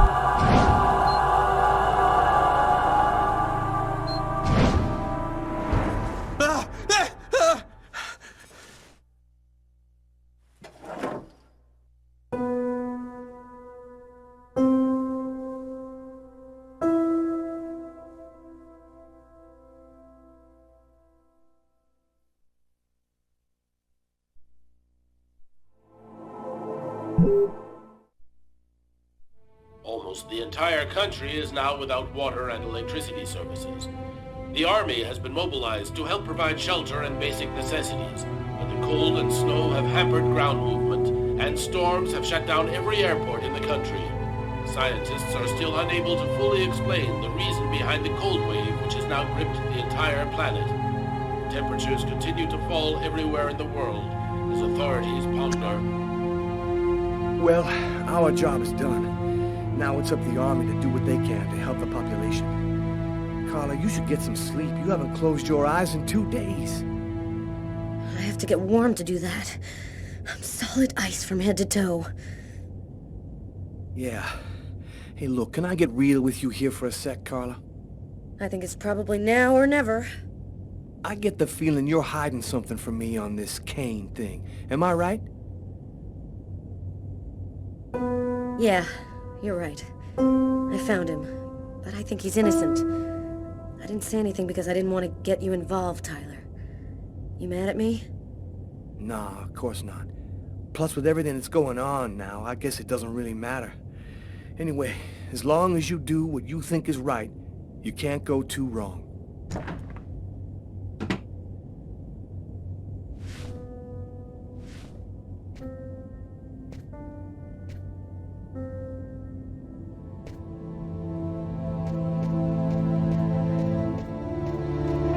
Sam, what are you doing here, babe? There's a train leaving in 1 hour for Florida. It'll probably be the last one for a long time. I'll be on it, Tyler. With or without you. If you really love me, quit the police and come with me. When this cold stops, we'll get on with our lives. Our new, normal lives. It's time to make a choice, Tyler. It took me a long time to figure out who I was and where I belong, Sam. But now I know. I know there are people who need help and who are counting on me. My place is here with them. I feel like I'm a part of something good here. I love you, Sam, but I can't give up who I am. I understand. I don't know what's gonna happen on this planet, but, I wish you luck, Tyler.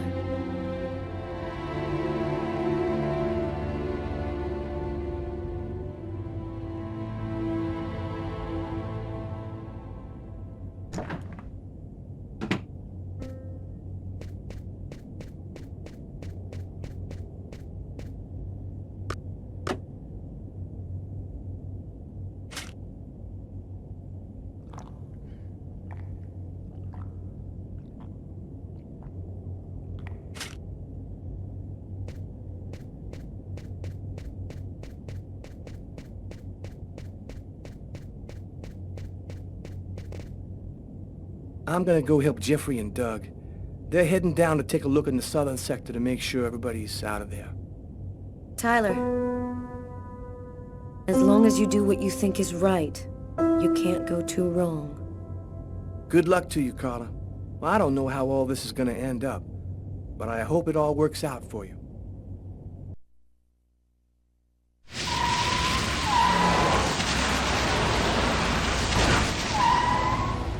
Here we are. Are you sure you know what you're doing?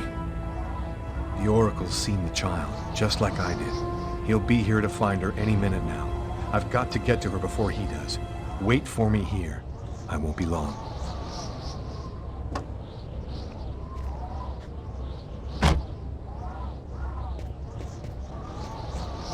There's no time to lose.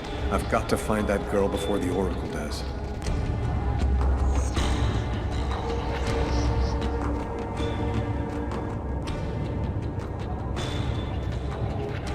Sir? Sir! You can't go in there! Got to do this quickly. The Oracle will be here any second.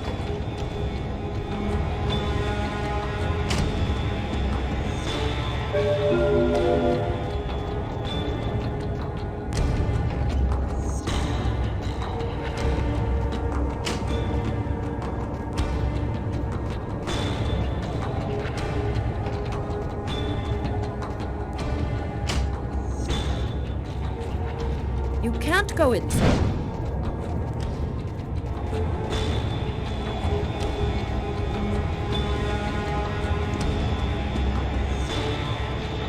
Her name is Jade. Parents unknown. Autistic. She's never spoken.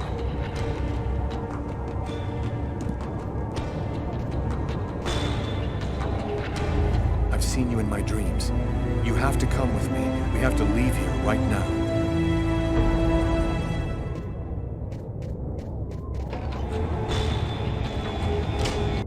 So, I see you're still alive. I don't know how you've managed it, but that's of no importance now. Give me the child, and I will grant you a rapid death. If you take her to the ones you serve, they'll use her to make slaves out of the entire human race. That's no concern of yours. You'll be dead before that comes to pass. Give me the child. I don't have time to play with you.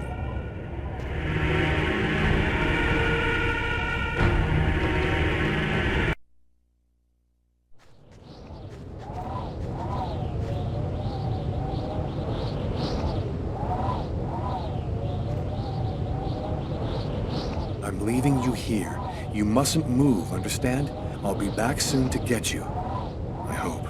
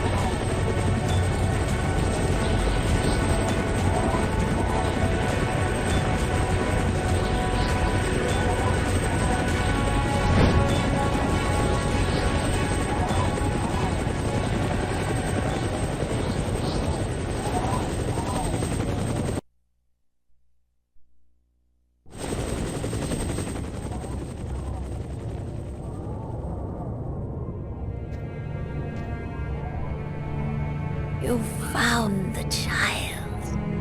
Agatha. Humanity's fate for the next 10,000 years depends on the fate of that child. A new golden age, peace and security, or the reign of ice, of terror and death. We were right to have chosen you. You're not really Agatha, are you? No, you're right. Poor Agatha died in her apartment. We've simply borrowed her physical appearance to allow us to communicate with you. You've been using me from the start, haven't you? You manipulated me so I'd find the girl for you. Manipulated isn't really the word. Let's say guided. We intervened to protect you because we knew you could lead us to her. What happened at the amusement park? I don't remember anything after the roller coaster collapsed. You didn't survive the fall. We found your body and we resuscitated you. The truth is that you are dead, Lucas. Why did you bring me back to life? Because of your connection with the Oracle, of course. You see through the mouths of the serpent at the same time he does. Only you could lead us to the child. It was vital that you bring us the Indigo Child, and you succeeded. Now we can put her in a safe place. You've accomplished your mission well. No, I don't trust you. Jade stays with me. You're committing a fatal error, Lucas. I'm going to have to eliminate you.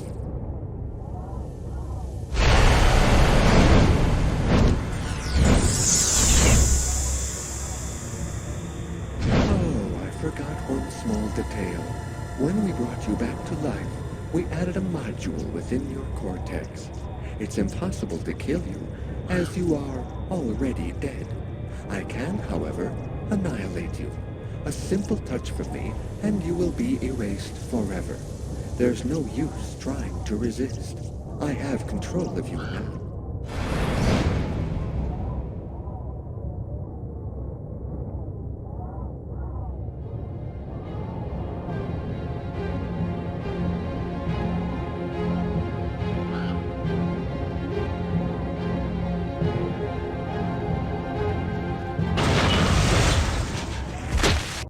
Get up, Lucas! Hurry!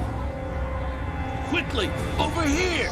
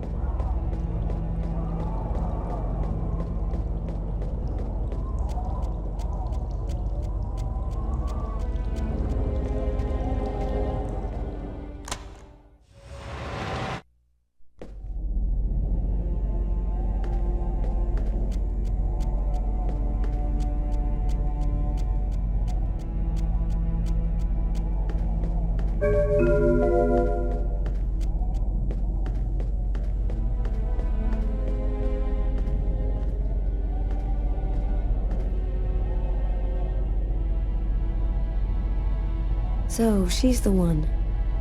This is the Indigo Child? Her name is Jade. She doesn't speak. I get the feeling that for the moment, she's observing us. Where are we?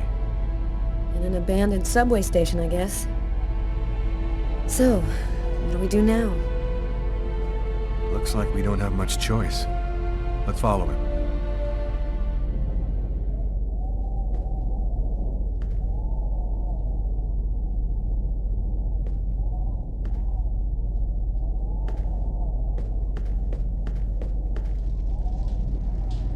Lucas, you're safe and sound. Marcus, how did you end up here? They came looking for me. They explained everything, Lucas. I know now that you weren't crazy. I hope that you can forgive me for doubting you. I couldn't possibly have known that you were really... What are you talking about? Our host will explain everything.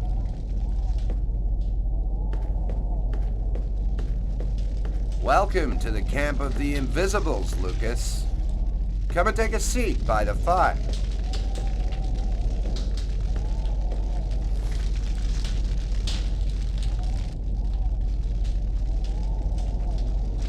You call yourself the Invisibles? Many of us are homeless. Though we're scattered throughout every city, no one ever notices us. This allows us to see without being seen, and pursue our mission without attracting attention.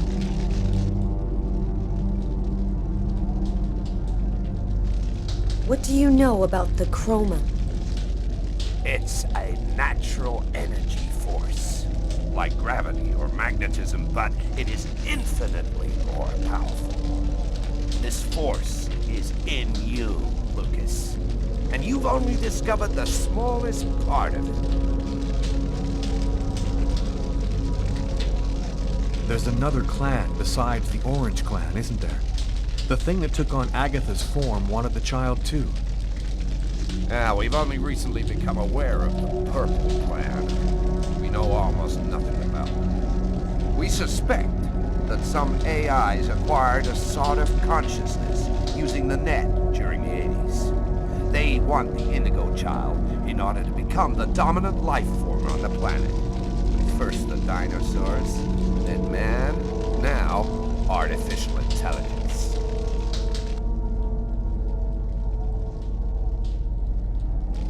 Why has the Oracle committed all those murders? The prophecy announced the coming of the Indigo Child, but didn't specify when or where she would be born. That's why the Oracle did the ritual sacrifices, in order to touch the wave and listen for the coming of the child. 7 murders every 7 years for nearly 2,000 years.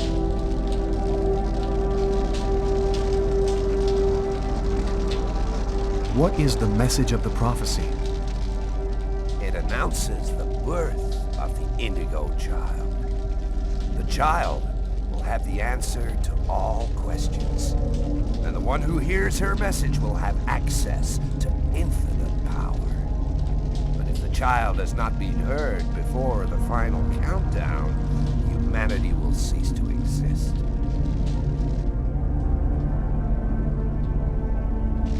Who is really behind the Orange Clan? Nobody knows for sure. It's said that there are 5 to control the world. Administration, police, army, finance, the media. They control everything. Over the centuries, the Orange Clan has built an empire that runs the entire world. So, what do we do now? We must bring the Indigo Child to a source of the chroma. That's where she'll deliver her message and complete the prophecy. Where do we find this chroma source? There are only 3 known to exist on the planet. The closest could be found on an old military base called Wichita. Wichita? That's where I was born. My parents were scientists. They were working for the government. And that explains many things. In the 50s, an artifact was discovered that was not of human origin. It turned out to be a chroma source. We must bring the Indigo Child there as quickly as possible, before she wastes away and dies without having delivered her message. When do we leave? In 2 hours. The time it'll take to finish preparations on your vehicle and to find you enough gasoline. It seems likely that the Orange and Purple clans will be waiting for you at Wichita. They will stop at nothing to prevent you from uniting the child with the artifact. We will take care of the child and give her a bit of chroma to help her hang on. There are some mattresses in the wagon back there. I suggest you get some rest before you have to leave. You have a long journey ahead of you. Tomorrow may well be the last day of the human race.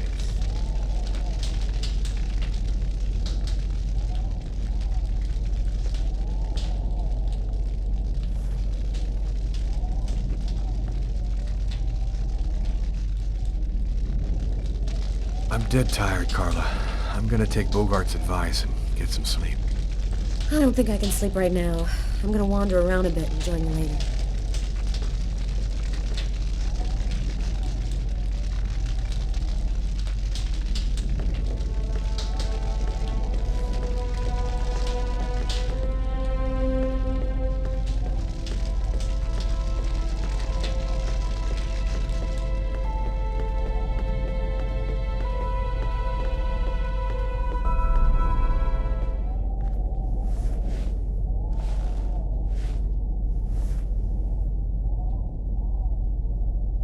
Still not asleep? No, I can't seem to relax. It's hard to believe that it's all going to end tomorrow, isn't it?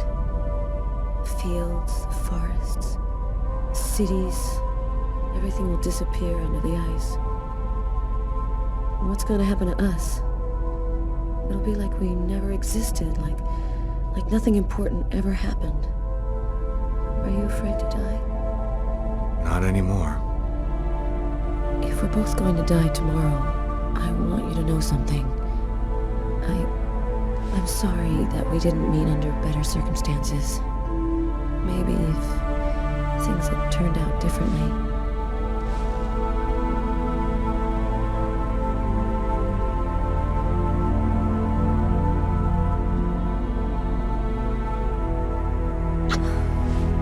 Frozen.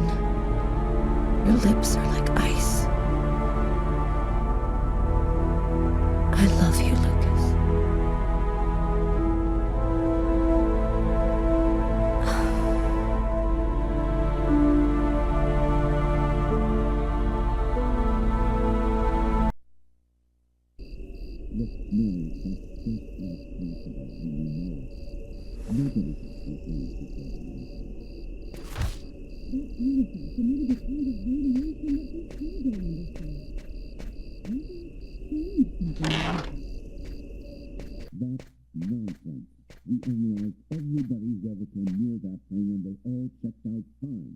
He knew the hangar was going to burn, John. I'm sure of it.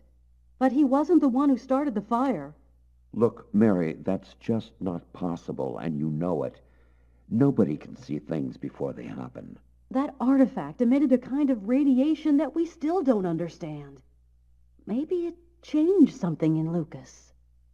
That's nonsense. We analyzed everybody who ever came near that thing, and they all checked out fine.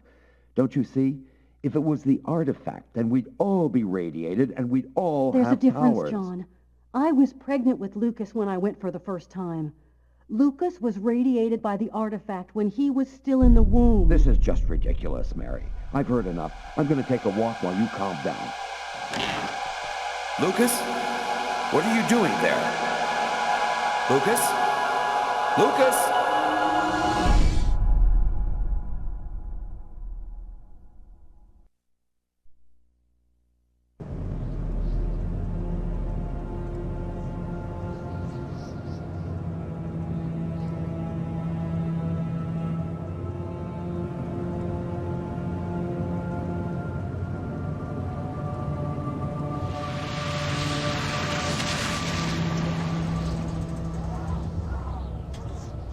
There's the hangar. The base seems abandoned. Looks like we got here before the Oracle and the Purple Clan. They're not far away. I sense their presence. Jade's lost consciousness. She's at the end of her rope. We don't have much time. Are you sure that you don't want me to come with you? I don't know what's going to happen, Carla. I don't want to risk your life for no reason. Be careful. I need you.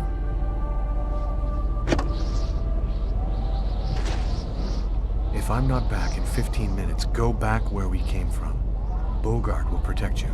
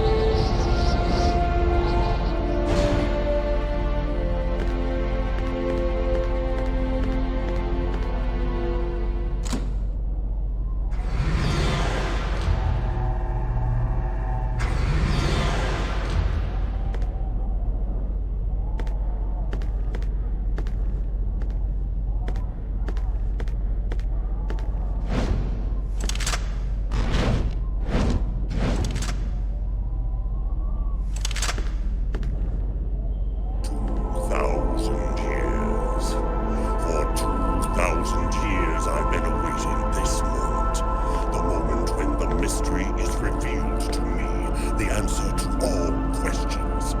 And it's you who brought me the Indigo Child. What an ironic destiny. The Orange Clan will make slaves of all humanity if they have the secret. What difference does that make? We already control the world, Lucas. The child will give us ultimate power. We will be the equal of the gods. I'll never give you the child. Your tiny role is finished. You can now disappear from the game. We thank you for all that you have done for us.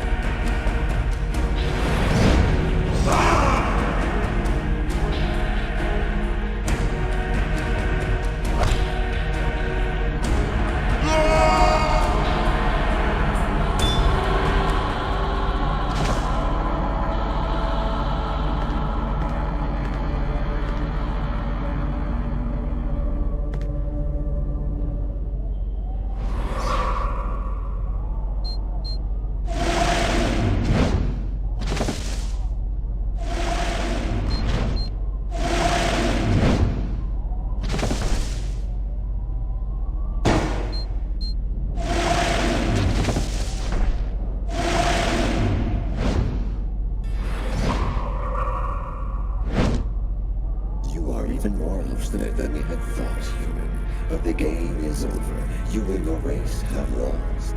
Your inferior species will disappear, like the dinosaurs before you. We, the artificial intelligences, will be the new dominant race on this planet. Thanks to the secret of the child, we will know all. We will be more powerful than gods.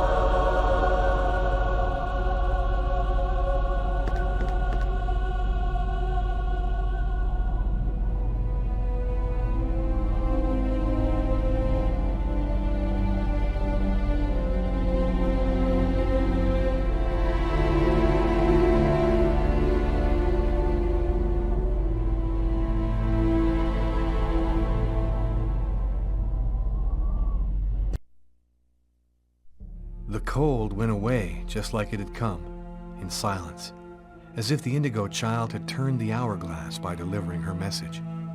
Everything was just as it was before. I guess that means the lesser evil. The Oracle and the Orange Clan went back to their places of power in the secret government of the world, and the Purple Clan went back to haunting us on the net. I should be happy, I guess. I've been living with Carla for 3 months. She's the best thing that's happened to me in a long time. Yesterday, she told me that she's pregnant. Must have been that night in Bogart's underground base. That means that our child was radiated by the chroma at Wishida, just like I was in my mother's womb. I don't know what's going to happen now. I'm the one and only keeper of the greatest secret in the universe. What should I do with all that power? Forget it? Put it in the service of humanity? I've never dreamt about being a god. I just want to live my life like anybody else with my wife and my child. I'm afraid that destiny might have another path in mind for me. What are you thinking about, Lucas? Oh, nothing. Nothing at all.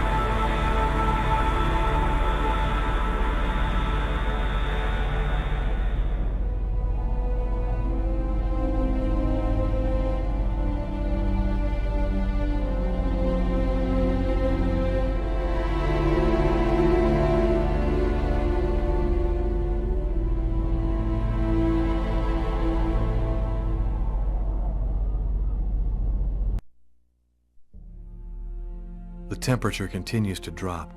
It doesn't seem like it's ever going to stop. 3/4 of humanity have already perished. The rest are chased night and day by the machines. We're forced to live underground like rats. The Purple Clan are the new masters of the planet. Now that they have the secret of the Indigo Child, nothing has the power to stop them. Carla and I have taken refuge with Bogart and the Invisibles. She's the best thing that's happened to me in a long time. Yesterday, she told me that she's pregnant. It must have been that night in Bogart's underground base. That means our child was radiated by the chroma at Wishida, just like I was in my mother's womb. The chroma has made me a sort of hero among the humans. We try to damage the AI machines as much as we can, although our chances of victory are obviously pretty small. Even if we could beat them, we'd still have to live underground because of the cold. In my dreams, I hear voices telling me that our child is the next Indigo Child, the savior of humanity. I try not to listen. For the time being, all I care about is protecting my wife and my child. What are you thinking about, Lucas? Oh, nothing. Nothing at all.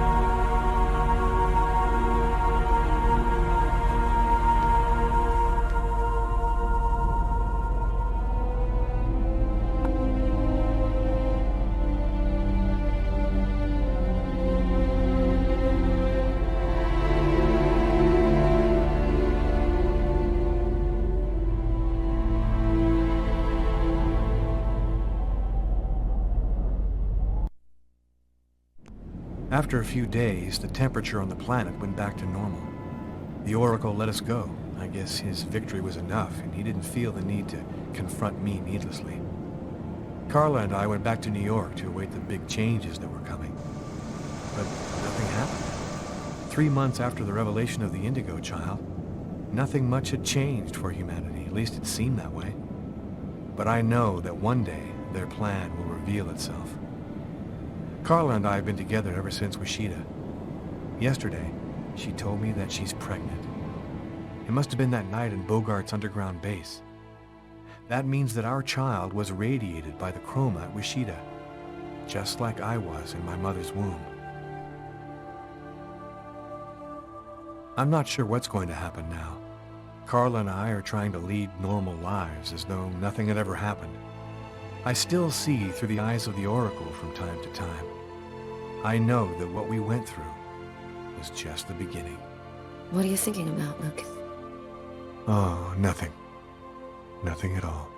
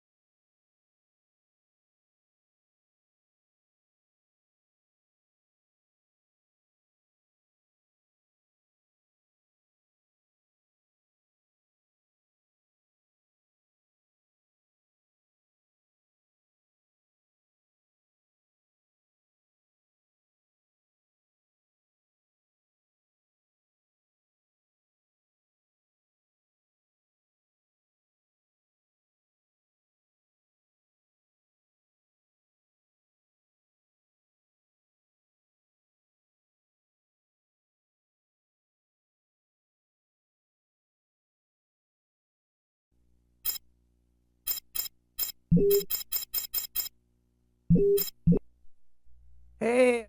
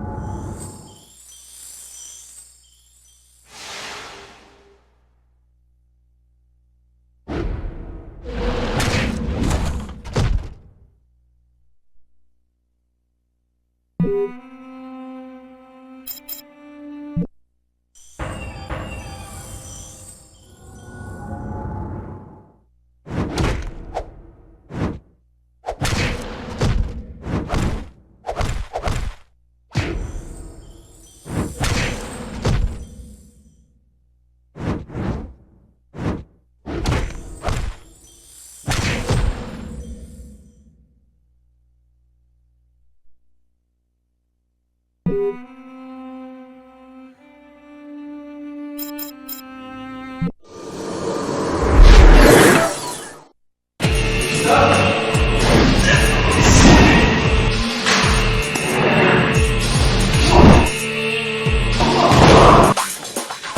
is in danger. I've got no other choice.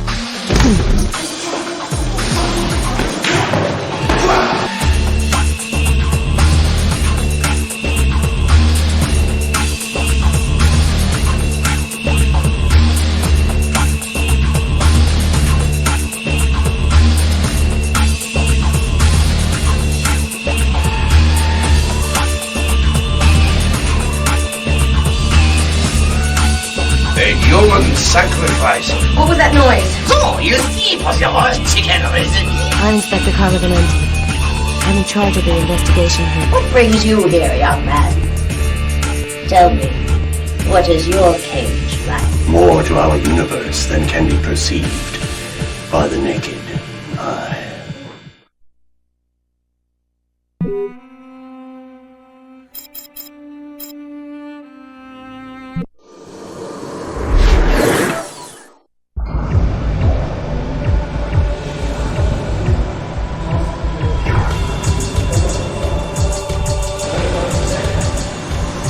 Moteur. En position. Et action.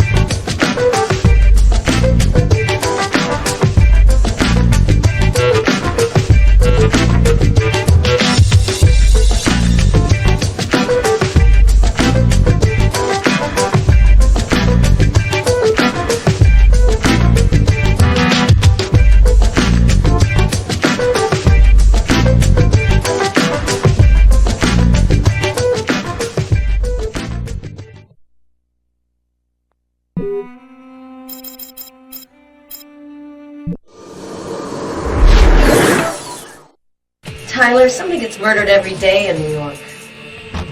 But especially when I'm on night duty. It's as if every psycho in the city has it in for me. If you want a bitch, do it inside. That way I don't have to freeze to death listening to it. Sergeant Mitchell? Yes? I'm Inspector Carla. Young lady, I haven't worked in investigations for a long time. I doubt that I can be much help. Because you can't locate the file, is that right? How'd you like to do some target practice with me? Sure.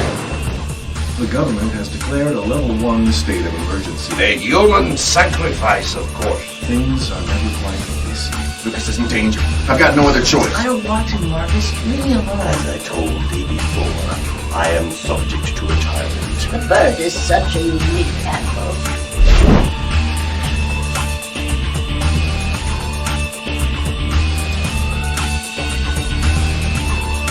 Kate? I'm Inspector Carla Valenti.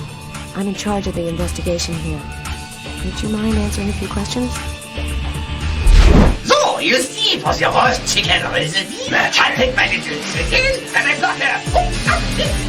Oh, you there? You've got a lot of guts, Mr. Kane. Right away. I'll teach you. All right.